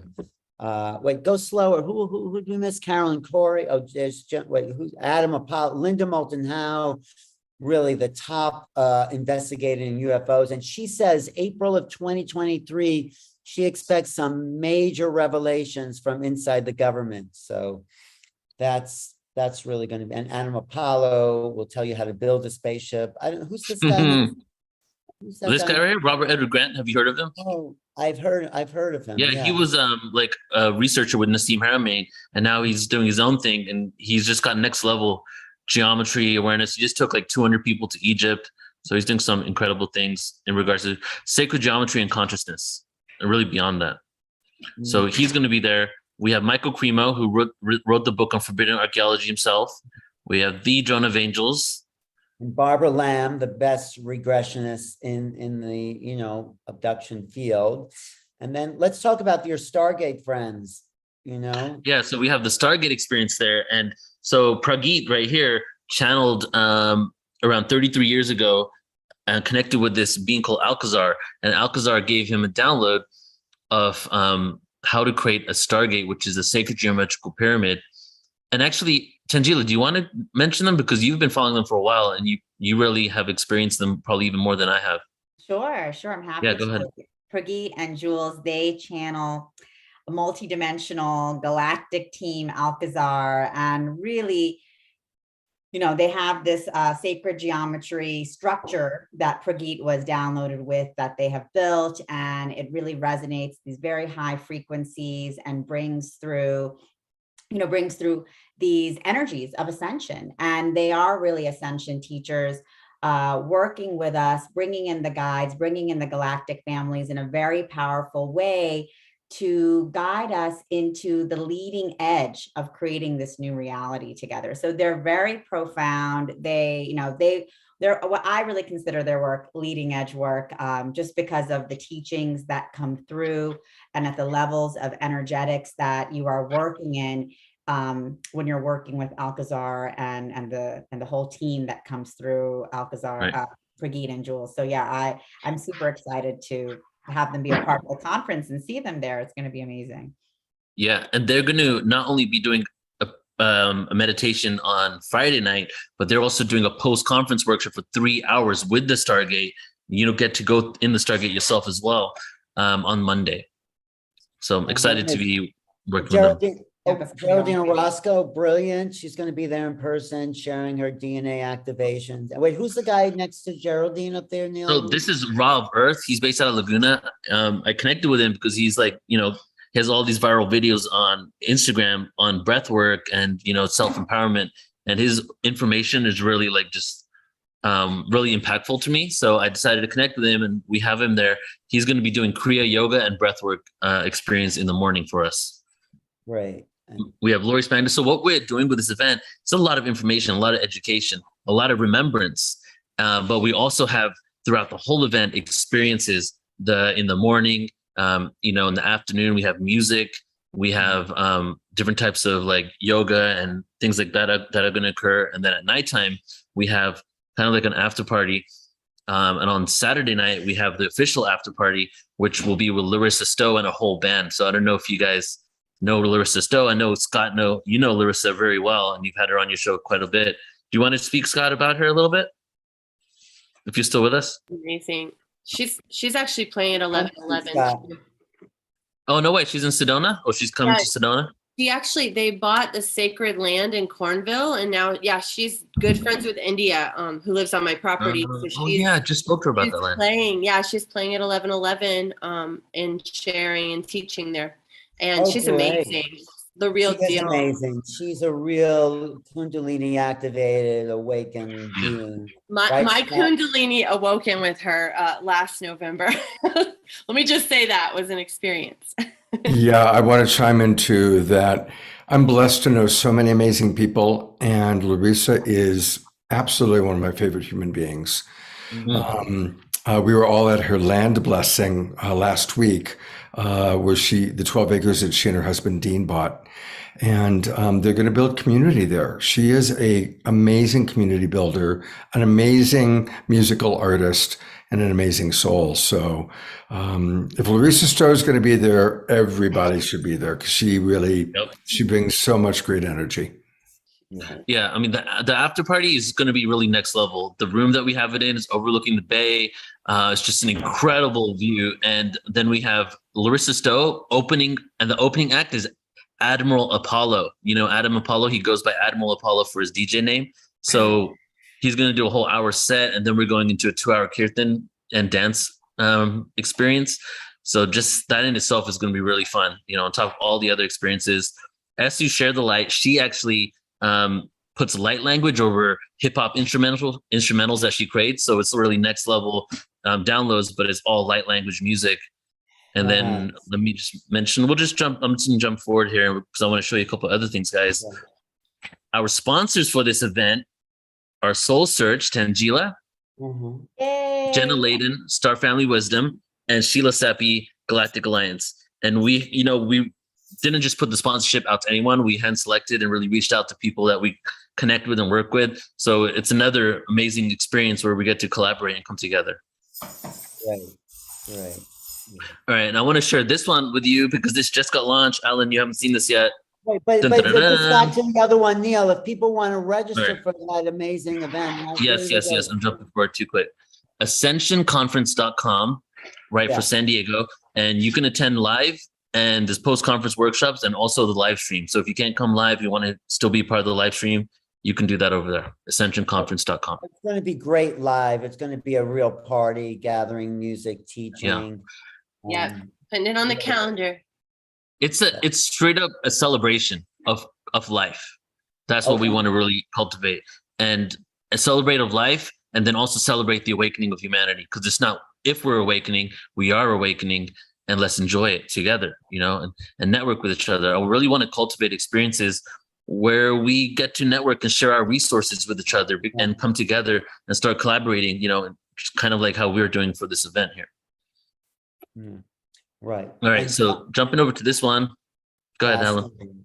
No, I think Glastonbury is one of the ancient sites. I really think it's actually was one of the tops of Atlantis. And that's why the tour, there's this hill there that is so intense and powerful. You climb up. I think it's a man-made hill, or somebody made that, because when you very go interesting.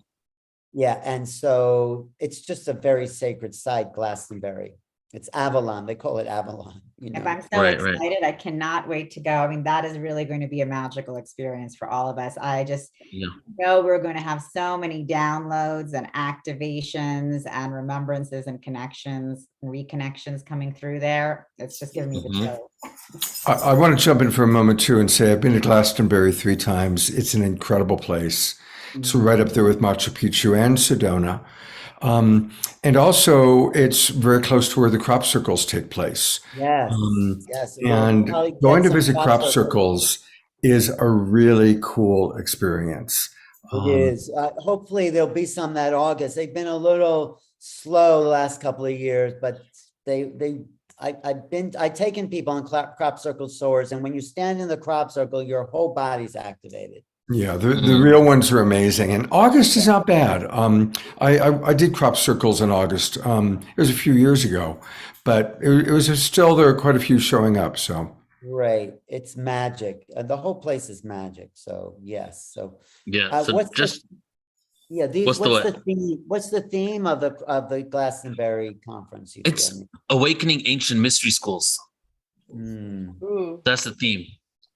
So the Portal Ascension Conference, San Diego, a lot of ET stuff, a lot of interdimensional beings, ancient civilizations history. Robert Schoch's going to be releasing new information on Egypt. It's really full circle Portal to Ascension. But this one in Glastonbury is almost entirely the realm of consciousness, you know. So it's really about the spiritual awakening.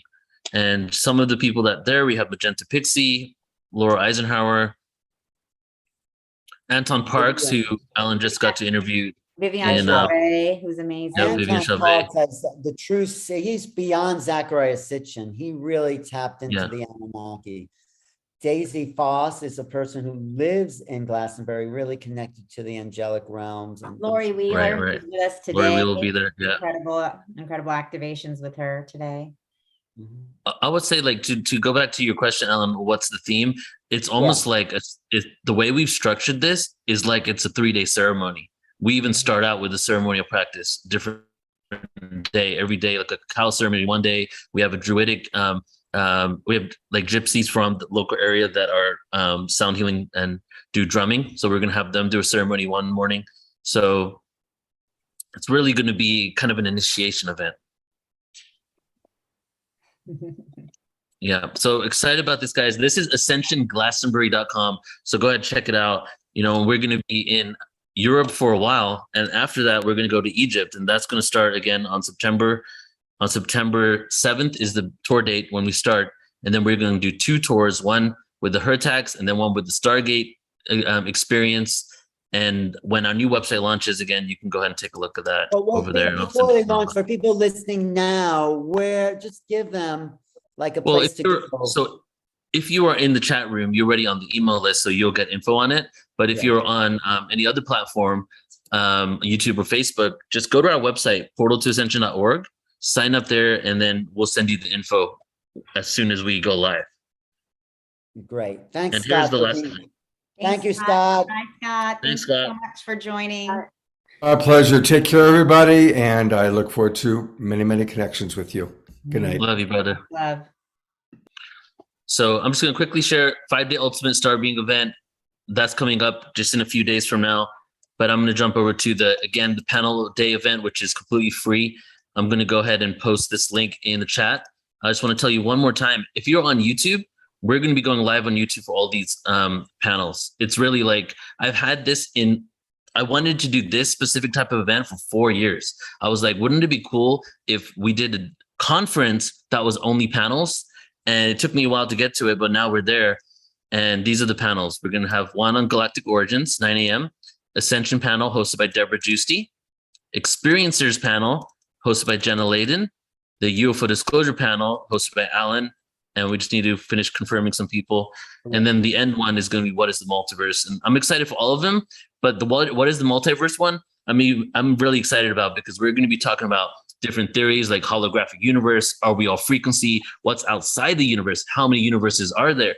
And a lot of the people on these panels are experiencers. And Adam Apollo, he's astral traveled to like hundreds of planets. So these are the individuals that I would feel maybe came across this information during their travels in space, So we're going to have a really deep conversation on that as well. So how do they register for the Ultimate Star Being Conference? Here we go. I'm going to go ahead and post this in the room right now. There you go.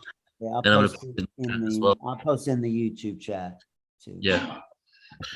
Let me just, Beautiful. All right, guys. So do you guys want to share anything else before we close out with a poem? well, I just just, like go ahead, Alan. no, I'm just gonna say we have so much to look forward to and more knowledge. Just when you thought you were rich with knowledge, a whole new doorway opens up. 2023 is the opening of a new doorway into conscious. That's what I feel. So Exactly. I feel so too. Yeah. Definitely. And I just would love all of you to come check out Soul Search, www.soulsearch.io. You know, you can see all of the different beautiful presenters we had all throughout the weekend. You can explore different modalities, and there's all types of courses and articles that you can check into. And of course, I invite you all to join into our community and just share and connect with us there. So, you know, and it's just completely free to join. So just go to, you know, when you go to Soul Search, you can just click on community, or it's community.soulsearch.io. And wonderful. I see Rick, who has been with us this whole weekend. He actually joined, and Marianne was already commenting that his liquid light poem is amazing. So wonderful. I love seeing the, this is what it's all about. Continuing those connections that we built today and yesterday. We can continue doing that as we bring forth new events and new activities together. And so you can see here, Raquel giving a Mars station retrograde. We have all types of updates, events, courses, groups that people can join. So I invite all of you guys just to come on over and be a part of this. We have lots of different types of events. We have a drop-in dating, coaching, and matchmaking with intuitive eye reading happening via Zoom tomorrow. We have Finding Peace and Happiness, Shakti Saturdays. So there's so much that's always happening on our platform. So we invite you guys to come in, tell us what you're looking for, tell us what you need, and you can explore the different presenters that you saw here today. Like, here you go, here's Melissa Fike, where you can explore who she is, all of her offerings, including Akashic Records, business healings and readings. You can download free PDF and video series, check out her book, read different reviews, there's articles, watch a couple of videos. And we have this, all of our practitioners have so much information, so you can get to know them, and then you can just connect with them directly. So, you know, really encourage all of you guys to stop in and stay tuned. We have lots of different online events like this one, as well as in-person events happening all the time. So join the community and we'll keep you posted, and we'll also keep you updated about our next big online conference with Portal to Ascension coming up before the end of the year. It's going to be exciting. So thank you again, everyone. Infinite gratitude and infinite love to every single person, every single being joining us in this moment, in every moment, on the replay, live. Thank you all. Love you guys. Thank you. Thank you. Thank you. Tangela is so cool and so professional. I mean, you're ready for mainstream for you, Tangela. You're just so good. You're just so, yeah. Thank you, Alan. Well, we're all ready for mainstream because this is meant to be mainstream. This no longer esoteric, no longer niche. I mean, the guides have come in and told me very clearly the reason is not that the technology behind Soul Search has not been available. It's been available for years, but consciousness was not ready for this information, this knowledge, these experiences. And consciousness, we are now co-creating this new reality together where all of this is coming forth in a huge way. And this is all about to go very, very, very mainstream. I'm super excited about it. Thank you, Tangela. This is the beginning. And the reason why we're doing so much next year, next month, is because the momentum is picking up. You know, it's really, this is the moment for it all. And it's all or nothing. We're all in on this consciousness, you know, on this movement for the upliftment of humanity. You know, we have a choice. Which way do we want to go?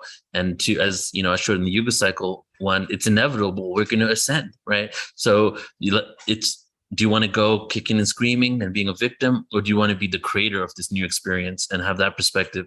And that's what we're shifting into, right? These events are just one out of thousands, hundreds of thousands of events going on, you know? So I'm excited to see what is going to be occurring and just go along for the ride and enjoy it as we continue moving forward in humanity's evolution.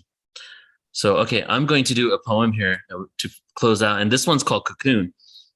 So the reason why I want to do this one is because it was kind of like a dark night of the soul moment. And you know what I got from who was speaking on the dark night of the soul? I think it was Deva, right? Yeah, Deva. So it almost seemed like the dark night of the soul can come back at different levels on different times, and you can go through different ones. And I didn't even know that until now. You know, I was thinking like the dark night of the soul was there, but it makes sense. We go through the dark night of the soul in different moments. We're transcending and we're going through spirals of healing. And this poem is one I wrote about a couple of years ago, and it really represents for me the dark night of the soul. So it's called Cocoon.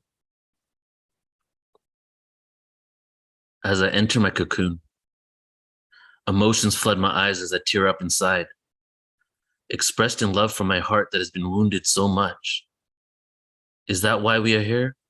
To be aware of the cycles of time, the intensity, the ability to reach a level of consciousness that presented itself on this beautiful planet countless times. This planet is so beautiful. The story of how we became. Thousands of years where humanity and time coexisted instead of being authoritative and controlled by the ages that will come and will go and will continue to come again. Each eon presents an opportunity for liberation.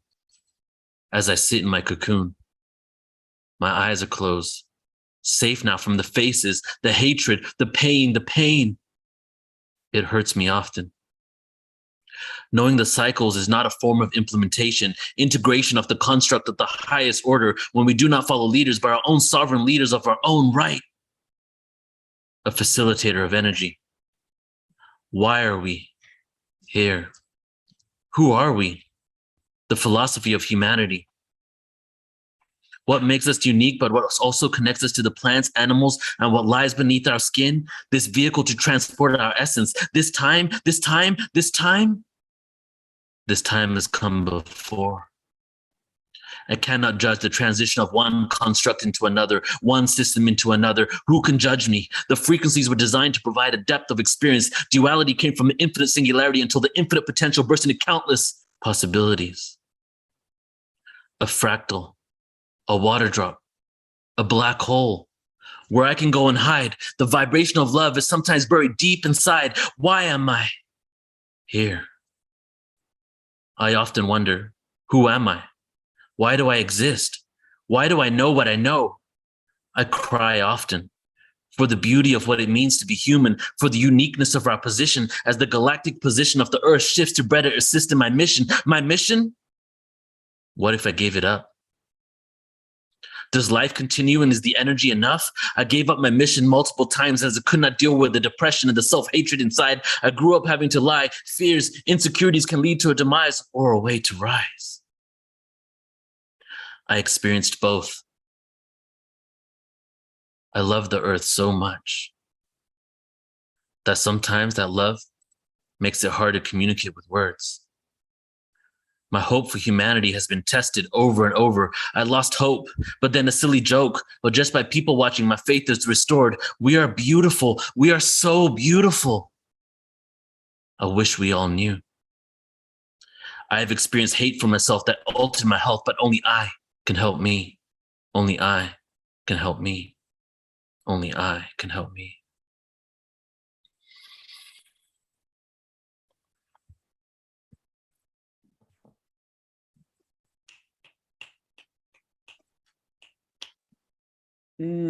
That's a dark night of the soul. That's a rebirth. That's the future we're going. Awakening. Yes. Thank you all so much for being here. Ellen, you were going to say something. No, I'm just happy. I think it's we're in this transformation. That poem sort of expressed that. Yeah. You know, I mean, even 2 years ago, you know, I've been doing this work for a while. I've been going through waves, you know, and it's just like, but ultimately we have to take responsibility for ourselves. and we can transcend, and we got to really realize that these lessons are here to help us grow, right? Yeah. Susie says, To remember the light. Susie What's was that, saying, Nicole? she says, one of your deepest, Neil. Awesome. Susie, I agree. That was just like profound. And then my third eye started pulsing. So I don't Oh, I don't know nice. what's happening there. Well, text me if you have a Kundalini awakening tonight, okay? That'd be pretty cool. Powerful. Like, no. Thank you. And that's a beautiful way to wrap up this conference, because, you know, what we've been learning from all of our Ascension guides over the entire weekend is that, you know, there are these dark nights, there are these things that are happening for all of us, you know, but we can transcend, and we can do it, and we can take responsibility. And at the same time, we are fully supported. So beautiful. Yes. I mean, what a beautiful share you have to help us just wrap up this entire weekend. Very, very powerful. Thank you. So let's all just take one breath together, and then we'll close out for today. So everybody tuning in, everybody on all the social platforms in the room, let's just breathe normally for right now. We're just gonna take one deep synchronized breath together. Just breathe normally.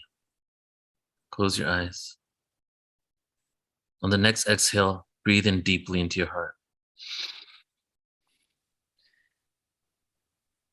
Let it go.